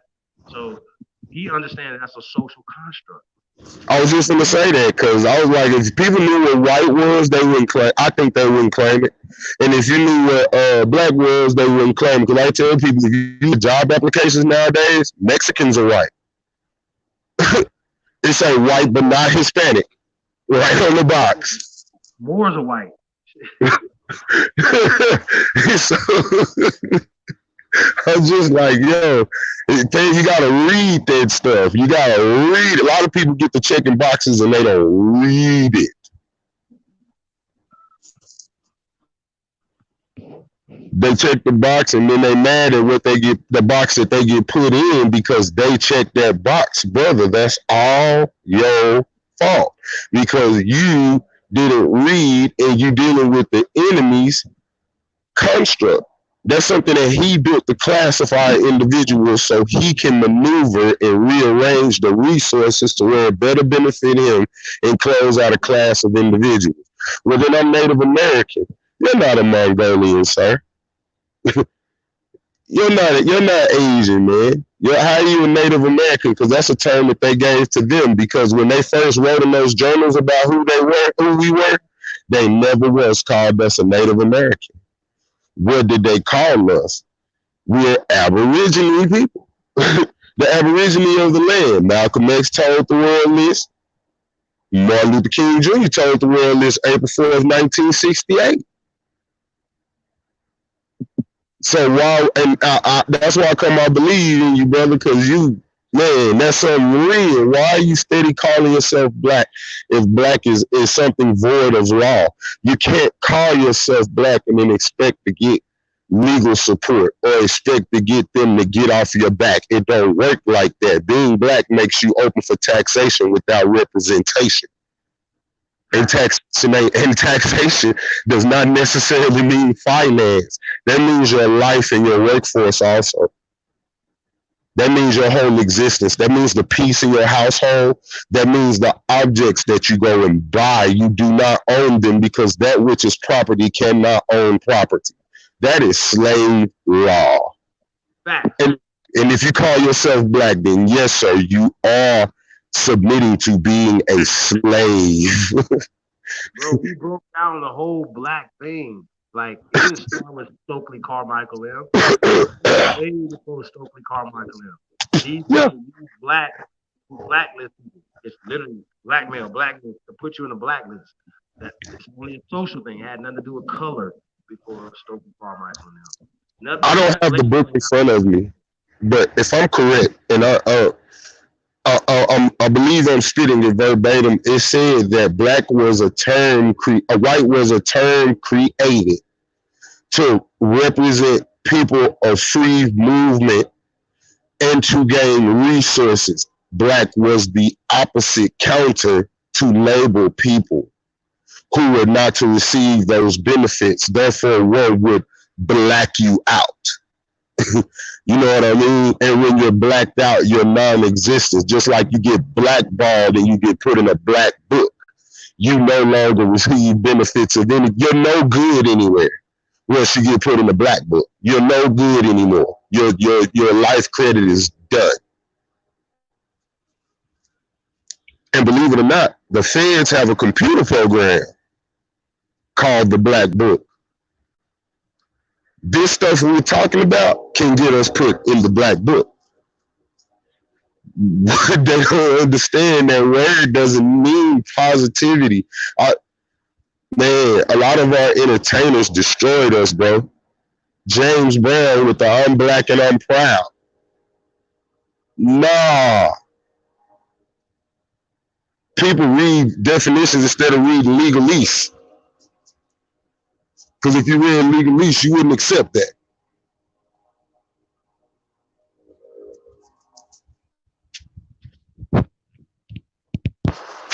It's an amazing world we live in, Chief. I call it bizarro world, bro. It's real weirdo out here right now. Hey, I gotta say this, man, and damn, man, I don't, I try to stay positive, y'all. I really do, man. Yes, sir. And everybody know I like Sonetta. You know what I'm saying? We don't agree with a lot of things. That nigga goofy. I'm sorry. I used to like Sonetta too until I kept watching him flip back and forth. Nigga, you was playing the game. And then when they came out with that man's real name and his real ties to the agency, he was done with me. Sonetta can do whatever you want to do now. I can't watch him. I ain't seen Black News 102 in so long, bro. I just won't watch his channel because not only does he have people who we know for a fact were federal agents and was on the federal agent informant list, but he himself. So let me ask you a question though, right? And I was just telling somebody about the dude, Camille, Kamani or whatever. Like he was just on there again, right? He was a guy that took down Yahweh being Yahweh and all them guys, right? He was working as an informant. And so if Sonetta is the media, it's like we gotta be able to interview people. You know what I'm saying? However, that's a touchy one right there for me because I don't see. They'll tell. I don't see anything good coming out of it, right? Other than wearing people motherfuckers like that. Right? I gotta say this, right? I remember last year sometime I was watching Sonetta, right, and he had this dude on there called Simple the P. I don't know if anybody guy. Are you, brother? You familiar with this guy? I didn't watch none of his work, but I seen that picture on the YouTube. I seen his picture on a YouTube broadcast. You know how when you cut it on, you see the preview pictures of what you about to watch. I've seen, I've seen that. I've seen that, and I'm gonna be honest with you, bro. After SETI, and then what's the other guy named Sankofa? Something like that. Yeah, I do, man. Look, got right out their way. Y'all handle y'all business. I ain't went back to the channel no more. If I see it, I look and read the headline and keep on scrolling past. Well, because I like being upset. I don't like that. And they'll upset you with I don't get upset or something that somebody else doing, right? But this is my thing, right? So a year or so ago, right, I'm watching Sonetta, and he has this guy on there called Simple the P, right? P is in pimp. So keep that in the back of your mind. No, I'm dead. I'm really serious, bro. I know, and that's what's cold. Simple the P, right? And P means pimp. Right? That's he's simple to pimp. So he talks pimp shit, right? Right. I like slick talking pimp niggas. You know what I'm saying? Like what a conversation that they talk about. I don't like what they saying, but I'm talking about. I understand. You know, and it's the like charismatic cats. Yeah, they talking that. They talking that too, right? So, but this guy was like, yo, I'm into church. You know what I'm saying? I'm giving advice and stuff like that, right? So I'm like, okay, I'm gonna subscribe to him, right? So maybe about less than a week later, right? And I've even watched, a couple of the dudes live streams and shit, right? So man, a couple of weeks later, right? This is this guy named Folks Alert. I don't know if you guys know Folks Alert. Look him up, right? I'm gonna have to check that out. Yeah, Folks Alert, Folks Alert, right?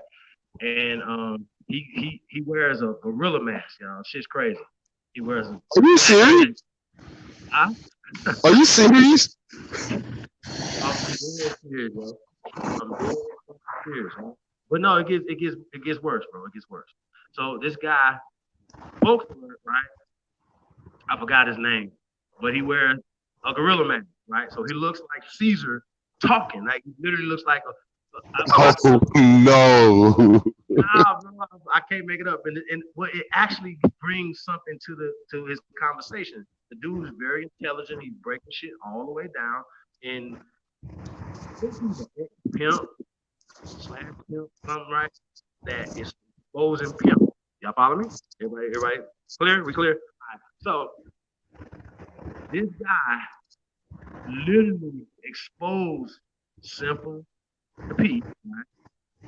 Exposed him for pimping a 13-year-old, right? Wow. 10 so years ago, right? 9, 10 years ago, right? Pimping a 13-year-old, getting pregnant, right? And going to prison for it. I don't know how Folks Alert got the court cameras. Look. It's not allegedly. It's none of that shit. Because this nigga is so manipulative. He was trying to manipulate. I can't make this up, y'all. These niggas been not saying to me, I will pull this shit up and play it. Right. This nigga is in court trying to lie in court, right, about this little 13-year-old girl that he got pregnant. Okay? 13. Don't bite it, right? So anyway, he says, so he gets busted and stuff like that, whatever, so he's trying to talk the way out of it. So the prosecutor, the way he said, listen, he told there's like a 1 in so many thousand chance that's not his baby, you know what I'm saying? It was like a 99.9% chance, like blah, blah, blah, right? Just bust him out. But he was still trying to act like, that it wasn't being touched. Girl, and all this other stuff, right? Now, fast rewind for a second, right? Now, I've literally heard him say that he never touched this little girl. Because I heard Pope say it before he played the tape. This guy was saying, I never touched no little girl, blah, blah, blah, blah, blah. I didn't know how old she was, and I never touched her. That's what he said. So when folks were like, okay, I got you, nigga. So the gorilla put out the tape of him in court, right? His actual name, his doc, his court doc, is he in court? I mean, it's like, I'm watching this shit like, yo, bro, like, where you get them cameras from? Where you get that tape from? You know what I'm saying? I really don't know this. I need to try to interview him, whatever, ask him, like, yo, what the fuck? How you get that? Now, it gets worse. So now we know for a fact that this is your baby, by this 13-year-old girl. At this time, she was 13, y'all. So he goes to prison, right? Now, once again, I do not know how Folks Alert got the camera of his parole hearing. I just don't. Where are you getting this shit from, bro? Nigga, who do you know? You know what I'm saying? It has to be a way you can just request it if you know somebody's name. Let me see, because it's like public information. It has to be. Yeah, a lot of stuff is public information. You're right. Has to be, right? So he's in his parole hearing, right? Y'all, he's literally trying to deny the shit. Nigga, you already went to prison for it. You already convicted. You already went to prison for it. You're in prison, right? And he's even trying to slick talk them, right? Like, that's how slick this nigga talk, y'all. Like, so y'all have to understand. Rude is the wordsmith, he's a pimp. Pimps know how to manipulate people and stuff like that, right? So a lot of times, men pimp, they don't stop pimping because you a man, nigga. They pimp men too. That's they nature. You know what I'm saying? I be had to tell my pimp, I was like, hold on, who you talking to? Like, who you talking to? Like, yo, you go talk. Don't move on me like that, bro. Don't handle me like I'm. You know what I'm saying? Like I'm one of your whores. Don't do that.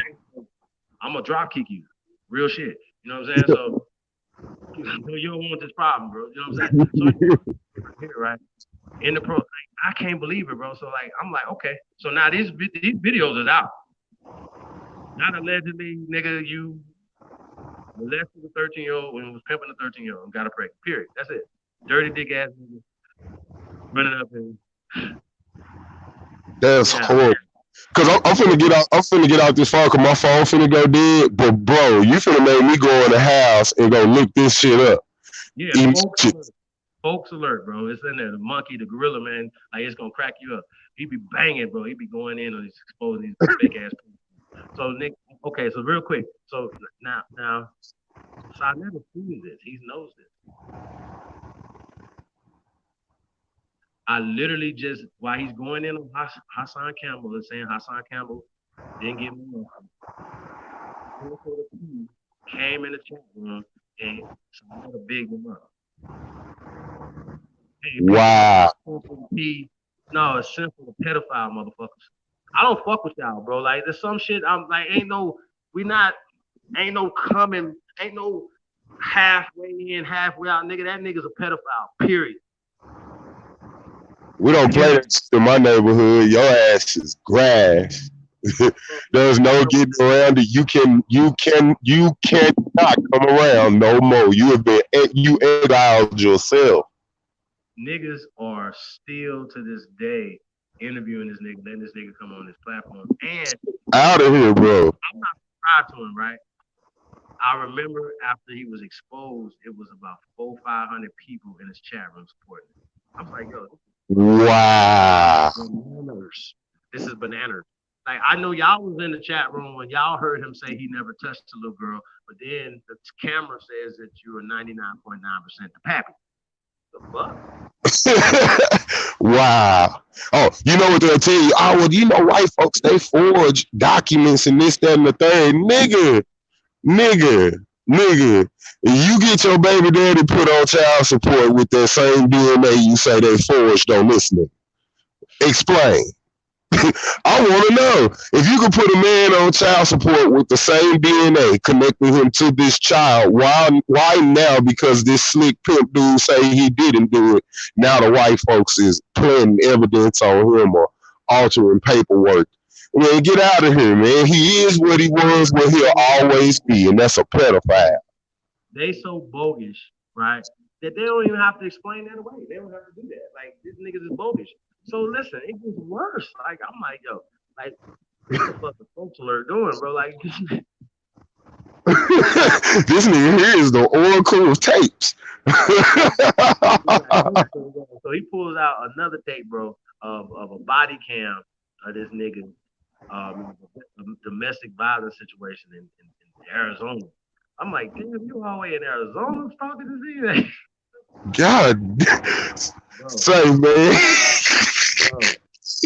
He big brother for real. This nigga is like, Yeah, that shit was crazy, man. Like, so I'm just okay. Just going back to this is the conversation, right? I know Silent don't fuck with pedophiles. Now,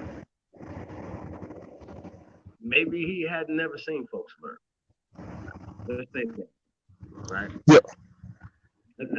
I don't know. Maybe he didn't. I think it's kind of hard not to have seen that. But I think it'd be my duty to explain it to him, right? Right.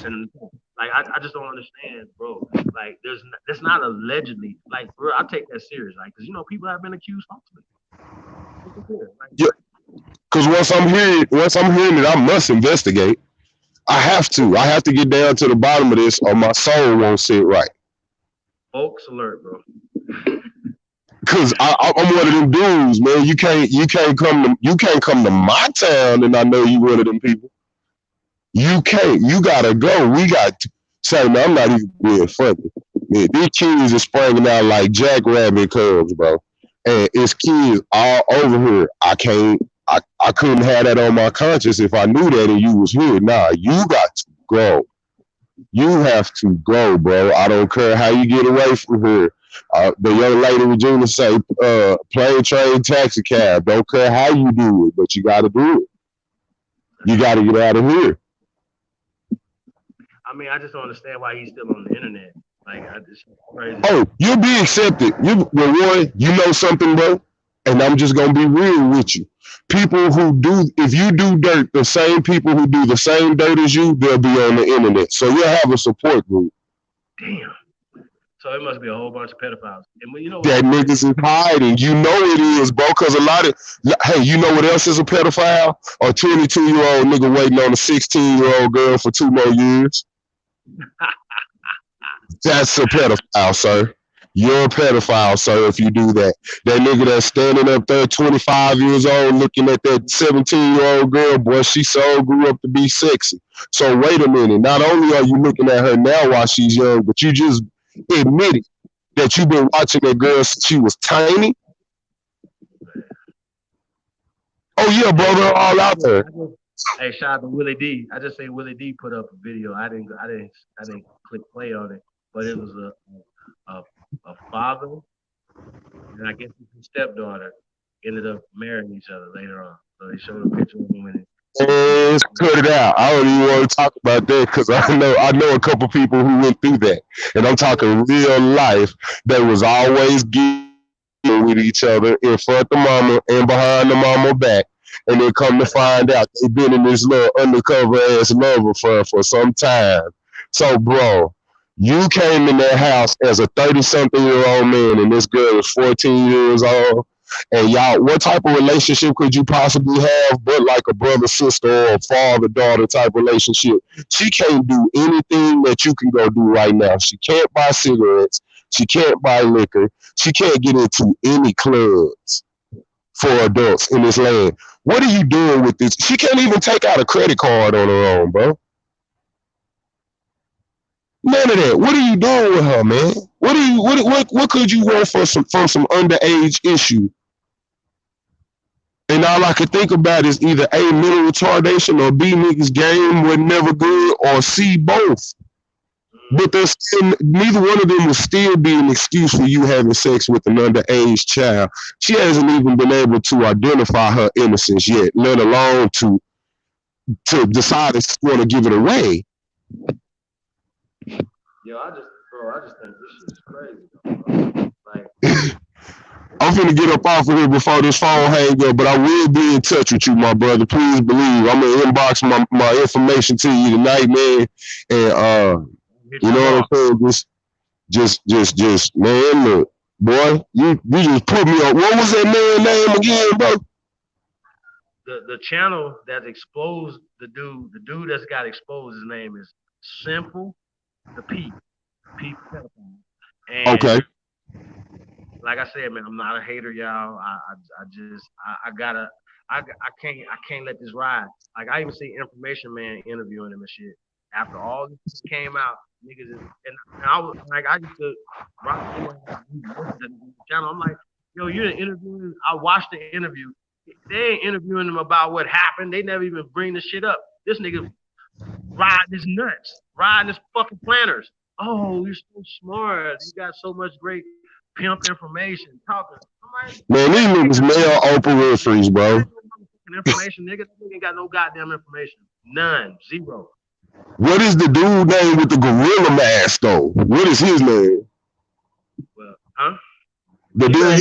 We live in the same city, so I really I try not to beef. You know what I'm saying? Yeah. If online, he don't know me, I don't know him. I might have him out there, whatever, you know. Cause I didn't get to write it down when you said what that dude name was, the one who exposed the man. It's folks, FOLKZ alert. Folks alert. Okay, cool. I could. Okay, I got it now.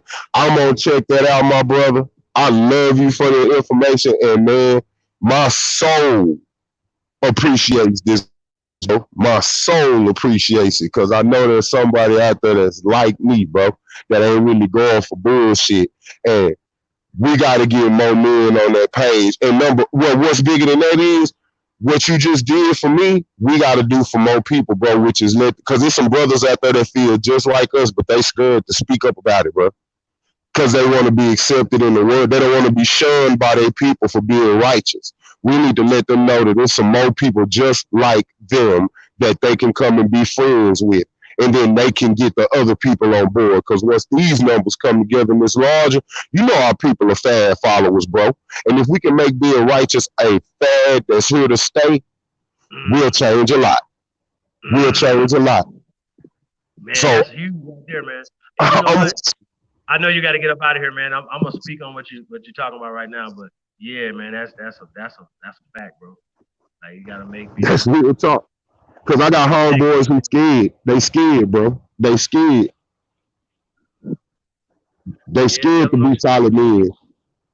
Tell them don't be scared, man. You gotta leave here one day. You might as well leave here with your doing the right thing. I'm trying to see my nuts on their neck, bro. Ain't no breaking me. I done proved that too many times now. 3 times for sure. Ain't no me. Hey, I can't break, man. I can't do it. That's why my wife respect me and she love me so much. Cause I'ma stand tall on what my mama and my grandmama and what the family members gave me, man. You gotta be a man before anything else. My uncles told me this is the principles that a man stands on, and you gotta stand on that. I don't give a damn what go on. Like a tree that grew through a rock, nigga. You gotta stand. That's right. You got to. Even if it hurt, like even if you don't take that L with respect. Like you know what I'm saying? You got to, yeah. Man. You do it. Hey, lessons is blessings. You learn from them. Lessons is blessings. You learn from those. The only L you can take in life is death. And if you went out righteous, that's what you call innate glorification. That's right. That's right. A beautiful death. Yes, sir. I'd rather go out standing on my feet with 1,000 arrows in my chest and on my knees about to take a fat one in the mouth. Damn that. Yeah, I'm too solid for that, bro. I can't do it, man. I can't take the fat one to the mouth. G, end up, I'm going to fire up one of these sticks and I'm going to take every bullet that's coming my direction. But the last thing that'll be said about me, that was one tough, solid, stiff-chin son of a bitch. You know what I mean? And they're going to have to respect that fact. You don't have to respect me and my flesh, but you sure go respect my principle. And with that, I'm going to step up off this thing, brother. You have a good evening, sir. Hey, you too, man. Peace and love to you, brother. And peace of your empress, peace of your family members, everybody, man. You're definitely, a credit to your ancestors. Much love, family. You got to definitely come out and build more often, brother. Definitely love your energy. And like I said, hit me up and I would definitely call you tomorrow, man. We're gonna chop it up. We're gonna really get to it. You know, we really can't get to it live. You know what I'm talking about? I think he just hung up, y'all. Hey, shout out to Techno Philly in the building. Going in, saying some real shit right here, Techno. I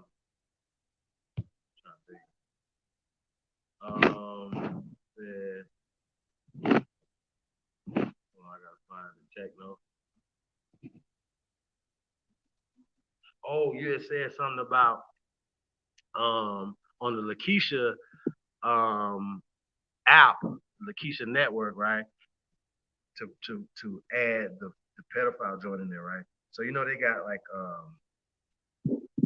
the registries, these different things or whatever. So I'm sure that he can link that stuff up to the site. You know what I'm saying? It's already the infrastructure's already there. Um, to be able to look into that. But I don't think that a majority of pedophiles have been caught to be on any registries. I'm gonna be real about that. You know what I'm saying? Let's keep it real. And I don't victim blame at any level, none, zero. You know what I mean? I don't know. I don't know. I can't. You know, somebody even speaks up and say they're a victim. You get the benefit of the doubt first. You know what I'm saying? So um, that's how I feel about it, Jeff. Yeah, I think I'm gonna get up out of here too, man. Yeah, peace and love to everybody. But yeah, we're gonna definitely talk to Ty about that techno. See what's going on, man. Shout out to everybody, man. Yeah, all there is data collected for that when I was on the trial site today. That's what's up, bro. Yeah, you sound like you're real technical in the technical stuff, techno. You know what I'm saying? So yeah, definitely, you definitely need to holler at Ty Data, man, and give him, on the technical aspects and stuff, man. We got a lot of things coming out, a lot of bells and whistles. I'm about to see the social media tribe up app come back up. It's gonna be crazy. Some extra bells and whistles and stuff, man. So like I said, really excited for the new year, y'all. Like I said, man, we're gonna get up out of here tonight. We'll be back at you. Same Aboriginal channel, same Aboriginal time. You already know what it is, man. Peace and love to all the great ones. The truth is in the building. You know what I'm saying? Like I said, that was on my heart, y'all. I almost even had to say something. Side that I almost called in and said something, y'all. That's how serious it was. I just try to call him if I'm, speak to him about it. Like I said, I don't know what he knows. But maybe he needs to know that. It's not allegedly, okay? It's not allegedly. Like I said, I've seen the actual court, the, not the documents. I heard what was said in court. Period. 99% baby's your baby, 13-year-old. Period. That's how they work. So I don't know. And a pedo alert. Okay. Keep holiday, the R. Kelly talk gonna get video shadow. Man. Ooh. Oh man. Video shadow. Man. Who's that?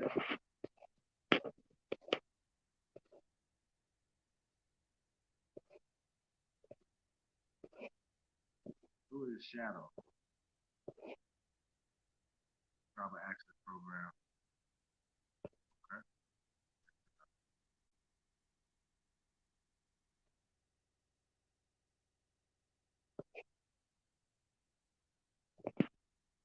Yeah, man. Shout out to Miss Gretchen Ham. You got a wider range, so it's like 10 to 30. Sheesh. They say my 5-year-old, I got a 25-year-old. It's like, man, you had a long gap. I'm like, yeah,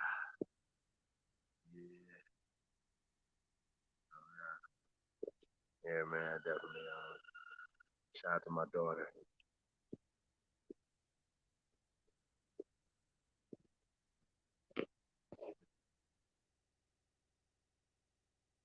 YouTube won't suggest this video.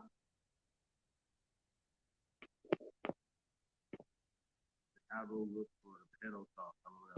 Oh, okay, I see what you're saying. Nah, man, they ain't gonna catch that. I don't care about that. Right? We still gotta speak on the truth, man. No matter what it is, y'all. You know what I'm saying? I think that crosses all color lines, gender lines, sexual preference. I'm not about to. Nah, none of that, bro. I don't want to see no children being abused. None, zero, no, none of that. I don't play the color game. I don't do none of that. You know what I'm saying? Right is right, wrong is wrong. That's what it is. So you say, well, they're cheating. We got to start cheating. Nah, that's an unrighteous way of thinking. That's a loser way of thinking. You got to cheat to win. Come on, that's what they've been doing. that can't last. It's not a foundation. You know what I'm saying? So yeah, man. Peace and love to everybody, man. We about to get up out of here, y'all. Make sure I got everybody. I